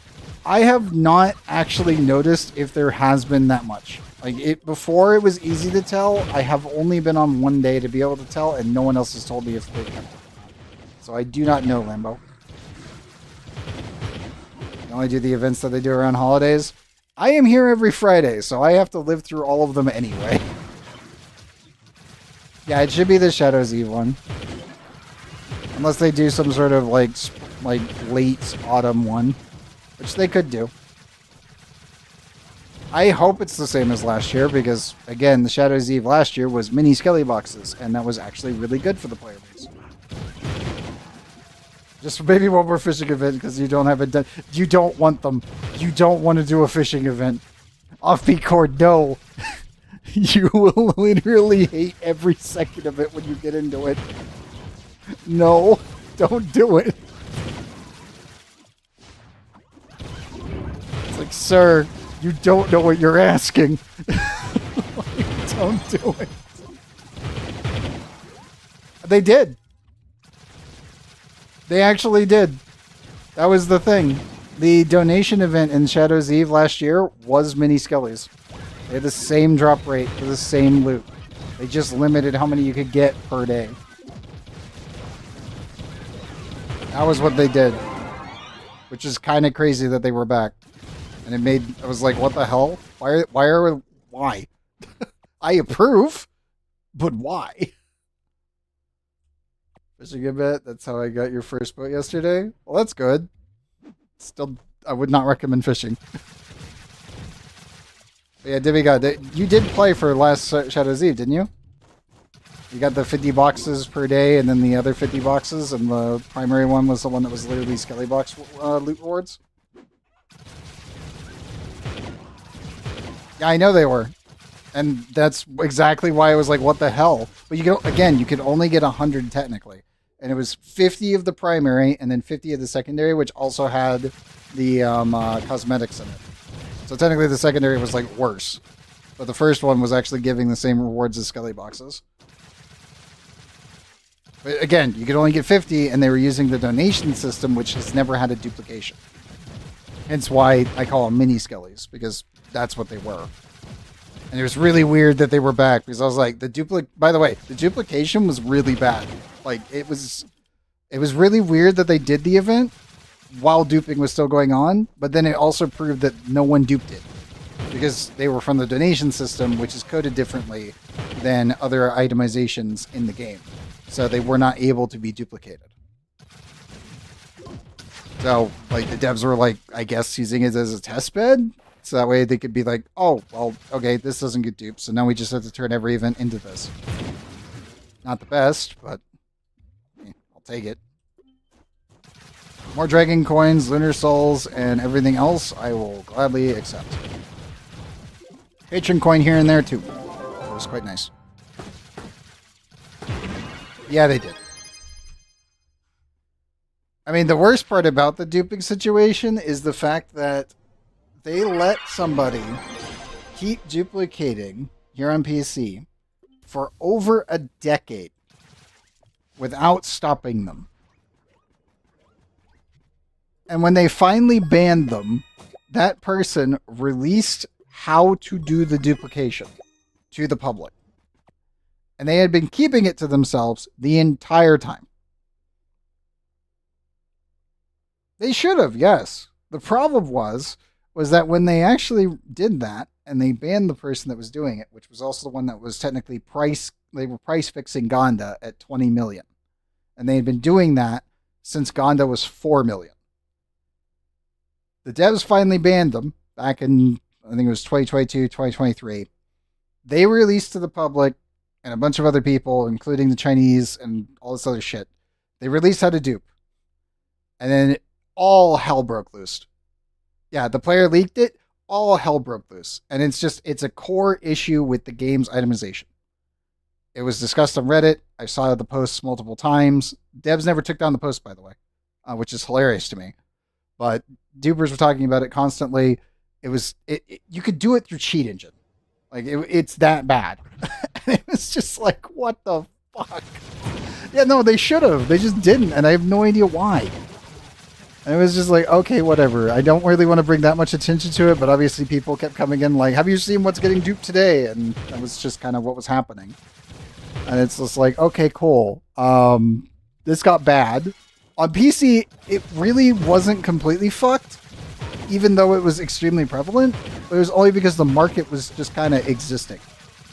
Console, on the other hand, was burned to the ground. Would I still stream Trove if I didn't have the stream tradition that I have literally locked myself into because of you guys?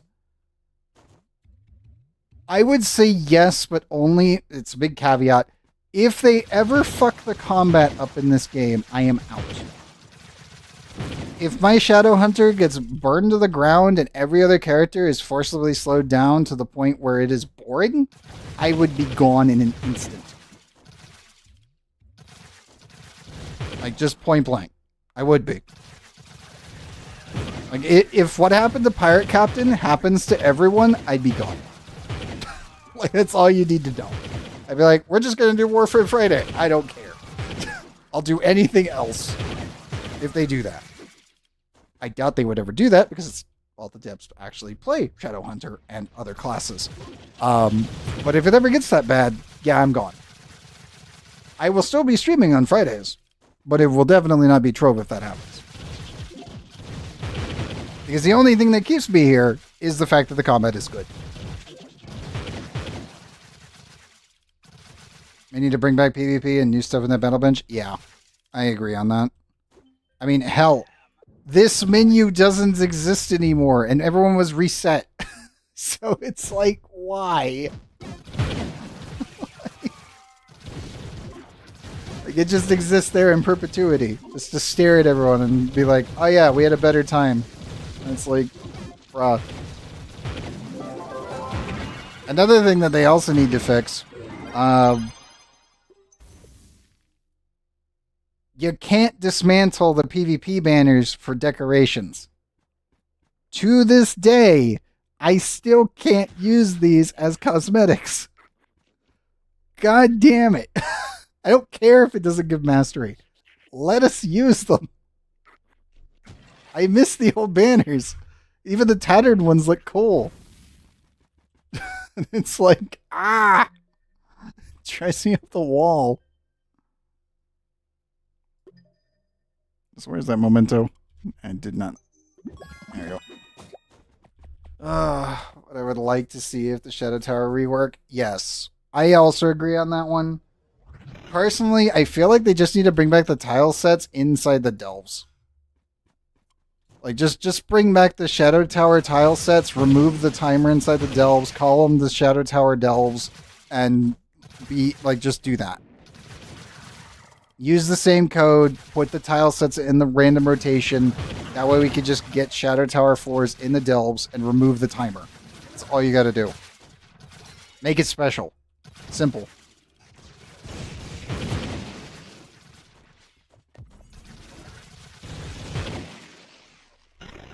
And again, that wouldn't even require that much dev work. Like, flat out, it wouldn't. It's like, you already have the tile set saved. Throw them into the algorithm. Boom, done. You go in, you kill the boss, you leave. Then you go right back into whatever else you're doing, unless you're doing, like, a Shadow Tower delve or something. But again, you gotta, if you're gonna do it, remove the timer for that one specifically. And only that one. That's all they gotta do.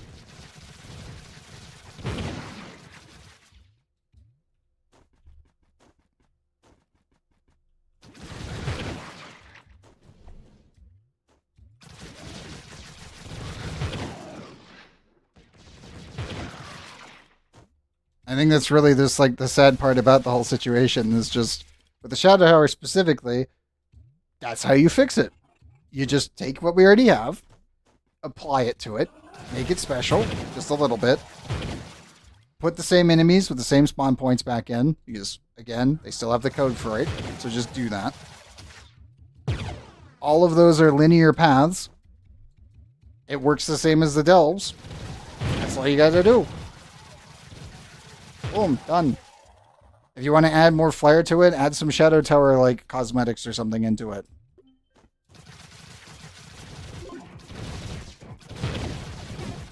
Like, it's super simple.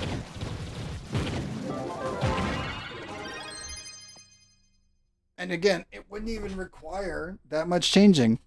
And you just be like, oh cool, so it's its own little portal or something. And then boom, done.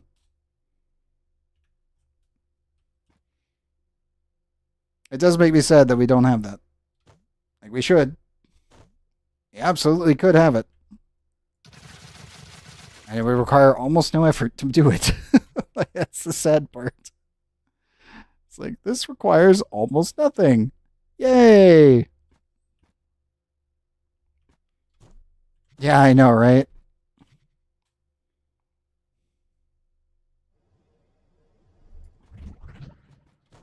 Also, once again, if anyone needs any delves and you're on PC, all of these are Iferas. All of these will be depth 140. So if you're going for your Mystic Rings, you're free to join us. Or if you still need a Permatorch. All you gotta do is throw your name into chat on either YouTube or Twitch's side, or whisper me in game, Mr. Clunkers, and I will get you guys in.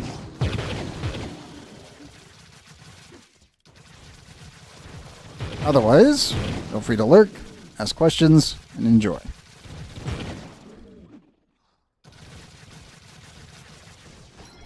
And don't skip out on your delves for the week. You know who you are.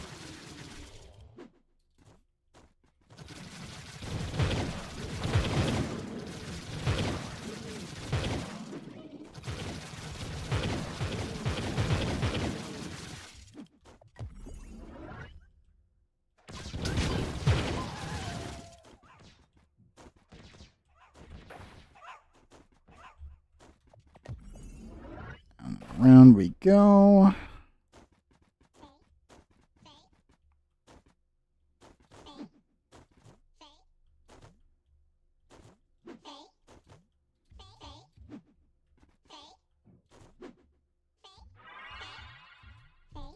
You didn't even do yours yet?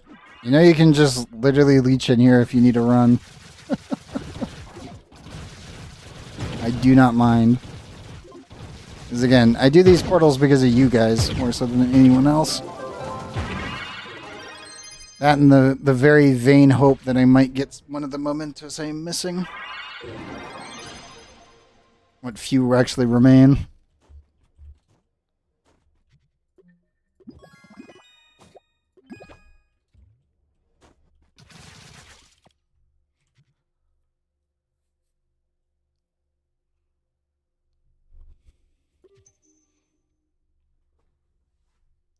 Also, if you guys need to get your leaderboards done, you're also free to join in for those.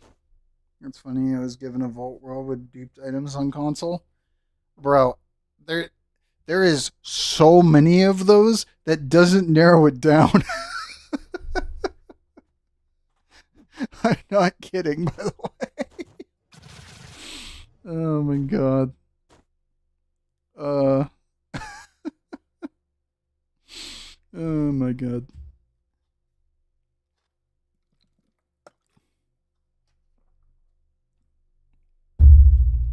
Like, seriously. I think you're maybe like the 200th, no, probably 300th person plus to say that. And again, it's not even just like an Xbox, Sony, or even Nintendo, like Switch thing. It's all of you. Like 800, had 800 Ifera portals. I'll be honest, that's actually not normally a dupe thing. Like the 800 portals thing. I'm not even joking on that, by the way. At least here on PC, that's kind of normal for a lot of people. It's when you end up getting like 20,000 of them or something stupid, that's when it's like, okay, that's definitely duped. Like 800 is actually reasonable, which is weird. I have been given non-duped well over like 2,000 portals at this point, and I hate every second of it. Like, I am almost free. I have 110 left to go through, and I hate it. 4 stacks of them. See, now that's where the duping is. Is it possible for reliquary to glitch out? Filled it up, went to the reliquary, but I'm not seeing it in your inventory? Normally it wouldn't. It would be sitting there with 500 in it. Try going back into the actual Geode Underground. It might still be stuck there. Maybe. Because it might not have completely filled. I would assume it did, because it makes a little ping noise. But yeah, here on PC, I will be honest, there are some things where I'm like, yeah, that's actually not duped, it's just a shitload. Because people have been playing this for so long. And then you look at console and it's just like, that's so egregious, it has to be. like, oh god.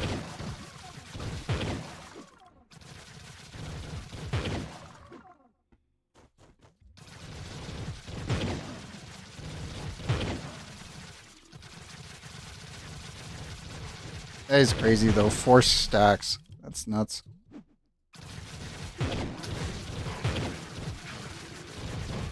The most portals I've ever had on me at one time from the community giving me them was 867. If I remember correctly.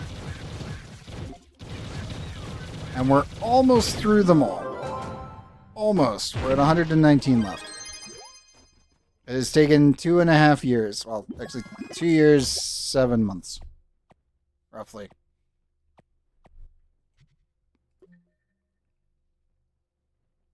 So, whoever you ended up selling a stack of them to, that's not really possible to clear in a lifetime. I'm just gonna put it out there. That's not clearable in a lifetime.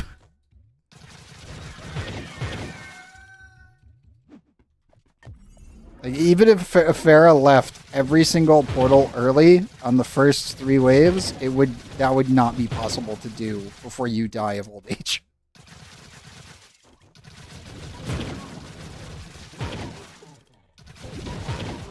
That's how many it is, and to put that in perspective, like that's sickening levels of duplication.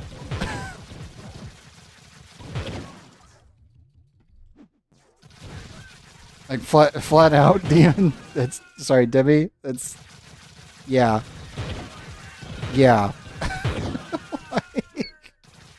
I put that in perspective. God no. Just no.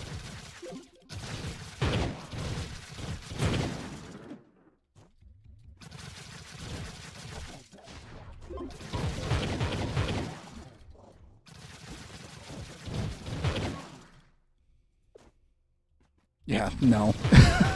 just no. If someone threw a stack of affairs at me, I would politely decline. If they continued, I would forcefully decline. That is an actual death sentence.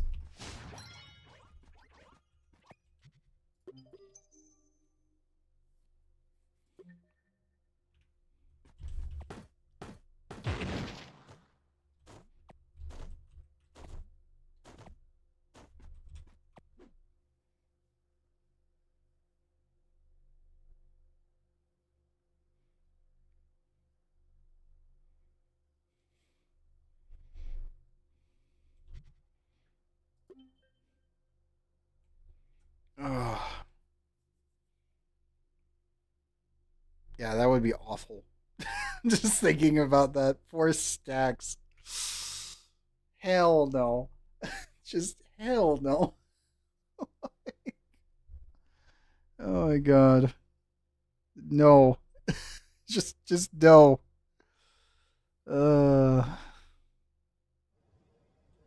It's funny. I mean, that is really bad. That's like, oh yes, I'm going to hand you a gift, and it's just a thermobaric nuclear warhead. It's like, what am I supposed to do with this? Like, no, just no.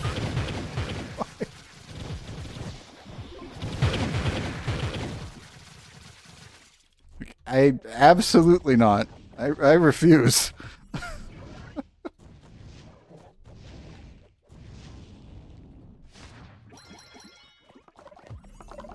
It's like, take it from the Delve guy. No. Just no.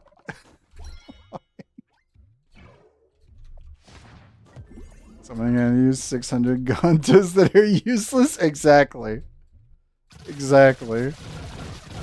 I mean, the good... Oh, okay. So, it's much worse than that, in all honesty. And that obviously would instantly get you trade banned. Flat out, because the automated system would flag you. But that's not actually the bigger problem. That many portals, for me, would be someone telling me to do them. And as a streamer, it's kind of my job to do them. Hence why I said that it's more like the thermobaric warhead being handed to me, and it's armed. It's like, yeah, no, I'm not hitting this. It's like, I don't care. I'm not. Take it back. I refuse. No.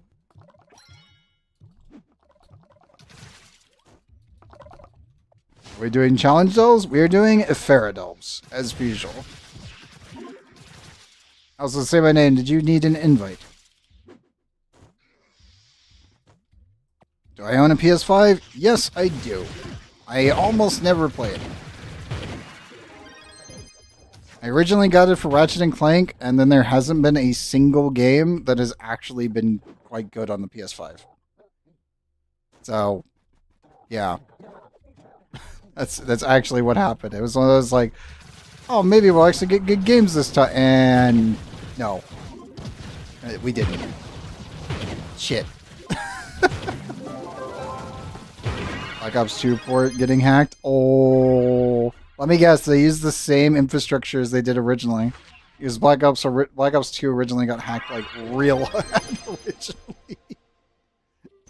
was actually pretty. It was a pretty funny time to be playing games at the period. That's funny.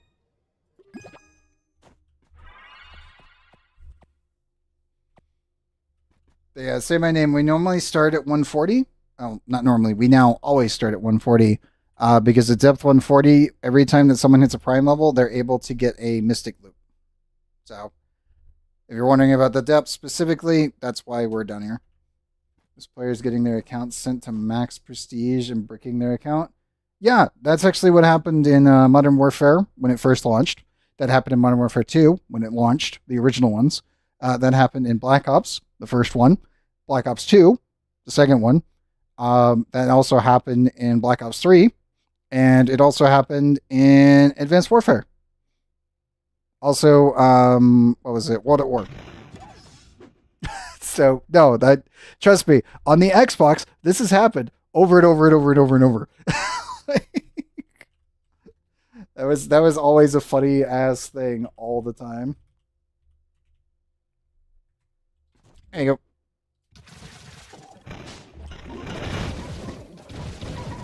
It's the same hacker doing it. The shirt person. Dude, I'll be honest, it's probably multiple people. Because again, the software has always been a problem with Modern Warfare. Send it again? Sure. There you go.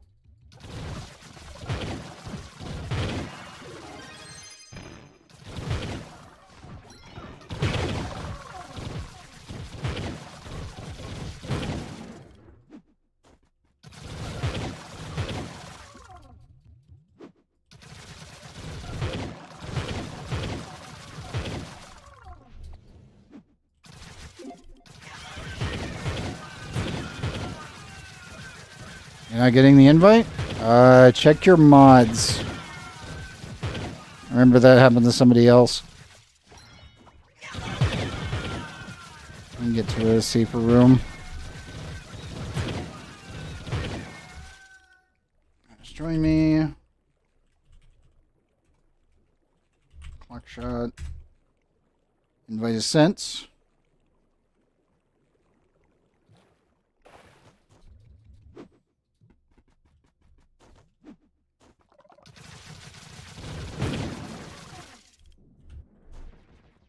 Make sure you're not on Do Not Disturb as well.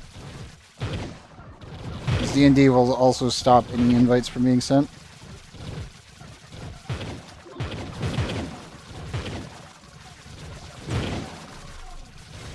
I'll try again when we get to the boss. Good join, but nothing happened. Okay, that's super weird.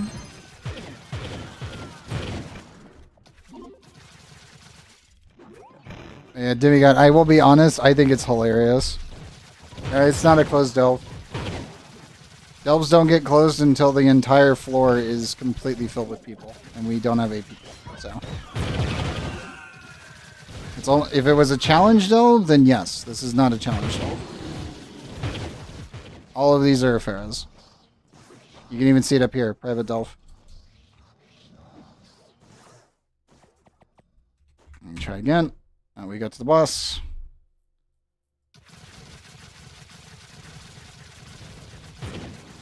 Hey, Eric.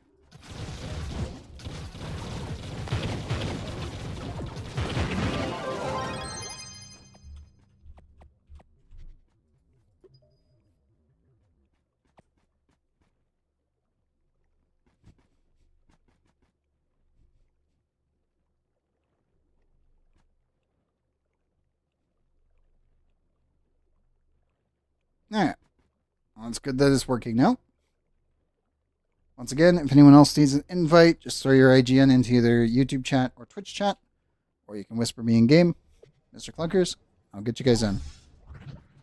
Content is finally done. Hey, Castle Custard.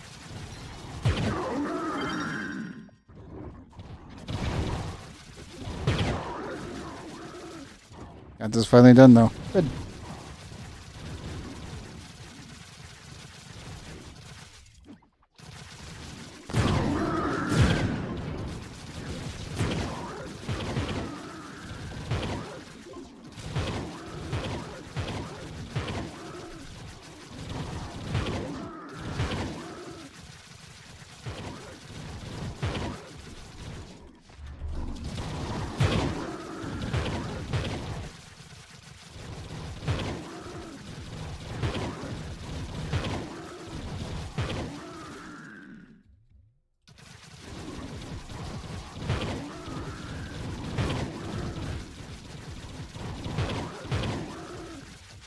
There we go.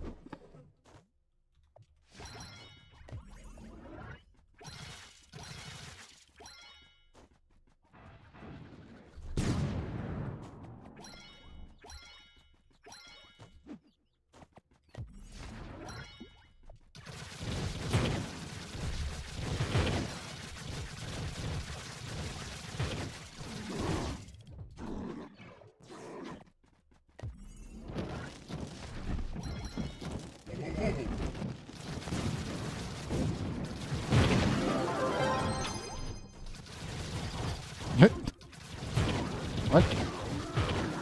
Just randomly asking something. Hold up. Does the mining event affect the geode? Yes, it does. You're talking about Harvest Gathering Day, right? And yes, it does.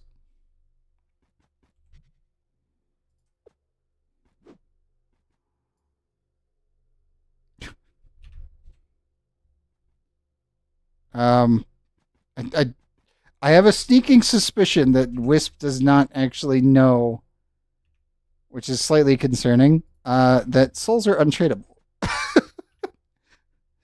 Random question just pops out of nowhere from was guy depth souls I could buy for 2K. I'm like, you know those are untradeable, right? Bro, what? You mean cores? If so, no. But souls, that's different. Bro, what? You need an invite, you're free to join, but what? Mild confusion. I'm gonna blame like 5 a.m. brain on that one. Even if they're not in the States, that's still definitely 5 a.m. brain right there.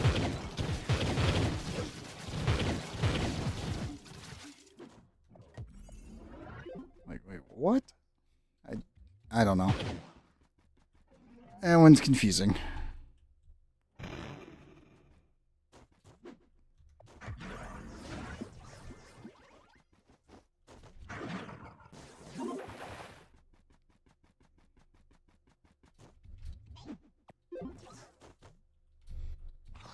Yeah, they probably got them mixed up. That was my first thought too. I was like, wait, what? Rereads it. What? Mild confusion.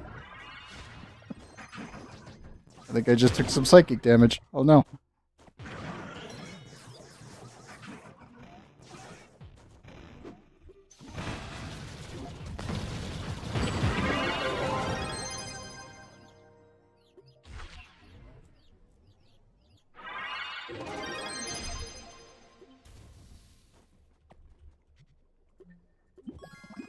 Don't get me wrong. I would love if the souls were tradable like they were on the PTS when they first added them to the game. But yeah, there's no way the devs are going to actually do that.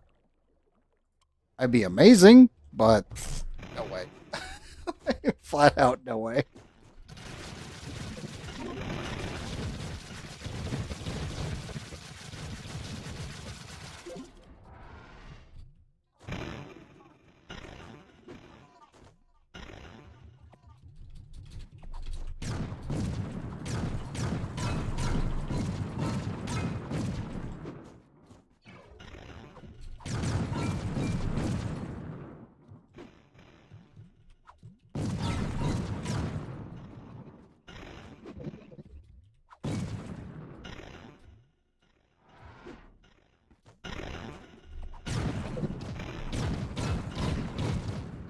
There you go.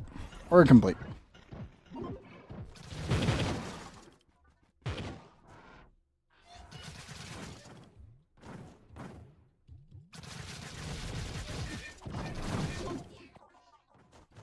Oh, Big Shack.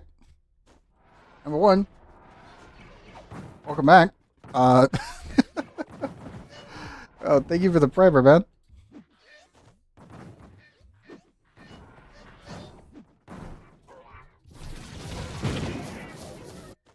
Yeah, seriously, welcome back, man. And again, thanks. Thank you very much. Oop. Yep.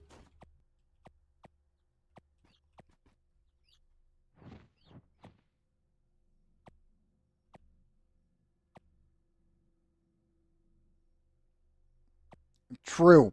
actually. Every little bit actually helps me with that one.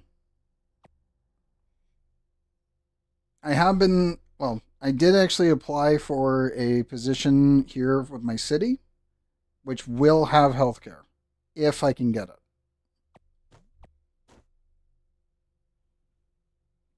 Good news, as far as I could tell, I will have Fridays off. If, again, I get that position. But for the time being, yeah, no, every little bit helps. And if that happens, then we'll be good. But for the time being, it's like, oh god, I hate my healthcare so much. I really do. Yeah, same here.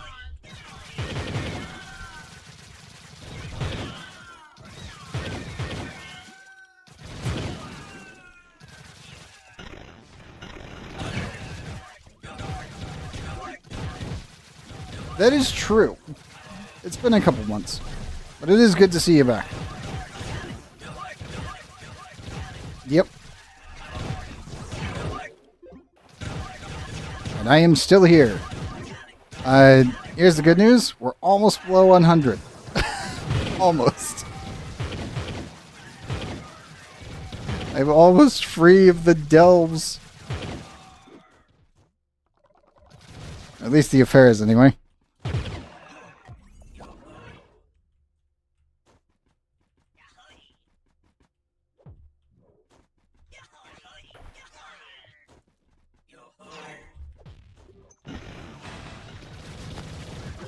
I swear, we're gonna get 99, and then Passions is gonna log back in and just hit me with more fucking portals or something stupid's gonna happen. Every time I've gotten closer to it, somebody does it, and I'm like, oh my god, please don't.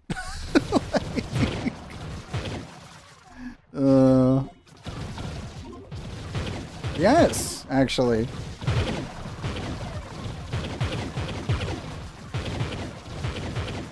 Yeah, so I've been working on it. Well, technically 2 commissions. One is actually done. I just need to get the sign off. And then the other one, I have been doing a bunch of new shader systems. And then also, I have been doing a bunch of prototyping with what you see on stream, which is me right here. I need to get the emotes that I've been working on with this thing done, which I've been working on intermittently during this stream alone. But I was able to get the freeze frame, at least the freeze scene transition working. And the last 37 hours has just been me working on, well, me, right here. Like, it works. It's functional. Nope, Ifera is left. God dang it. I can show you a little bit. So kill this. Pull Blender because I still have it up. And bump. But yeah. Slowly animating some stuff. And also I need to get this rotated. And let me make sure I get the rotation key.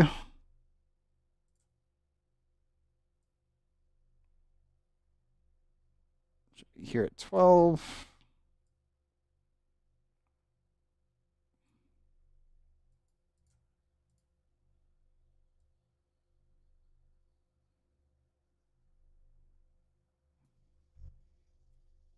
Just myself, technically speaking. This is my metal frame. My brain's in the jar. What's left of my heart's in my chest, and my skull's in my faceplate. Technically, the faceplate actually comes off. I just haven't finished it. And I do have the 3D scan of my skull in there.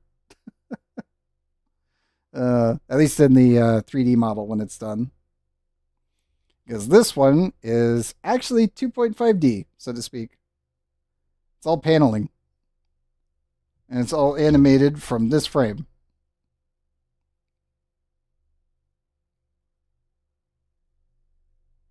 And here's the gray box.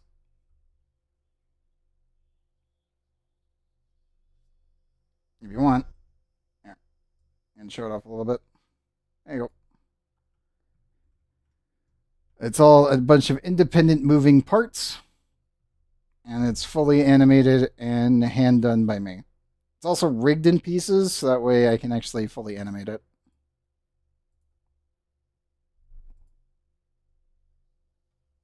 Exactly. Yep. Yeah, I knew a reset was going to happen shortly. Let me pop this box and we'll continue.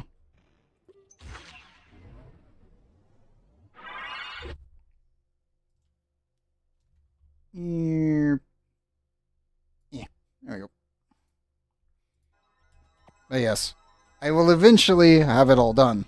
It's just going to take a little while because I was having some issues that were all mostly technical issues uh, with the scene transitions specifically.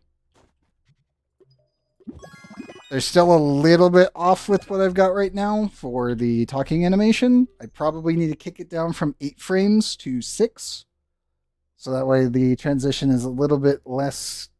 Well, it's kind of one of those things where I'm like, it does actually look really good and it does fit like my more erratic behavior when it comes down to movement.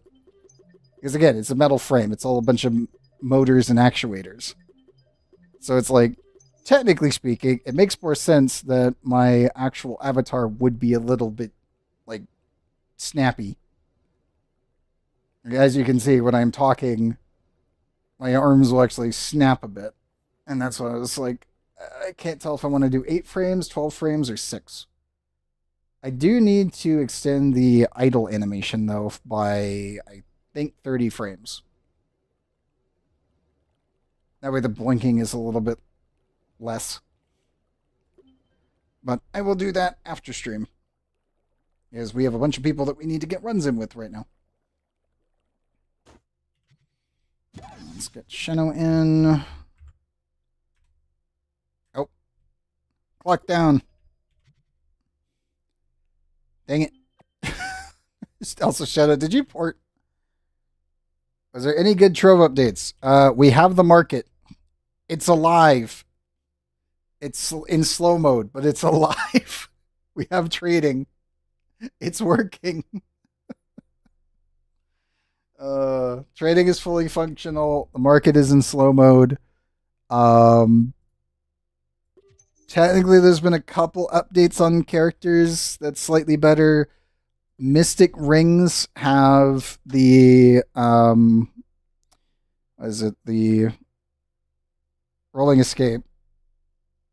You forgot about it? Got disabled? Yeah, it's back. It's back. It's been back for 3 weeks now.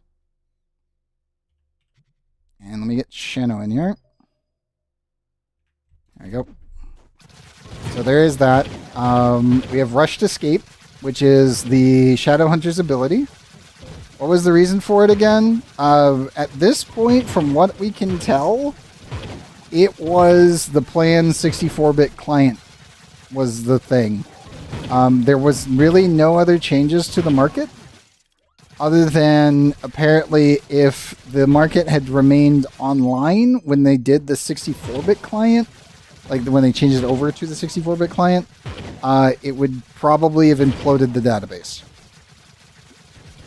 That's really the only reason that they gave. It was originally what they were saying was specifically because of dupers, and then it was just like, well, that wasn't really the case because the market could have come back at any point and they didn't change anything to fix it.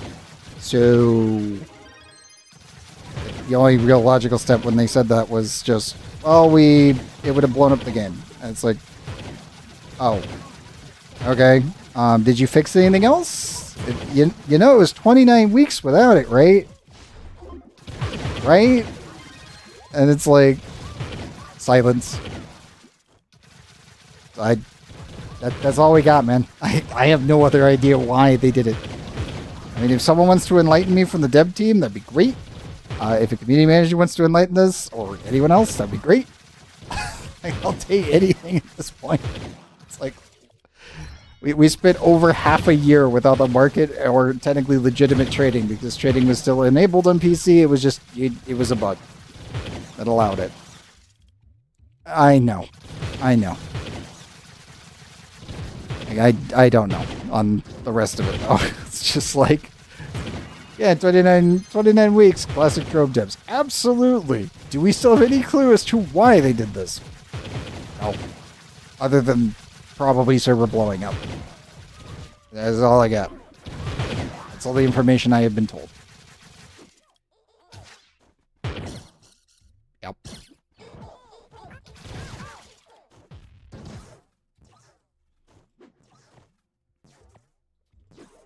But I can at least say this.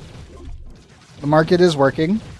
It's in forced slow mode, but it's working. Trading is working. The only thing not working at this point is Fire Captain. That's about it. Is 60k PR possible now? Let me double check. Leaderboard. Shadowhunter. Let me go to PR real quick.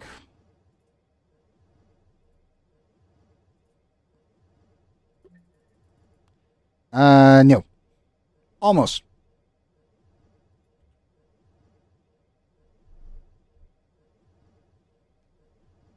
59,737.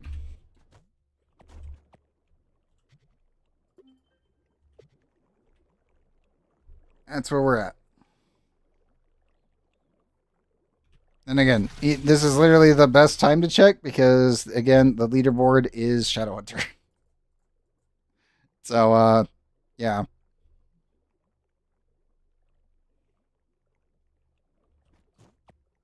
Also insane. I will admit this. For the weekly contests, it is very crazy how much your score actually is when you're doing the weekly contest. Like, just doing delves today, 1,794. That's still nuts.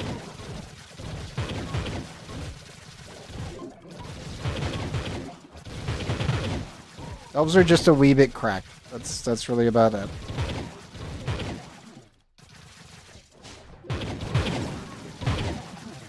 And also, yes, as Shanna said earlier, weekly reset happened. It is now EXP day.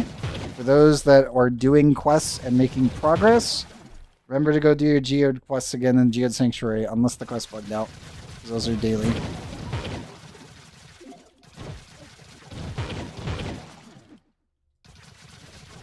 And you'll have 5 more to do again.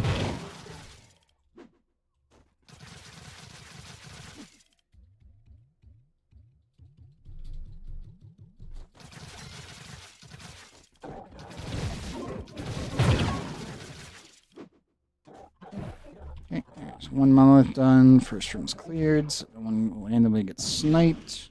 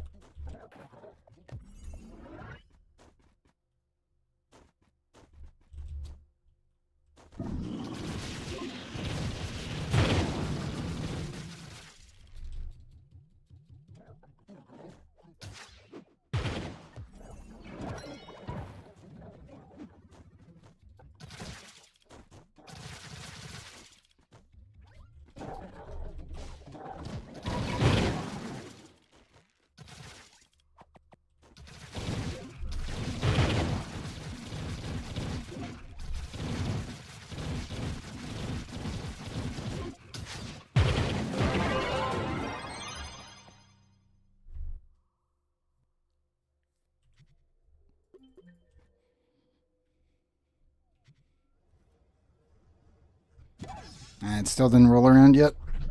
I keep kind of hoping for the Dragon Coin one so I can just be like, this one. Every time it pops up, I'm like, this is the one that you normally want to look at.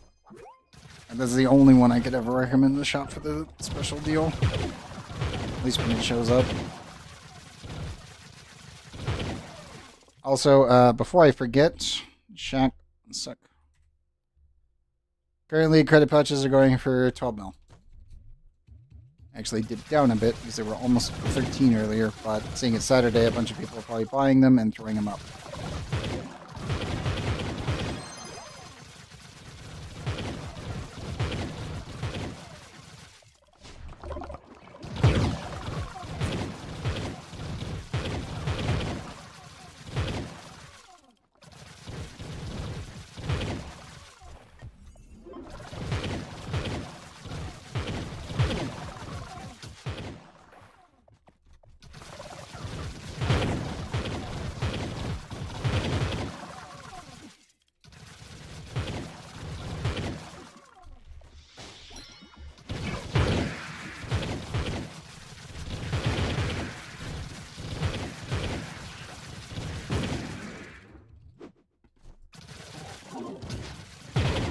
Yeah, when the market came back online, it was sitting at 5.7 mil.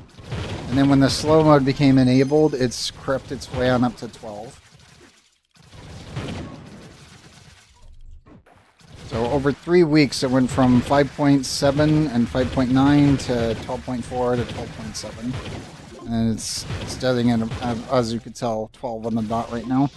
It'll probably dip down because on Saturday, Sunday here on PC, people will normally end up buying some credit pouches to sell, and then they'll end up fighting for the price.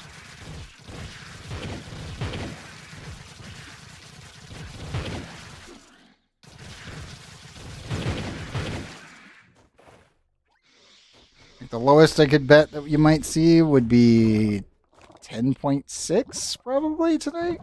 Well, today. And it'll probably dip right back up on Monday. Like it always does. I'll have to check in on it next Friday, for sure.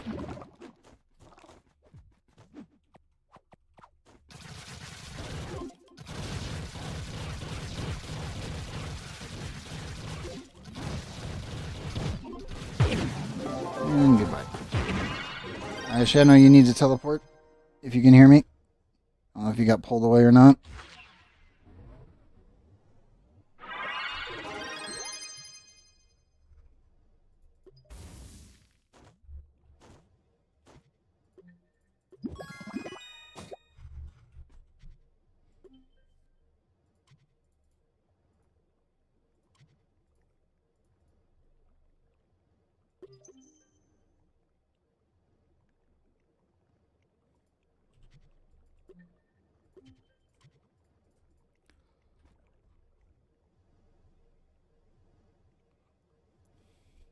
Hopefully Shadow heard me.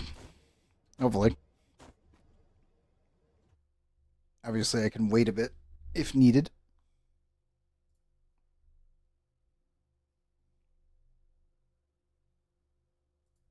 Let's put this back up while we wait on him. Okay,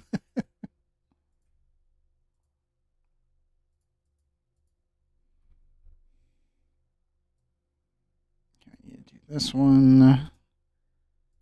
Insert keyframes. Go to 8. So I need to go to 12.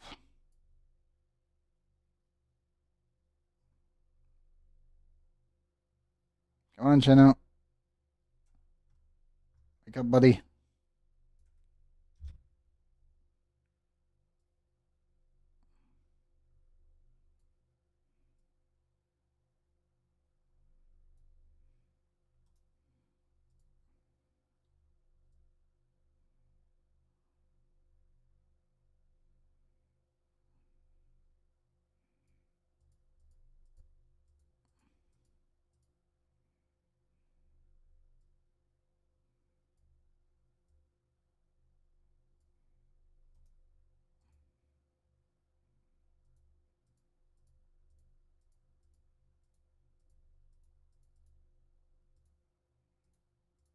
Get my rotator, please.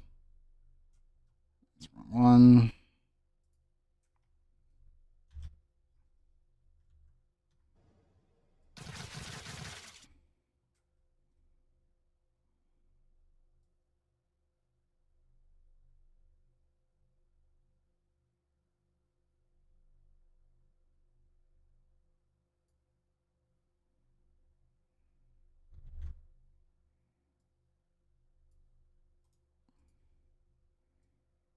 Make sure the rotation's good.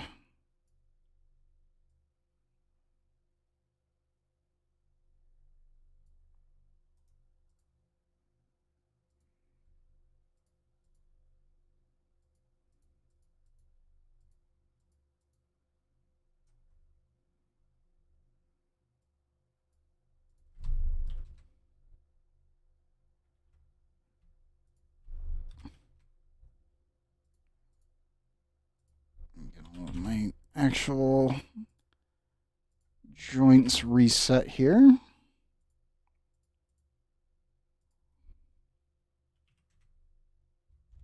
That should be negative 90.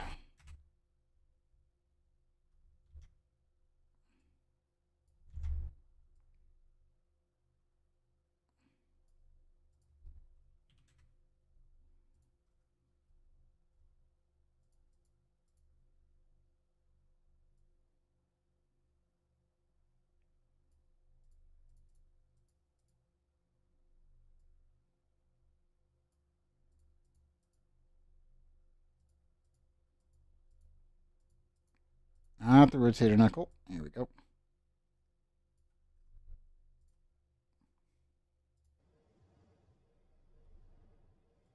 Jano. I'm about to go poke him on Discord. It's like, the box is here.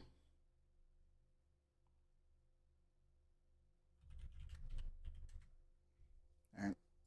I'll message. Yeah, I'll leave him a message in Discord. Because it's like, bro, wake up. Wake up.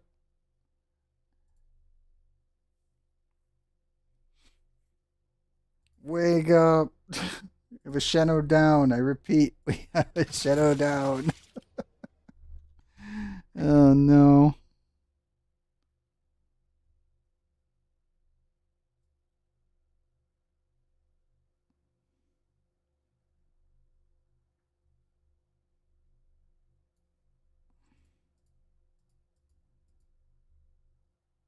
Get my rotator here. Should be great. There we go.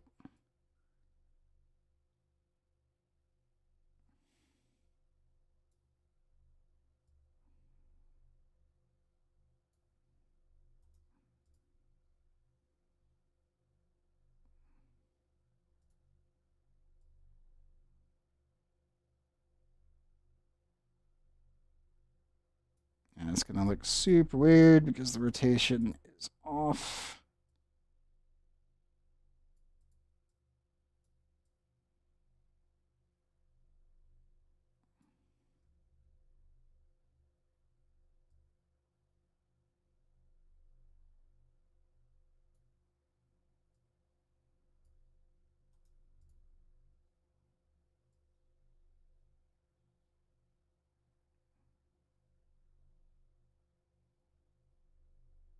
Much better.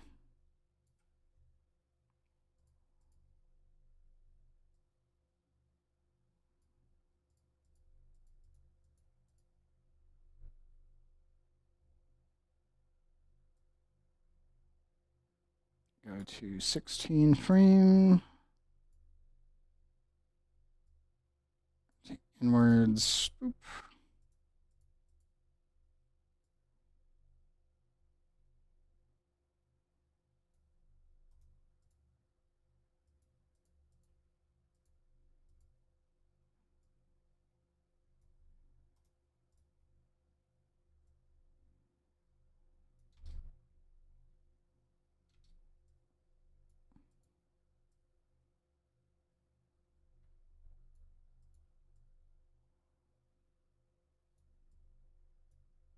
Frame 14. And yes, the frame rate right now, because I'm running the game, streaming, and everything else, is kind of crapping this bad until I render this. Probably need to do an off frame.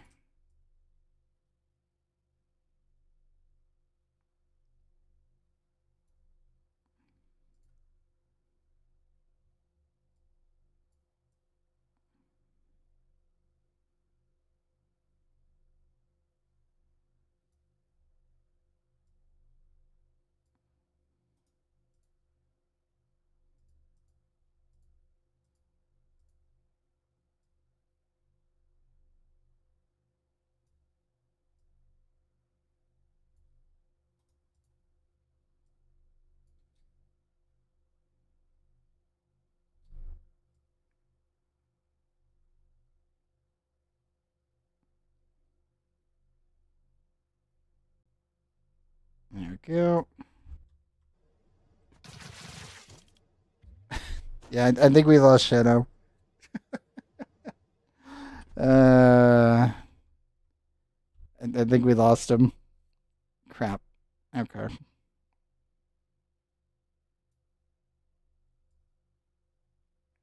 let me rotate this. Pull the hand down a little bit more. Bounce the wrist up.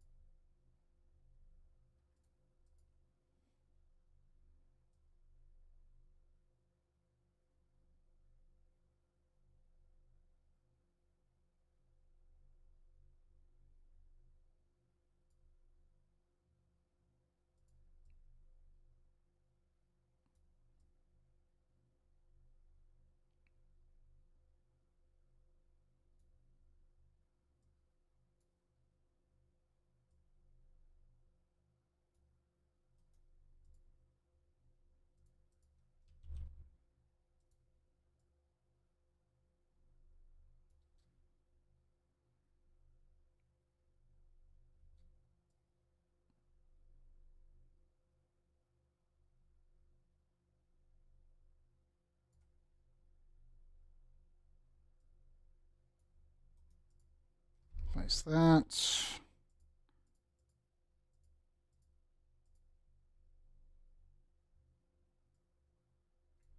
Hey, hey, Shadow. He's alive.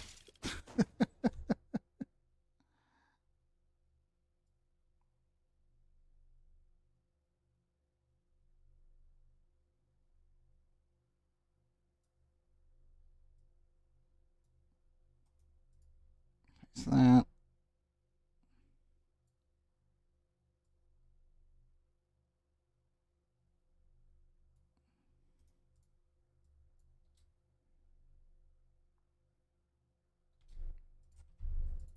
I do a quick render real quick.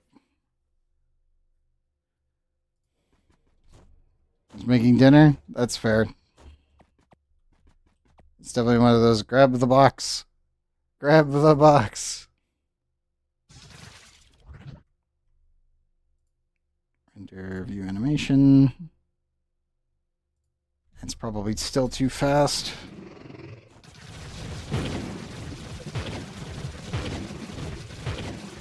It may look like it's like 12 seconds on stream, but it's actually only about 3.8 seconds. I can show the render and you'll see what I'm talking about here in a minute once we get through this wave.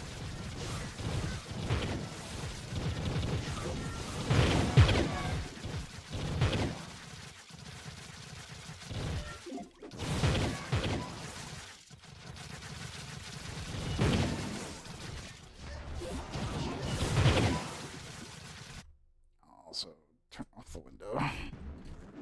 You guys can see the kill count card.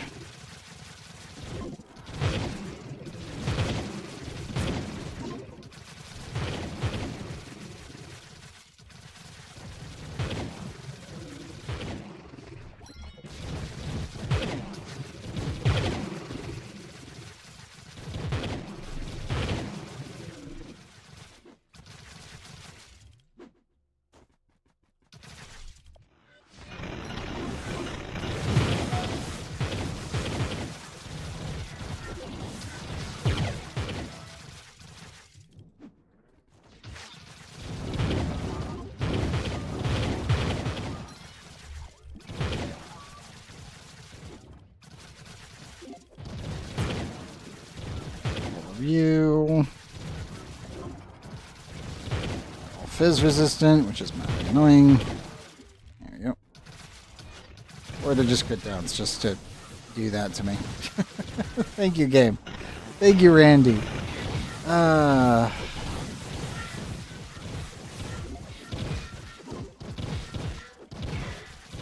Randy Random, why are you such an ass? Why? Why? Why are you like this?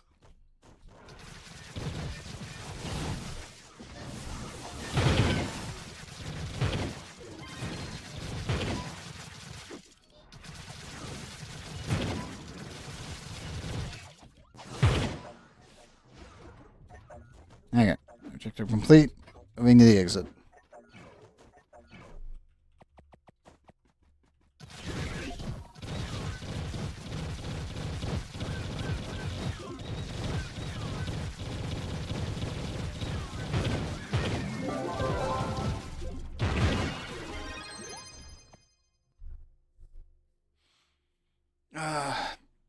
Well, now that I've got this thing working, I will need to start working on a background as well for my actual scene transitions. That'll be a fun one.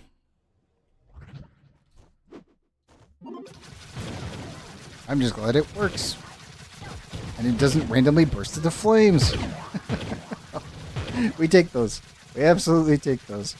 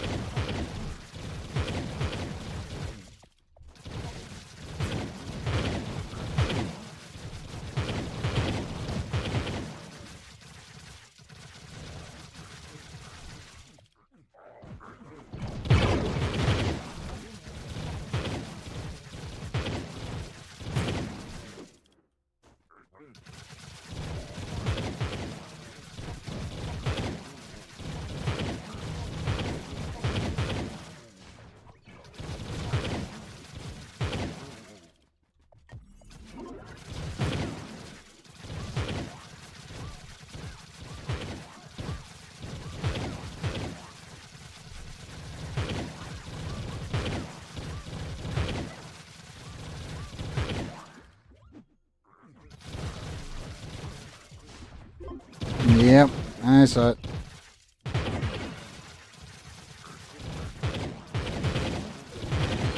It's not all of them, though. Only some of them.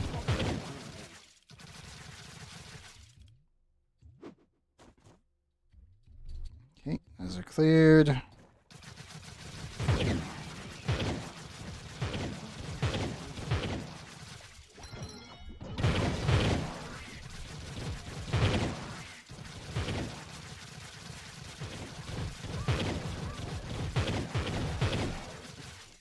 There you go. Pancake's taken care of.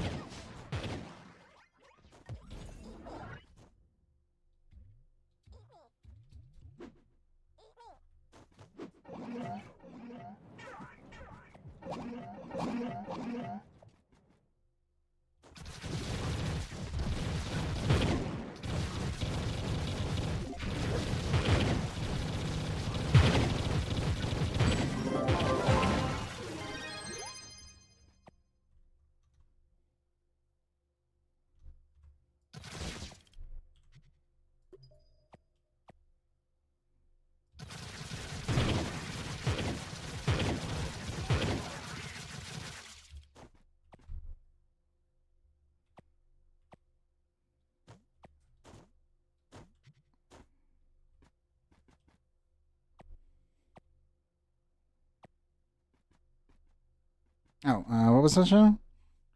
Or what if I gave you 2 Kami, 1 Hex? Gotcha.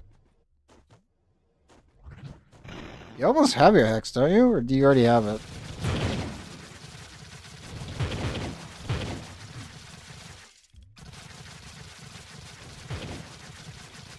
Thought you were getting close.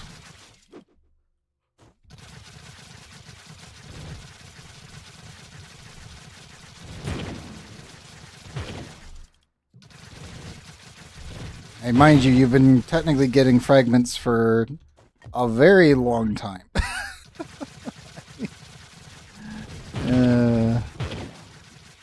Like 7 months, 21 days, or whatever the fuck it was for me. It was awful.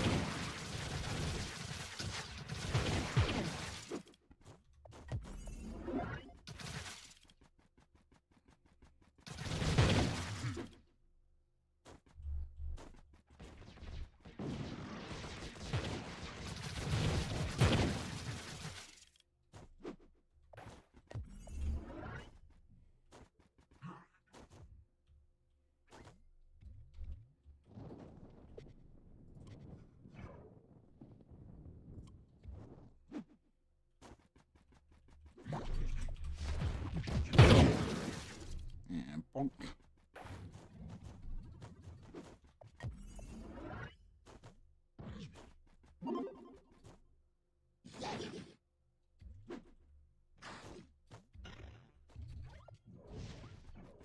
Hello? Game. I didn't activate for a second.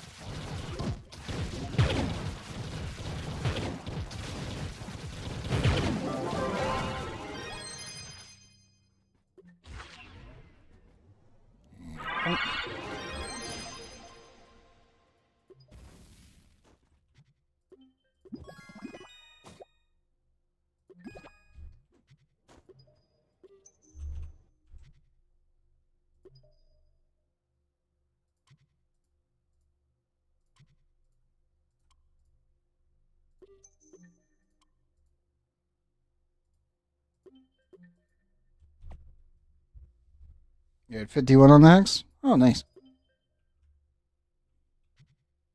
Yep.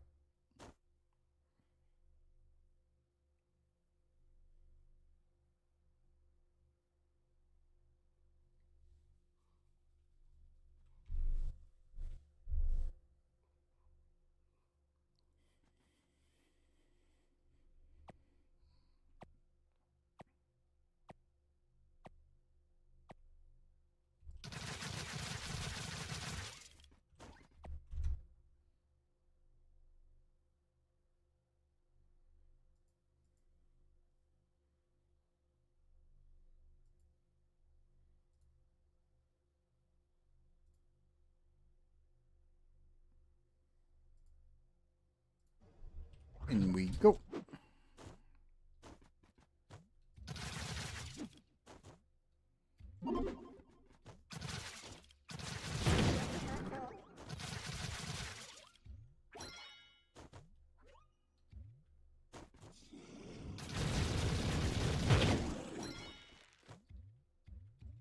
Yep, so where is Wally Floor again? Technically it's where's Waldo, but yes.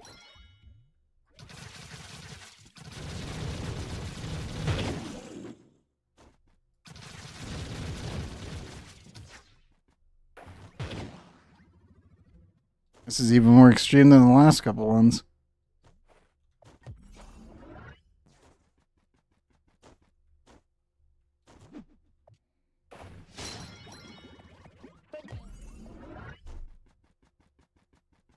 That is nuts.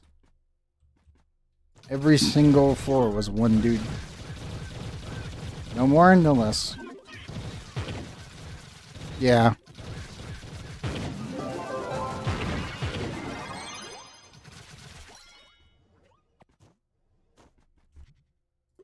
I keep forgetting that there was regional differences for those.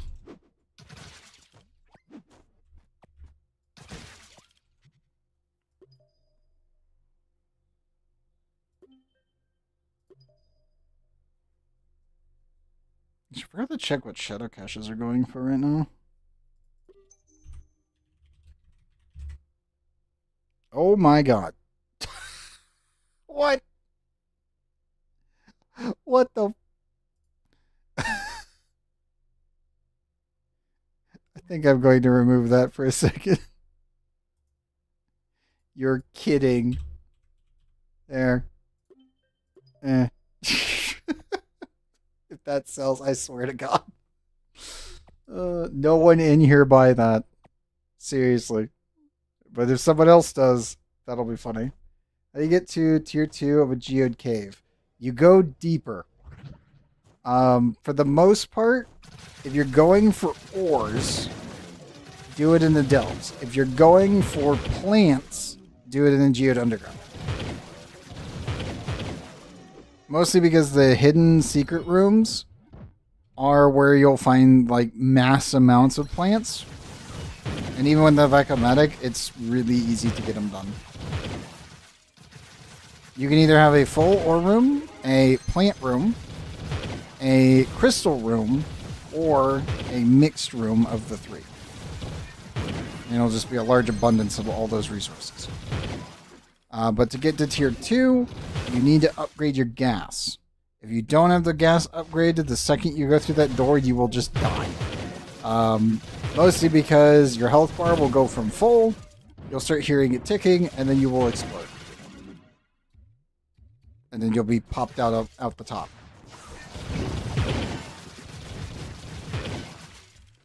If I remember right, you need to be at gas level 4 to make it safely at tier 3. If you try to go before that, you will just pop. And if you end up entering tier 4, you will just explode. like if you're at level 4 on your gas, you're just barely surviving in tier 3. If you end up inadvertently somehow making it to the 4th floor, which can happen, you just instantly snap die. Which is very funny and very stupid at the same point. I still remember when I was going through my gas levels and I ended up reaching level 4 to 5 and I didn't have the last 2 upgrades. And I walked through the door and just instantly, full health, snap my finger, dead. Is the arrow pointing up matter? No. Once you find the door, it'll have a blinking indicator. Seeing you're going from tier 1 to tier 2, it should have 2 blinking LED cubes on them. So like 2 of these, and they'll both be blinking. When you get to tier 3, it'll be 3, 4 is 4, 5 is all of them. To get to a new tier, you just keep going down. And as long as you're going down and don't get lost, you will make it to tier 2, 3, 4, 5. Just, again, remember, your gas is the only thing that stops you from technically getting to the next floor and dying. The other thing is if you're going for ore, specifically, your Omni tool has to be upgraded to be able to mine the ores later. Whereas if you're in the delves, you can just use your D4 churches that you get from doing the delves. So you can totally skip that portion. Plans, on the other hand, as I said, in mass geode underground. Ores, do it in the delves. Because obviously you get bombs. It's infinitely better. Like I can just go on up here and just do this. Whereas with my mining tool, I would have to sit here and slowly go through all of them like that. Like, no. just give me bombs.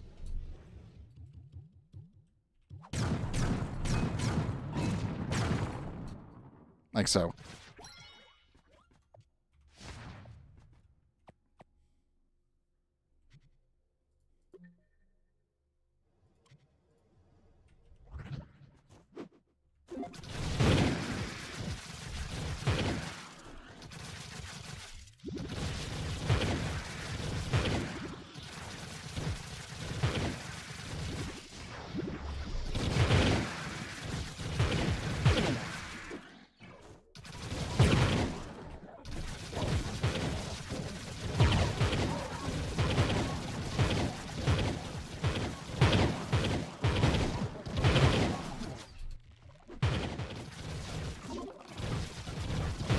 Must find Mr. Krabs. Targets red crabs, so. Where is he? Those are iguanas, not what I'm looking for.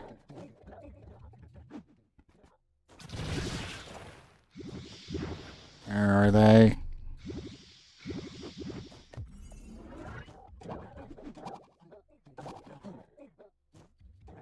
Oh my god, it's gonna be the last 3 rooms. No! It's all 3. Is there enough in here for me to clear it in one go?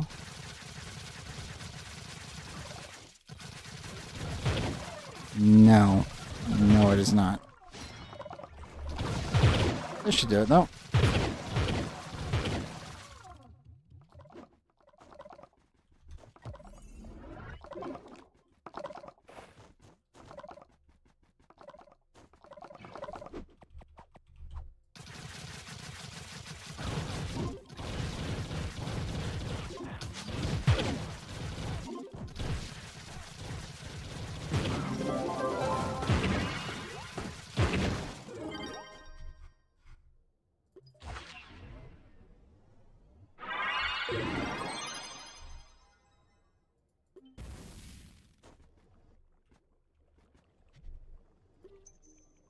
Okay.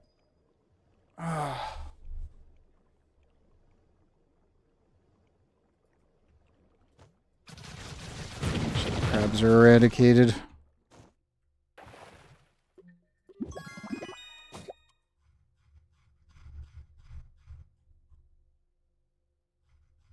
Frozen Heart banner.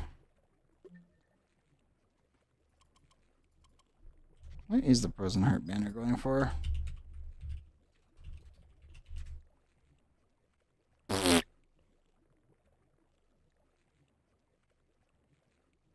No way that's legit. Unless people are actually like buying it at that price. There's no way. There's no way. Let's see. Can we put that up? Again, if these sell, I'm just going to eat that scroll, I swear. Oh, as Trove crashes. It's like, no. No. That's not accurate. That's not accurate at all. You shouldn't have put it up there that high. It's like, bro, everyone else is. Oh, God. Thanks, Trove. Thank you for that. I needed a good laugh. Let me reload. She is completely locked up. Come on. That's hilarious. Just boom. uh...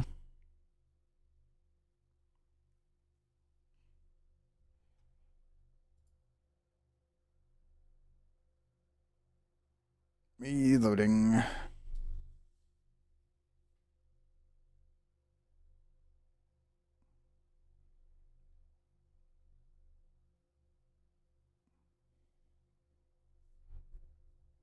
There we go.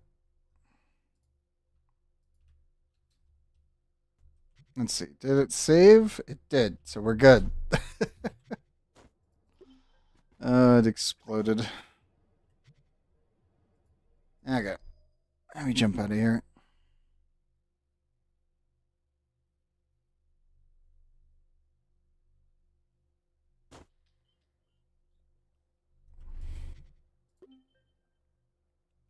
That's so crazy. I can't believe that's people are selling that 17 million. Yeah, like again, some of these banners you can get in delves are worth a lot. You're 25 or sorry, 35 fragments. Nice. We are still at 88.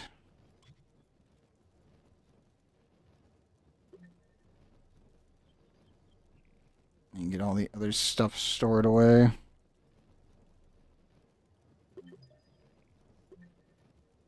Yeah, this year alone, we're at 59 in power gem boxes from all the events and other stuff. I've been saving my souls.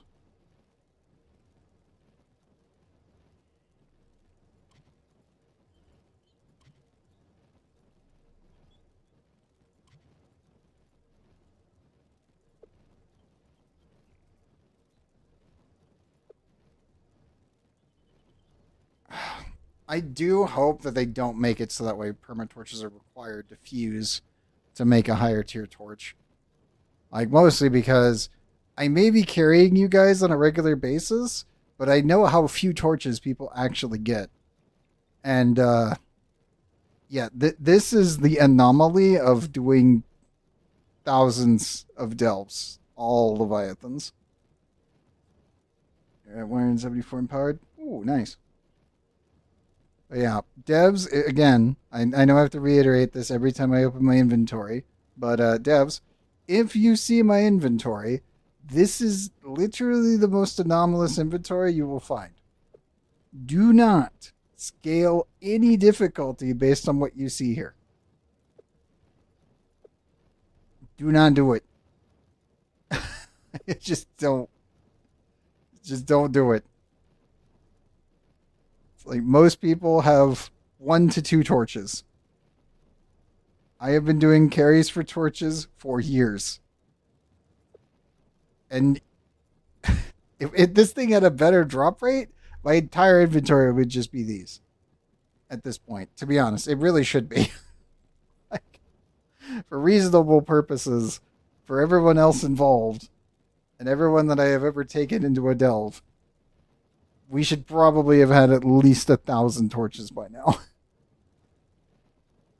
if this thing was reasonable. It is not. The drop rate on it is not reasonable. For anyone. I do mean this. Anyone. So no, do not scale anything based on this if you see this VOD. Or the YouTube video that will end up being a VOD. Just don't. Please don't. Every player in the game will thank you for not doing that. Also, I need to double check one thing real quick.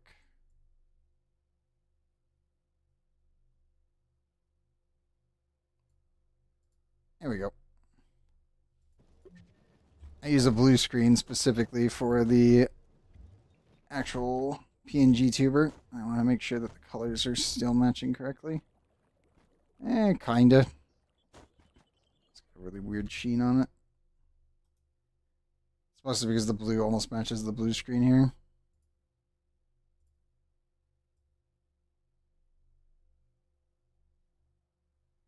See if I can match that up correctly. If I go too far.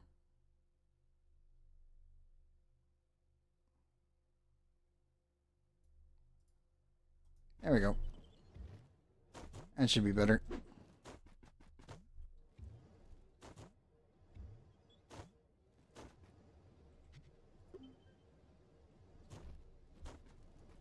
Okay. I don't know if anyone else needs any delves. I kind of doubt it. We've done quite a few people tonight.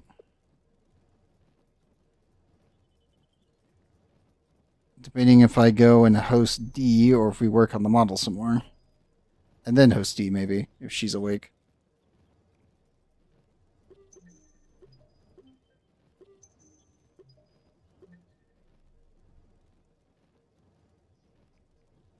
That's still nuts. Partially been saving your souls, but you've been augmenting your gems and taking a few souls. That is perfectly fair. You should absolutely be doing that. Like, remember, I'm the oddity here because it's like the only thing we're using our lunar souls at this point for is, well, saving them for New Year's. Like, we grind them the whole year round, and then we pop them all into the gem boxes and open them all on New Year's and get a recording out of it. I do it every year. Mostly to see if any of the rates have changed or if anything goes really, really, really freaking sideways. Which last year, oh boy, that was funky. There's so many prisms. Like, seriously. I don't know what the heck they did, but yeah, it was a lot of prisms. Like a lot of prisms. For reference, we're up to 26 right now. That's kind of unheard of. For any sane person, that is unheard of. That is a lot of prisms.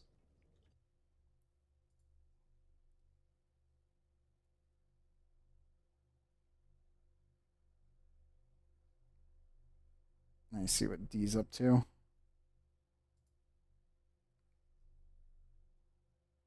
Ah, she's locking in on her stuff. Good. Good. Okay. I am going to keep working on the model, but I am going to go raid into D. NBC Demon, for anyone that doesn't know her. She looks like she is working on her Art of Ortis from Warframe. So for now, I'm going to do this. For everyone that stuck around on YouTube and Twitch, thank you very much. Over on YouTube, I'm going to cut you guys here, and then we're going to raid out here on Twitch. But for now, I hope you all have a good morning, afternoon, or evening, whatever time zone that you guys are in. And I'm going to do that for the YouTube guys. In the stream there for them.